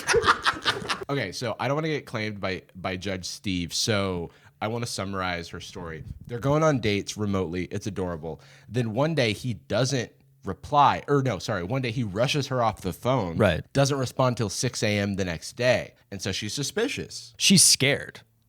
She cares about him. She's worried. That's a good point. Yeah. She's not suspicious. She's like, what happened to my lovely man? What happened to my lovely man? He didn't check in and he was rushing me off the phone. This is how like a horror movie start. Like, is everything okay? So I'm just on Instagram going through his followers, like watching their stories. I see him taking shots with a girl at a restaurant. What do you think, Steve? He disappears, no contact. Right. She's worried something's happened. She goes to Instagram. She's looking. What's going on? Right. And she sees the Instagram story. True. She was in a crisis. Well, is this story true? Barely. Yeah. There's some facts in it, and then she kind of twisted and. That's a very interesting way to answer the question. He's been on his back foot this entire time. The entire time. He's doing this just the wrong way, right? There's a way just fighting for his life. For him to plead his case. He's not doing it. Yeah. Right? Like he knows that she's going to come out here and say these things, and he's just deny. Mm-hmm. And then as soon as she tells the story, he goes, well, it wasn't exactly like that. That's like the most guilty coded stuff you could be doing, Guilty people get away with stuff all the time, and he is not even being and that's your job. He's not even being good at being guilty. I did let her know I'm going to get some sushi. She called it a date, but I went to talk to a model about a potential photo shoot. Like I said, Your Honor, Steve knows what's up. I want to network and get to know people in the city I live in. He's a businessman. He's a businessman doing business. It's funny that he says he wants to get to know people in the city he lives in, which implies that it's like a special city to him, and he didn't just randomly move to Vegas. So that's what I did, Your Honor. I went, grabbed some sushi, networked, and talked to a model. Networked. Wait, the sushi. Sushi in Vegas is like the wing of Atlanta. And I have no clue what this could possibly mean. The sushi. Oh, Sushi in Vegas is like the wing of Atlanta. The lore. I feel like we might be getting closer to the title. It will be a special moment if we actually hear the title said. I think transcend the heavens. Yeah. Sushi is a very date restaurant to go to. You don't have sushi with your dudes. All right. No, people go to like business meetings at sushi all the time. Actually, I don't mean to defend him, but sushi, I think it could be a variety of situations. What does he mean? That's an L take, I think, from Steve Harvey. I think we should get sushi after this. No, sorry, I can't. That's not something I do with my dudes. Man. So the thing is, I don't really want to get sushi Fellas, is it gay to get sushi with your boys? with you because that's kind of something that's reserved for dates. I thought we had something special. You don't go have sushi with your dudes. No. Because the chopsticks. Wait. Okay, I just go paused back. Go back. Because the chopsticks. I'm sorry, what? Because chopsticks. Where could that Is it gay to use chopsticks? No, I'm sorry. possibly go? I is don't my know. question. I'm really excited to learn. Okay. You know, it's the whole little thing of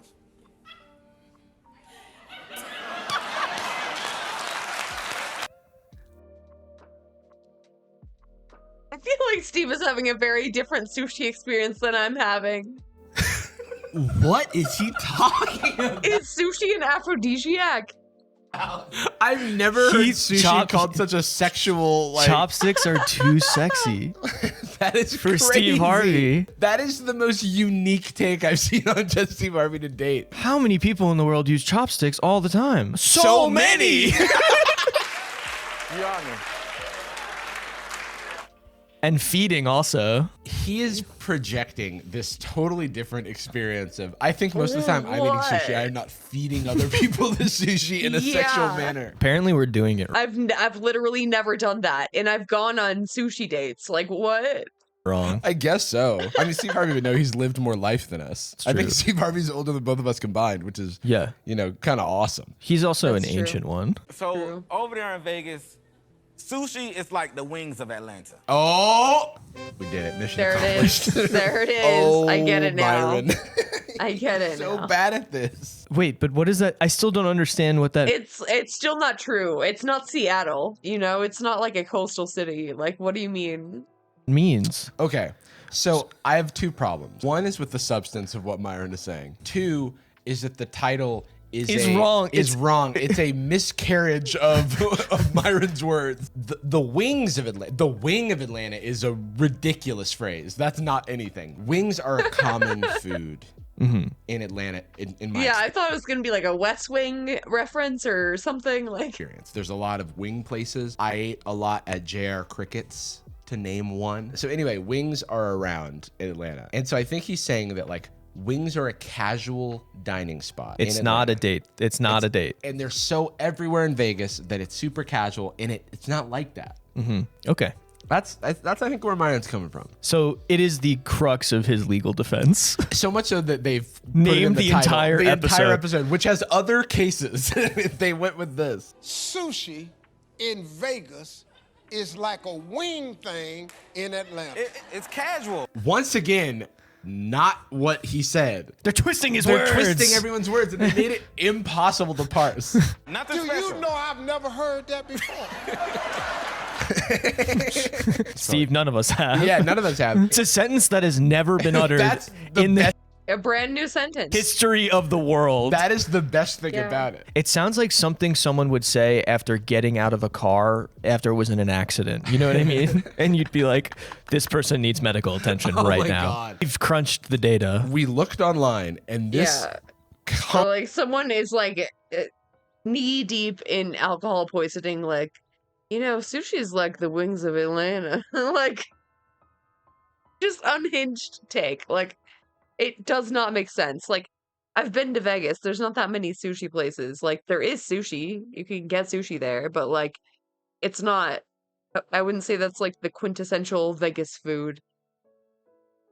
You know, you're more likely to come across like Mexican food or some like bougie American food or French or some shit, like Italian, like just regular shit. Like, combination of words before this moment has never been muttered on the internet. Uttered, muttered, or stuttered online. It's never been said. It's an entirely unique sentence. And in that way, this is groundbreaking. Okay, so the next day, Myron finally responds, and he's not forthcoming at all. No. Oh, acting asleep. Like, oh, yeah, I've been asleep. Okay, what you been doing all day? He tries to hide it, but then she shows him the receipts. Who were you with? Oh, I was really by myself, then I was with my other friends. So I started sending the screenshots. So who is this? Oh, yeah, I forgot to tell you I had a meeting. And he can't hide it anymore. And then she blocked him, which I guess is fair because, I mean, he kind of asked for it. I want $3,500. That's what I want. And it's your non-refundable security deposit, and I have the text messages to prove where he agreed to pay it. You know, to be honest, I'm totally on her side. I will be honest, I don't hate it. Yeah, I mean, it's real, right? Like, yeah, I can't be mad you at it. You messed up. Yeah. Pay the price. $3,500 won't make me like you. I hate these. She was very clear. Recreations. See, this is why I don't think the photo's real. Okay, that's you fair. know, because I'm like, this is clearly not Instagram. This exchange never occurred. This exchange never occurred, nor does this illuminate anything that they haven't already said. And they're offering it as proof, which it can't be because this is not a screenshot. And if they wanted to show us a transcript of a screenshot that happened, like you would in court, I don't know if they don't transcribe the messages or if they would show real screenshots. They can show screenshots. Oh, that's cool. Yeah. But then you just have to. Well, she was sending him screenshots of Instagram, but they were talking on the phone, so she probably just texted him. Properly lay the foundation to get something in. Damn, I just got lawyered. Woo! He's too excited. He does that in the courtroom. I'm giving you money. I'm paying on my bill. How did you pay this money to her? Oh, we got receipts. That's not receipts. That is not receipts. Is so funny. Payment one. That is so funny. Oh, those don't add up to the number. It's 3,100. Yeah, not that I'm a math genius or anything, but this is like an SNL. This is like something that would pop up in like a sketch. It's so poor. We've got receipts. It's a crayon draw. And that's why you never, sign anything that you don't intend to fulfill the agreement of. Because you can be taken to court, even if it's bullshit. He started paying in 2021 of September. How long do you expect the offer to be on the table? Sorry, if we're going with this deposit conceit, you do get the deposit money back if you don't, do anything. But maybe it's not the best analogy. Yeah, it's not a great analogy. Yeah. I don't love the analogy. It seems like the understanding, and this I think was the understanding between the parties, was that he was to pay a defined sum, and then for that sum, he would be unblocked and allowed to communicate with this person, and not necessarily, as she said in the text message, would she suddenly be, his girlfriend or moving in. I agree with that. My issue is with the language of a deposit. Yeah. Because that is an implication that, it's something that you get back, especially if we're, comparing it to like an apartment deposit. If it were called a communication fee, a non-returnable, non-refundable communication fee, I get why you wouldn't get it back. But True. Damn. So you're saying that Myron might actually have a case here. I mean, hey, look, I'm not the lawyer. I'm in training. I've been studying Steve. Yeah. I've been studying his lawless courtroom. Did you sincerely want to be back together with her? Yeah, actually did, yeah. Did you sincerely want to be back together with him? I did, but I was definitely afraid. Because? Our history. Let me ask you a question. This is, okay, we can see where Steve's going. He's trying to bring it back together. He's doing it. He's the love doctor. Well, one is the best girlfriend I ever had. No one just like Steve. We have a lot of memories together. I mean, we had a very solid, friendship and relationship when things was going great. If she want me, I mean, I've done over half of what she wants. Wait. Starting? Yeah. For a moment. Yeah. I was starting to see the humanity of Myron and his. This is why you need a lawyer, okay? Right. The man who represents himself has a fool for a client. Ooh. Okay? Yeah. Oh. Lawyered. Like Myron had me Real. for 2 seconds. And then Yeah, you always want a lawyer. You want representation, and do not speak in court. Just don't. You don't. It's never good. And then he was like, I mean, I've done over half of what she asked. I know, he can't help himself. That's not good. Fighting against himself. Would you want another shot with this young man? If he's gonna be serious, yes, but I don't want another redo. I'm gonna be serious. I don't know why she would think I would. Myron, I don't even know why she would think I wouldn't be. I don't even know. I don't trust you. Everything he says does not feel serious. You're not listening because of the past. I mean, I know the that. one you want her to forget that she won't forget because there's been no new evidence of a new and different Myron. There we go. He's cooking his ass. Yeah, I was gonna say, you know, a Steve Harvey clock is right twice a day, I guess. That's a model that you say as a client. You don't do shots with clients. You do shots with chicks you trying to sleep with. I mean, people do shots with clients all the time. I don't know if they should, but they do. Look, we do live in a work culture in America where. Sorry, is this the wrong? Look, I do think shots with clients happens quite a lot. I've reached a verdict. It does. I forgot that he does that. I forgot that he's just like, all right, that's enough. It's a hard cut. There's a PA in the back who's just waving at him. He's like, he's holds up a sign that says verdict time. I don't totally agree with the way you did it, but I do understand why you did it. And I wish more women would take that stance because what you have is valuable. And if you treat it like a gold mine, everybody else will. I'm so conflicted over this entire thing. I'm like getting juked right now by Steve Harvey's like, I'm like, wait, what? Oh, cool. This is, oh wait, no, that sounds sexist. Oh wait, okay, now wait. What are you trying to say? What's a gold mine exactly? What is the gold mine? Yeah, what's the gold mine? And what are you putting your foot down about? Yeah. I think it's about your boundaries, which is cool. But then I think there's a little bit of an allusion to other stuff that I'm not fully clear on. Maybe Steve will continue. Just let him go. Just let Steve go. Let him cook. But if you pass it out like potato chips. All right, Steve. I think it confirmed my fear. But if you pass it out like potato chips. Not even 2 seconds after you said that. Oh, no. You should stick to like riddles and stuff. But if you pass it out like potato chips, then we're gonna treat it like Lay's. And you can't just eat one.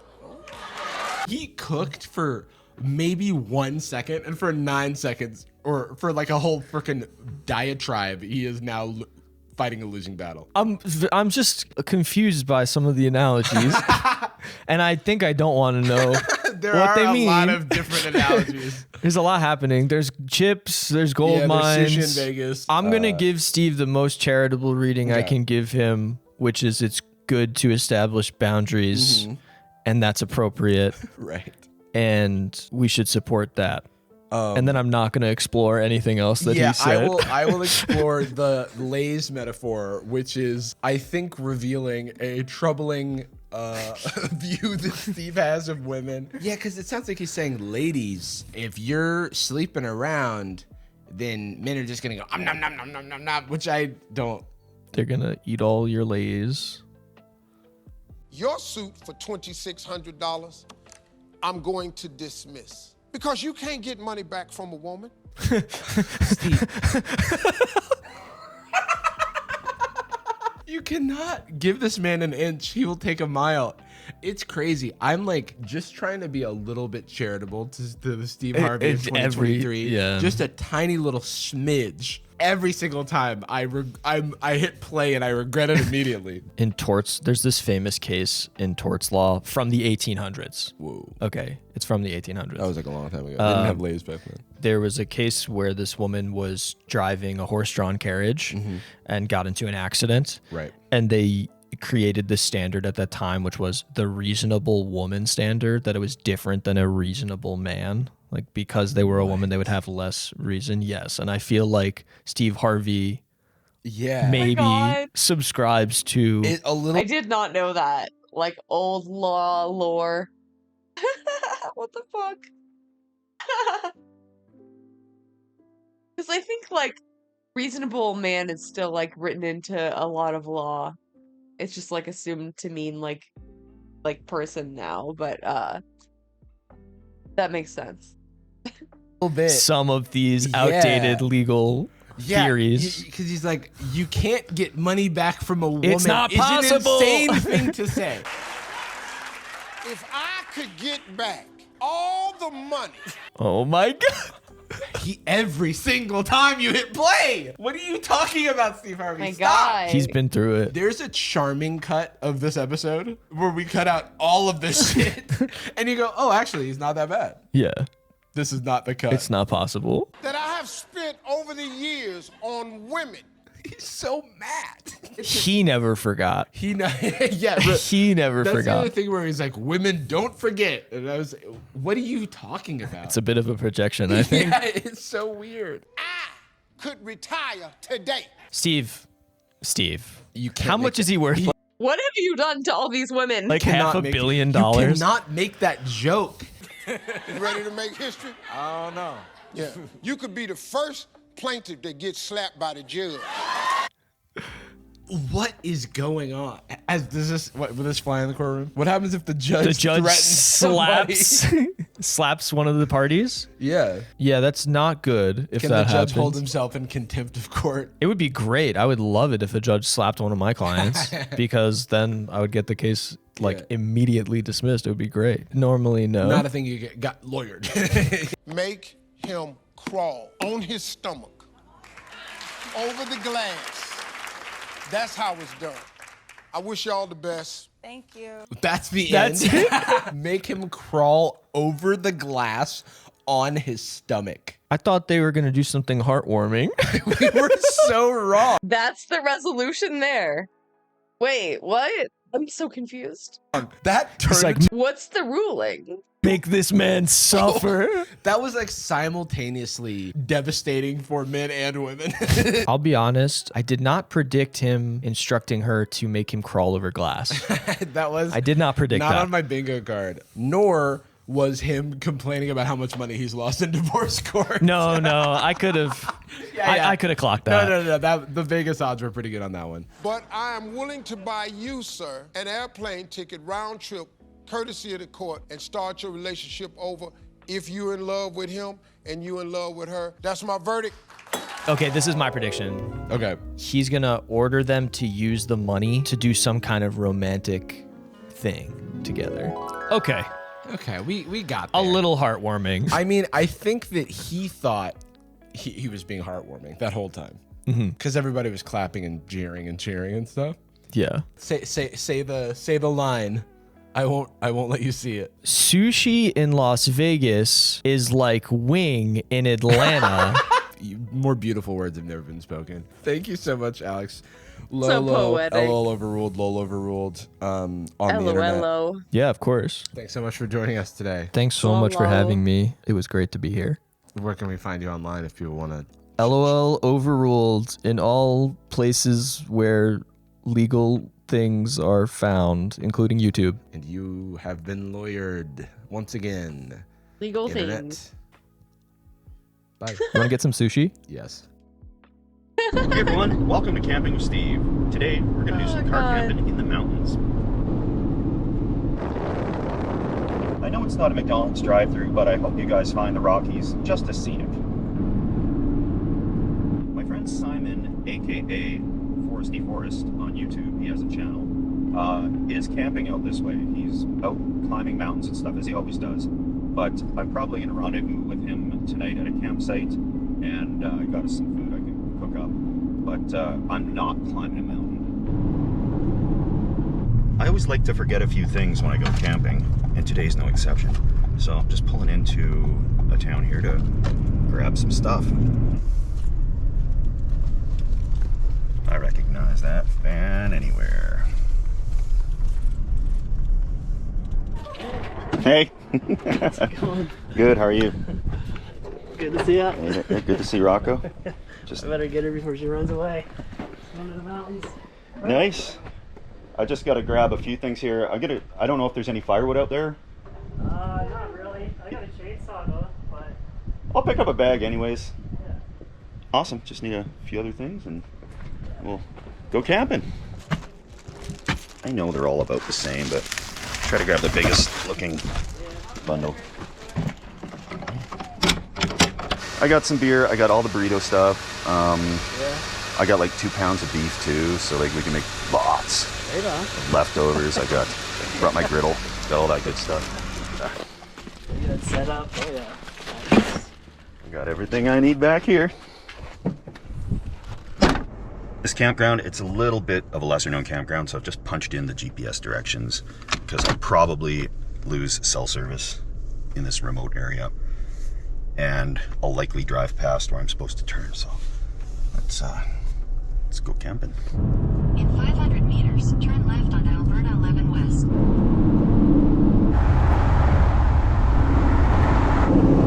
So pretty. Gorgeous.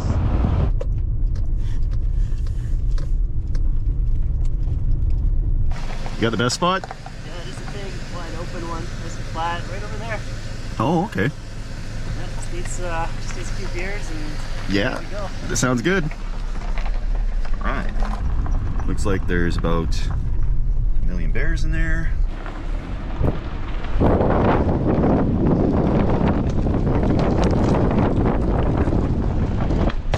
This is pretty cool. It's a little windy, so we want to see what happens with the wind. If I want to light a fire here, or maybe move to a different campsite. Yeah, we want to camp here, but it's really windy, and I don't know if a fire would be good. But like a view like that is great. However, Oh, nice. like the views everywhere are good. Like $1 million view for how much did we pay for this? free 99. Yeah, this is much better. Much better. Beautiful. I'm more comfortable having a fire here without things blowing all over the place. Okay, so we kind of got a little group camping site here. As I'd mentioned, this is Simon, aka Foresty Forest, and we have Louis, who has a channel as well. I'm going to link these channels, and you just traveling around, living in vehicles. Living van life for over 5 years now. So. And down here we have Rocco. She's the star of the channel. And William. Big William. All right, I'm gonna Thank check you. out some of the scenery in a bit before the sun sets, but I'll just kind of give you the rundown here. I've got like a ton of stuff back here, and I will be sleeping in the car tonight. Bears are probably not very active, but they could be out here, and it's nice to be in there. And I got some ground beef that probably needs to thaw out. It's probably still frozen. That ground beef is definitely frozen, so it's gonna thaw on the warm dashboard of the car. And I'm gonna put some beers out in the cold because it's the time of year.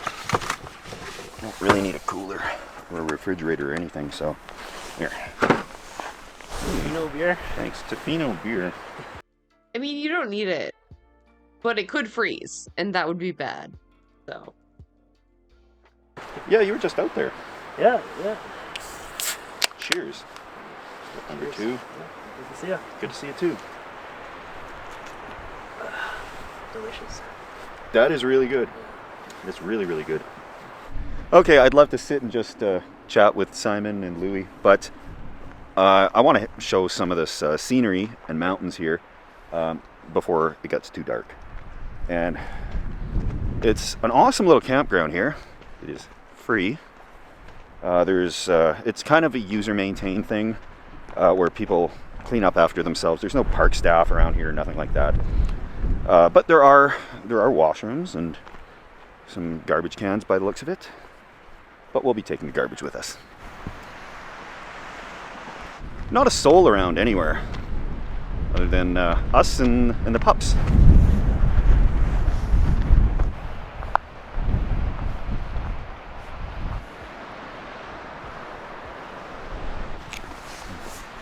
Seems Rocco just wants to follow me around. Not going to be doing The water is so blue. anything interesting, and I don't have any treats. Just wants the company and the adventure. Right, Rocco?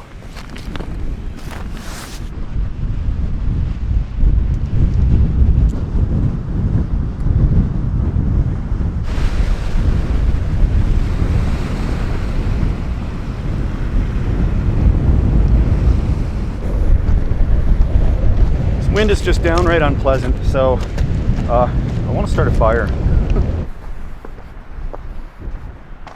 The whole place is strictly unofficial campsites, just all over the place. There's big kind of group areas like where we are. There's small fire rings like right down at the beach. And you got your pick of where you want to camp. There's some more secluded ones in the woods, but out of the wind is really nice.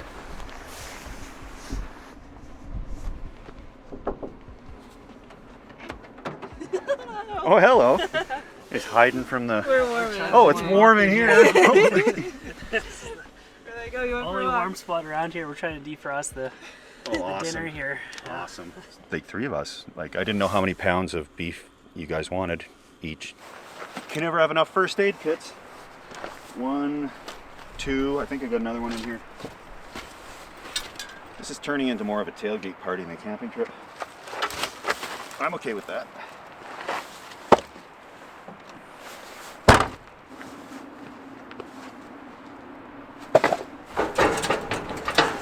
Picked up this griddle, this flat top thing. Looks fun to cook on. Louis and Simon are warming up in the van there, and they didn't eat lunch. They've been hiking a lot, so gonna get some food going for them. For once, cooking a meal for like 4 people comes in handy.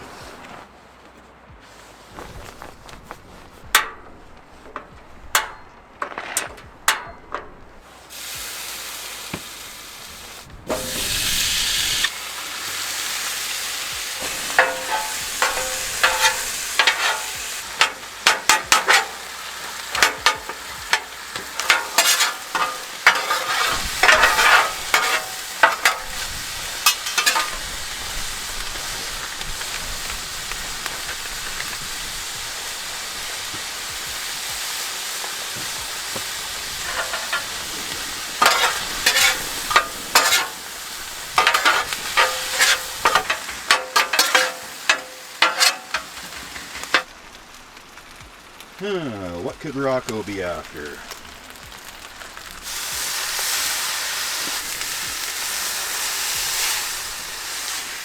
So I got the meat done. I think Simon's a little more set up to cook rice. Hey Simon!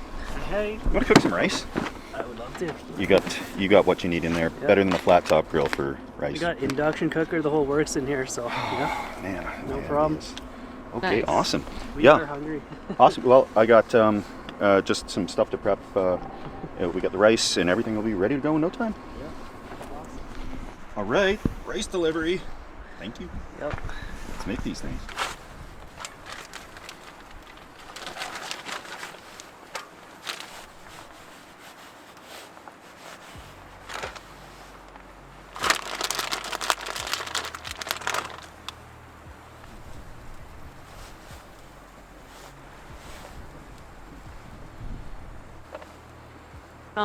Not bad for a Canadian.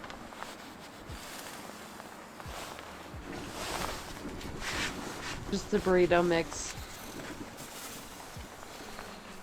You can make it so easy. You just need like cayenne, oregano, cilantro, cumin, maybe a little cornstarch, and that's it. Okay, here you guys are. Hatchback burritos. Heck yeah. Should be nice and warm and extra sloppy. That sour cream, unfortunately, was extra sour. But oh, yeah. I'm sure that you guys are hungry enough after not having lunch that Climbing the mountain. anything will taste good right now. Thank you. You're welcome. Delicious. As everybody knows, I like to eat late, so I'm just playing chef here, making burritos for now, and I'm gonna chow down on one in a bit. But once I get my friends here full, we gotta start fire. You should show up in the woods more often. Where did you come from? Fire time. Simon didn't chainsaw any wood down today. We're gonna ration what we got. Do you guys have chairs? I have a chair. You a chair? I have a chair. I just don't want to be the one sitting down and everybody else is standing up.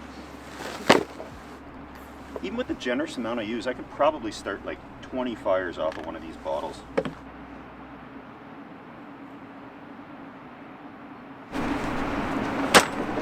All right. This is the best part of camping. By the fire, after all the hiking's done, after all the cooking's done. Yes, thank you. So we've been sitting here chatting for quite a while. It's really nice to actually talk to other people that kind of do what I do. And YouTubers are humans too. we are, like, you know, everybody has a job and you have coworkers, but like with YouTube, you don't have a coworker. It's like you against, you know, the algorithm or your creativity or whatever. But it's so good to be able to chat with people and share concepts and ideas and stuff like that. So I really had a great night, and I know I haven't been filming a lot. We cooked a little meal. I'm going to cook more for myself. Simon and Louie are going to be going back to their rigs for the night here probably relatively quickly because they do these ridiculous morning hikes like far earlier than I'd ever possibly consider waking up. And but it's just good to be around so many cool people that kind of know what I'm talking about when we're talking about stuff. And It's so cute, Steve making friends. You think we're cool too? Cool. I'd say I'd say you guys are cool. So, like, for people that don't know, Simon is known also as Foresty Forest, not Forestry Forest or anything like that. Simon from Durham, Ontario. Simon is his name. And we have Louie from, well, most recently Alaska. Yes, And, Alaska. you know, And living in my Jeep rig conversion that I did myself. And yeah, going around filming for my channel, Adventure Time Louie. Having a grand old time. Yeah, so Somehow ended up with these cool dudes. Adventure Time Louie and Foresty Forest. And, like, in the morning, I'll just show a quick peek of each of their setups, and you can check their own channels out for like more detailed stuff on it. There was a site, somebody actually left some firewood piled there, and that's great. I like to pay it forward when I have leftover firewood, and they did, and that made this night so much better because we'd all be sitting in our cars right now otherwise. Sad and cold. Beautiful. Doesn't get any better than this. No. So nice. I want to go camping. It's been so long. The campfire nights with friends. Cheers.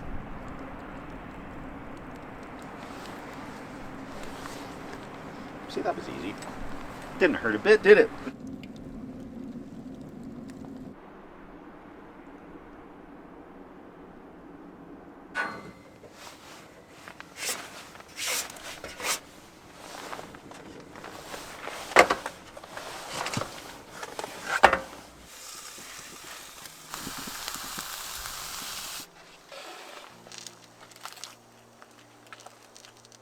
Everybody else here has these nice vehicles to sleep in with diesel heaters and everything. I can hear them running, and I somehow have to turn this into what I'm sleeping in tonight. There's not a lot of room in a RAV4 compared with a van or a Jeep like that.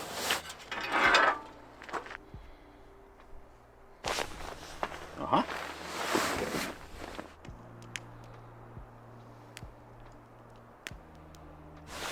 If there are bears, I can probably get to the front and drive away before they eat me.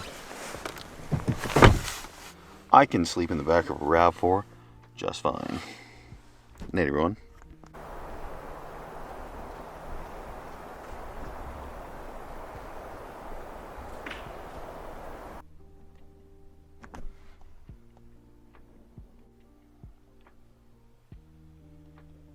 Morning. Looks like Simon and Louie are up, and they're getting ready to hike up a mountain. I'm not going to join them, but it was a pretty good sleep last night, that's for sure. As always, any sleep in a car is a good sleep, and it cooled off a little bit.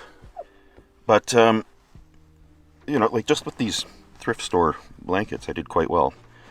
So, no worries there. It's been a long time since I did a trip, like just kind of living out of the back of the car. And that's okay, I like it. But I'm just kind of getting the feel for it to see what I'm going to bring with me. I'm not going to bring that stupid huge grill that I was cooking on last night. But I knew that Simon and Louie would be out here, so I wanted to, you know, have a bigger cooking surface. But the downside of a RAV4 like the one I got, I don't have that fancy button that pops the back open on my fob. And there is no handle. So basically, you got to get out through a side door. But I'm going to start the day. So annoying. This place is taking it seriously. Bear-resistant food lockers.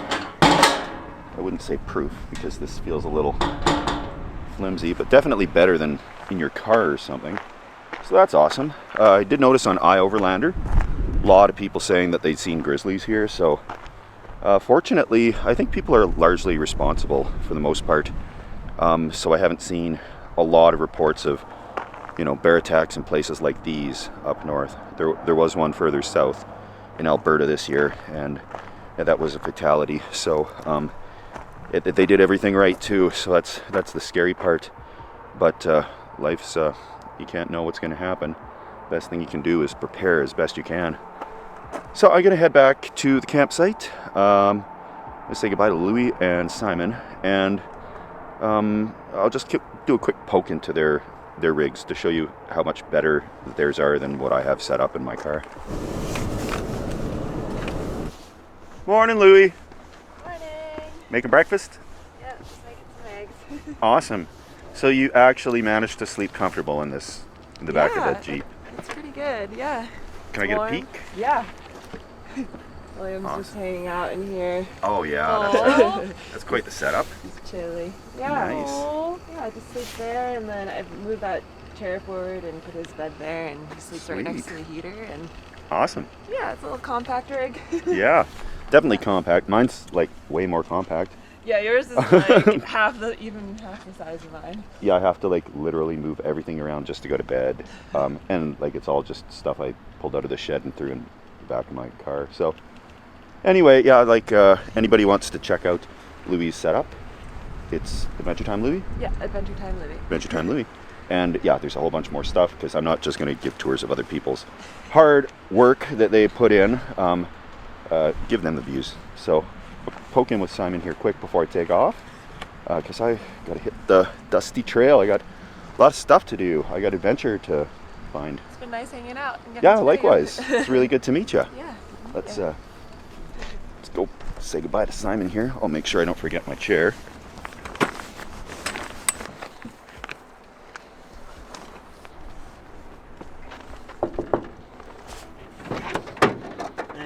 Hey, Simon. Holy moly. Oh, poor Rocco. Just full of energy. Yeah, so I'm probably just going to take off here and hit the road, start my adventure. I like your painting. Just up there. It really ties the van together. Oh, yeah. And Home sweet home. yeah, so you got like everything's set up here pretty sweet. Yeah, wood stove, diesel heater, all works, yeah. Yeah. So, and of course his channel's Foresty Forest if you want to check out. Busy at it. Yeah, a more thorough tour of the thing. Tongue and groove, beautiful ceiling in here. Busy right now editing too. The life of a YouTuber. Looks like we're camping, but we're actually we're sitting there on our computers, yeah. Okay, well, it was really good to see you again, as always. Yeah. And safe travels. Yeah. Same to you. Yeah. Awesome. Hope your road trip goes good. I hope so too. I hope so too. How can there be a bad road trip, right? Oh yeah, perfect weather for it too. Yeah. Awesome. Right, well, see you later, man. What a cool campground and cool company. That was awesome. This is like a free campsite. I can't believe it. In the summer, I would not even attempt to come here. This would be so full.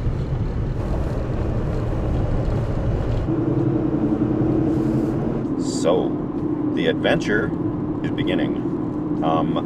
I don't know where I'm going, but I'm going to keep on driving until somewhere feels like home. And thank you, everybody, for watching. I really have no idea where I'm going.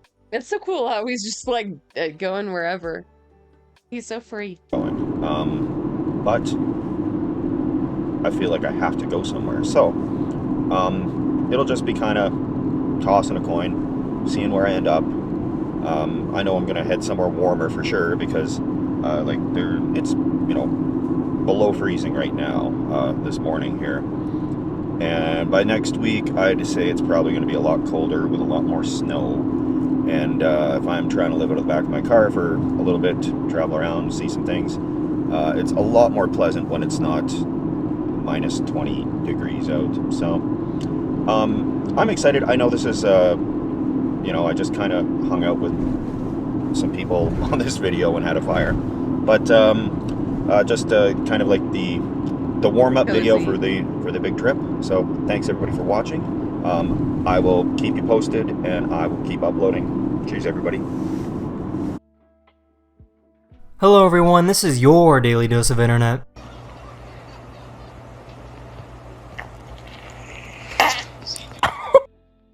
Ain't no way. What the fuck? Oh my god. So much oil.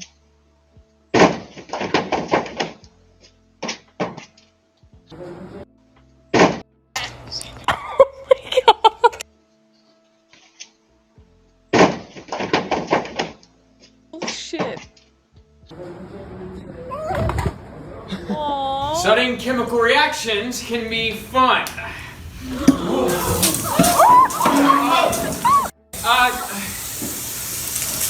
Okay, everybody, get out. This guy in the red car wanted to fight the person that was recording this video when something perfect happens.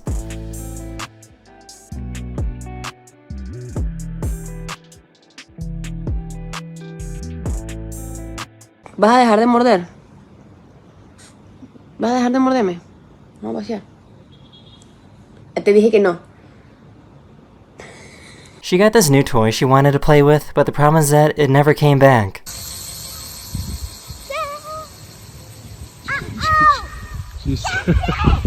No!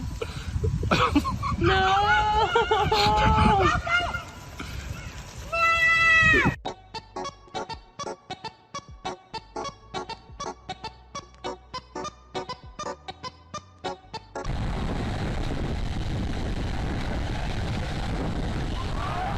Here's something new that I learned today. Paper cups aren't made of 100% paper. On the inside of the paper is a piece of plastic that holds everything together. Hidden within is a plastic film, and when exposed to hot water, it actually degrades.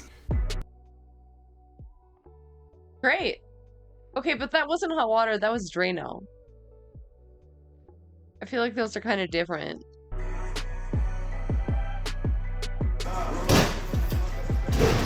This mom pretended that she ate all of her daughter's Halloween candy. I ate all your Halloween candy. Why?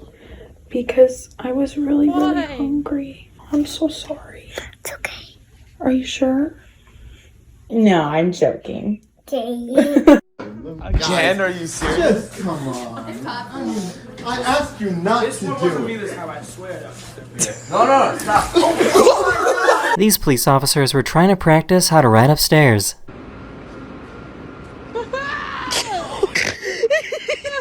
I have a perfect TV dog, and this is what I mean.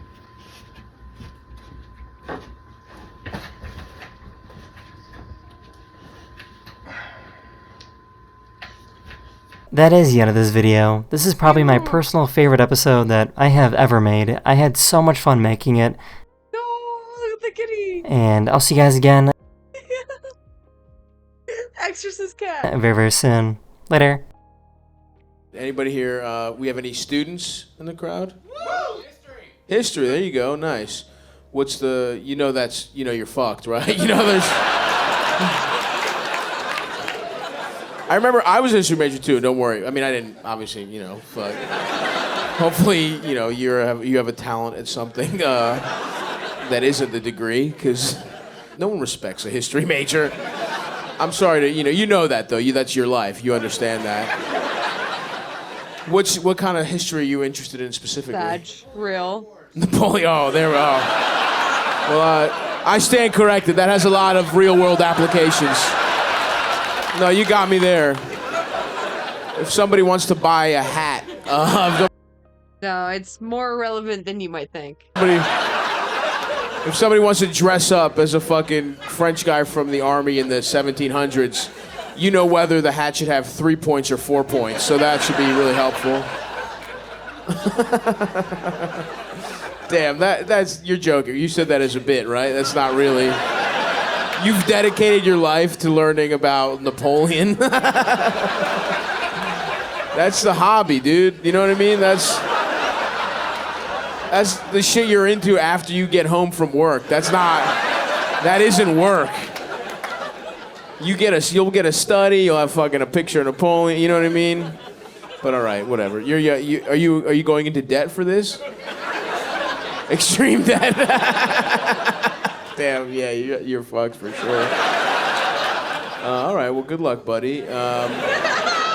It's gonna go bad for sure. Either way. Good luck, buddy. I feel like I get torn to shreds by every single one of these clips from Stavi. What the fuck? You're what, in your 20s? 20, yeah. You're not gonna retire. You're not gonna get to retire. You know what I mean? So it's actually smart. College is sort of like retirement now, ahead of time. You know what I mean? You go into debt, you get fucked up, you get some pussy. Probably not that much, I'm guessing, because of your hobbies. But some, right? More than you would, just in your hometown, Anybody here pegging, getting pegged? Somebody here wooed very voraciously. Who was that? That was you again? History major. Oh man, that's awesome. Yeah, that adds up. You want a woman to do what life is metaphorically doing to you.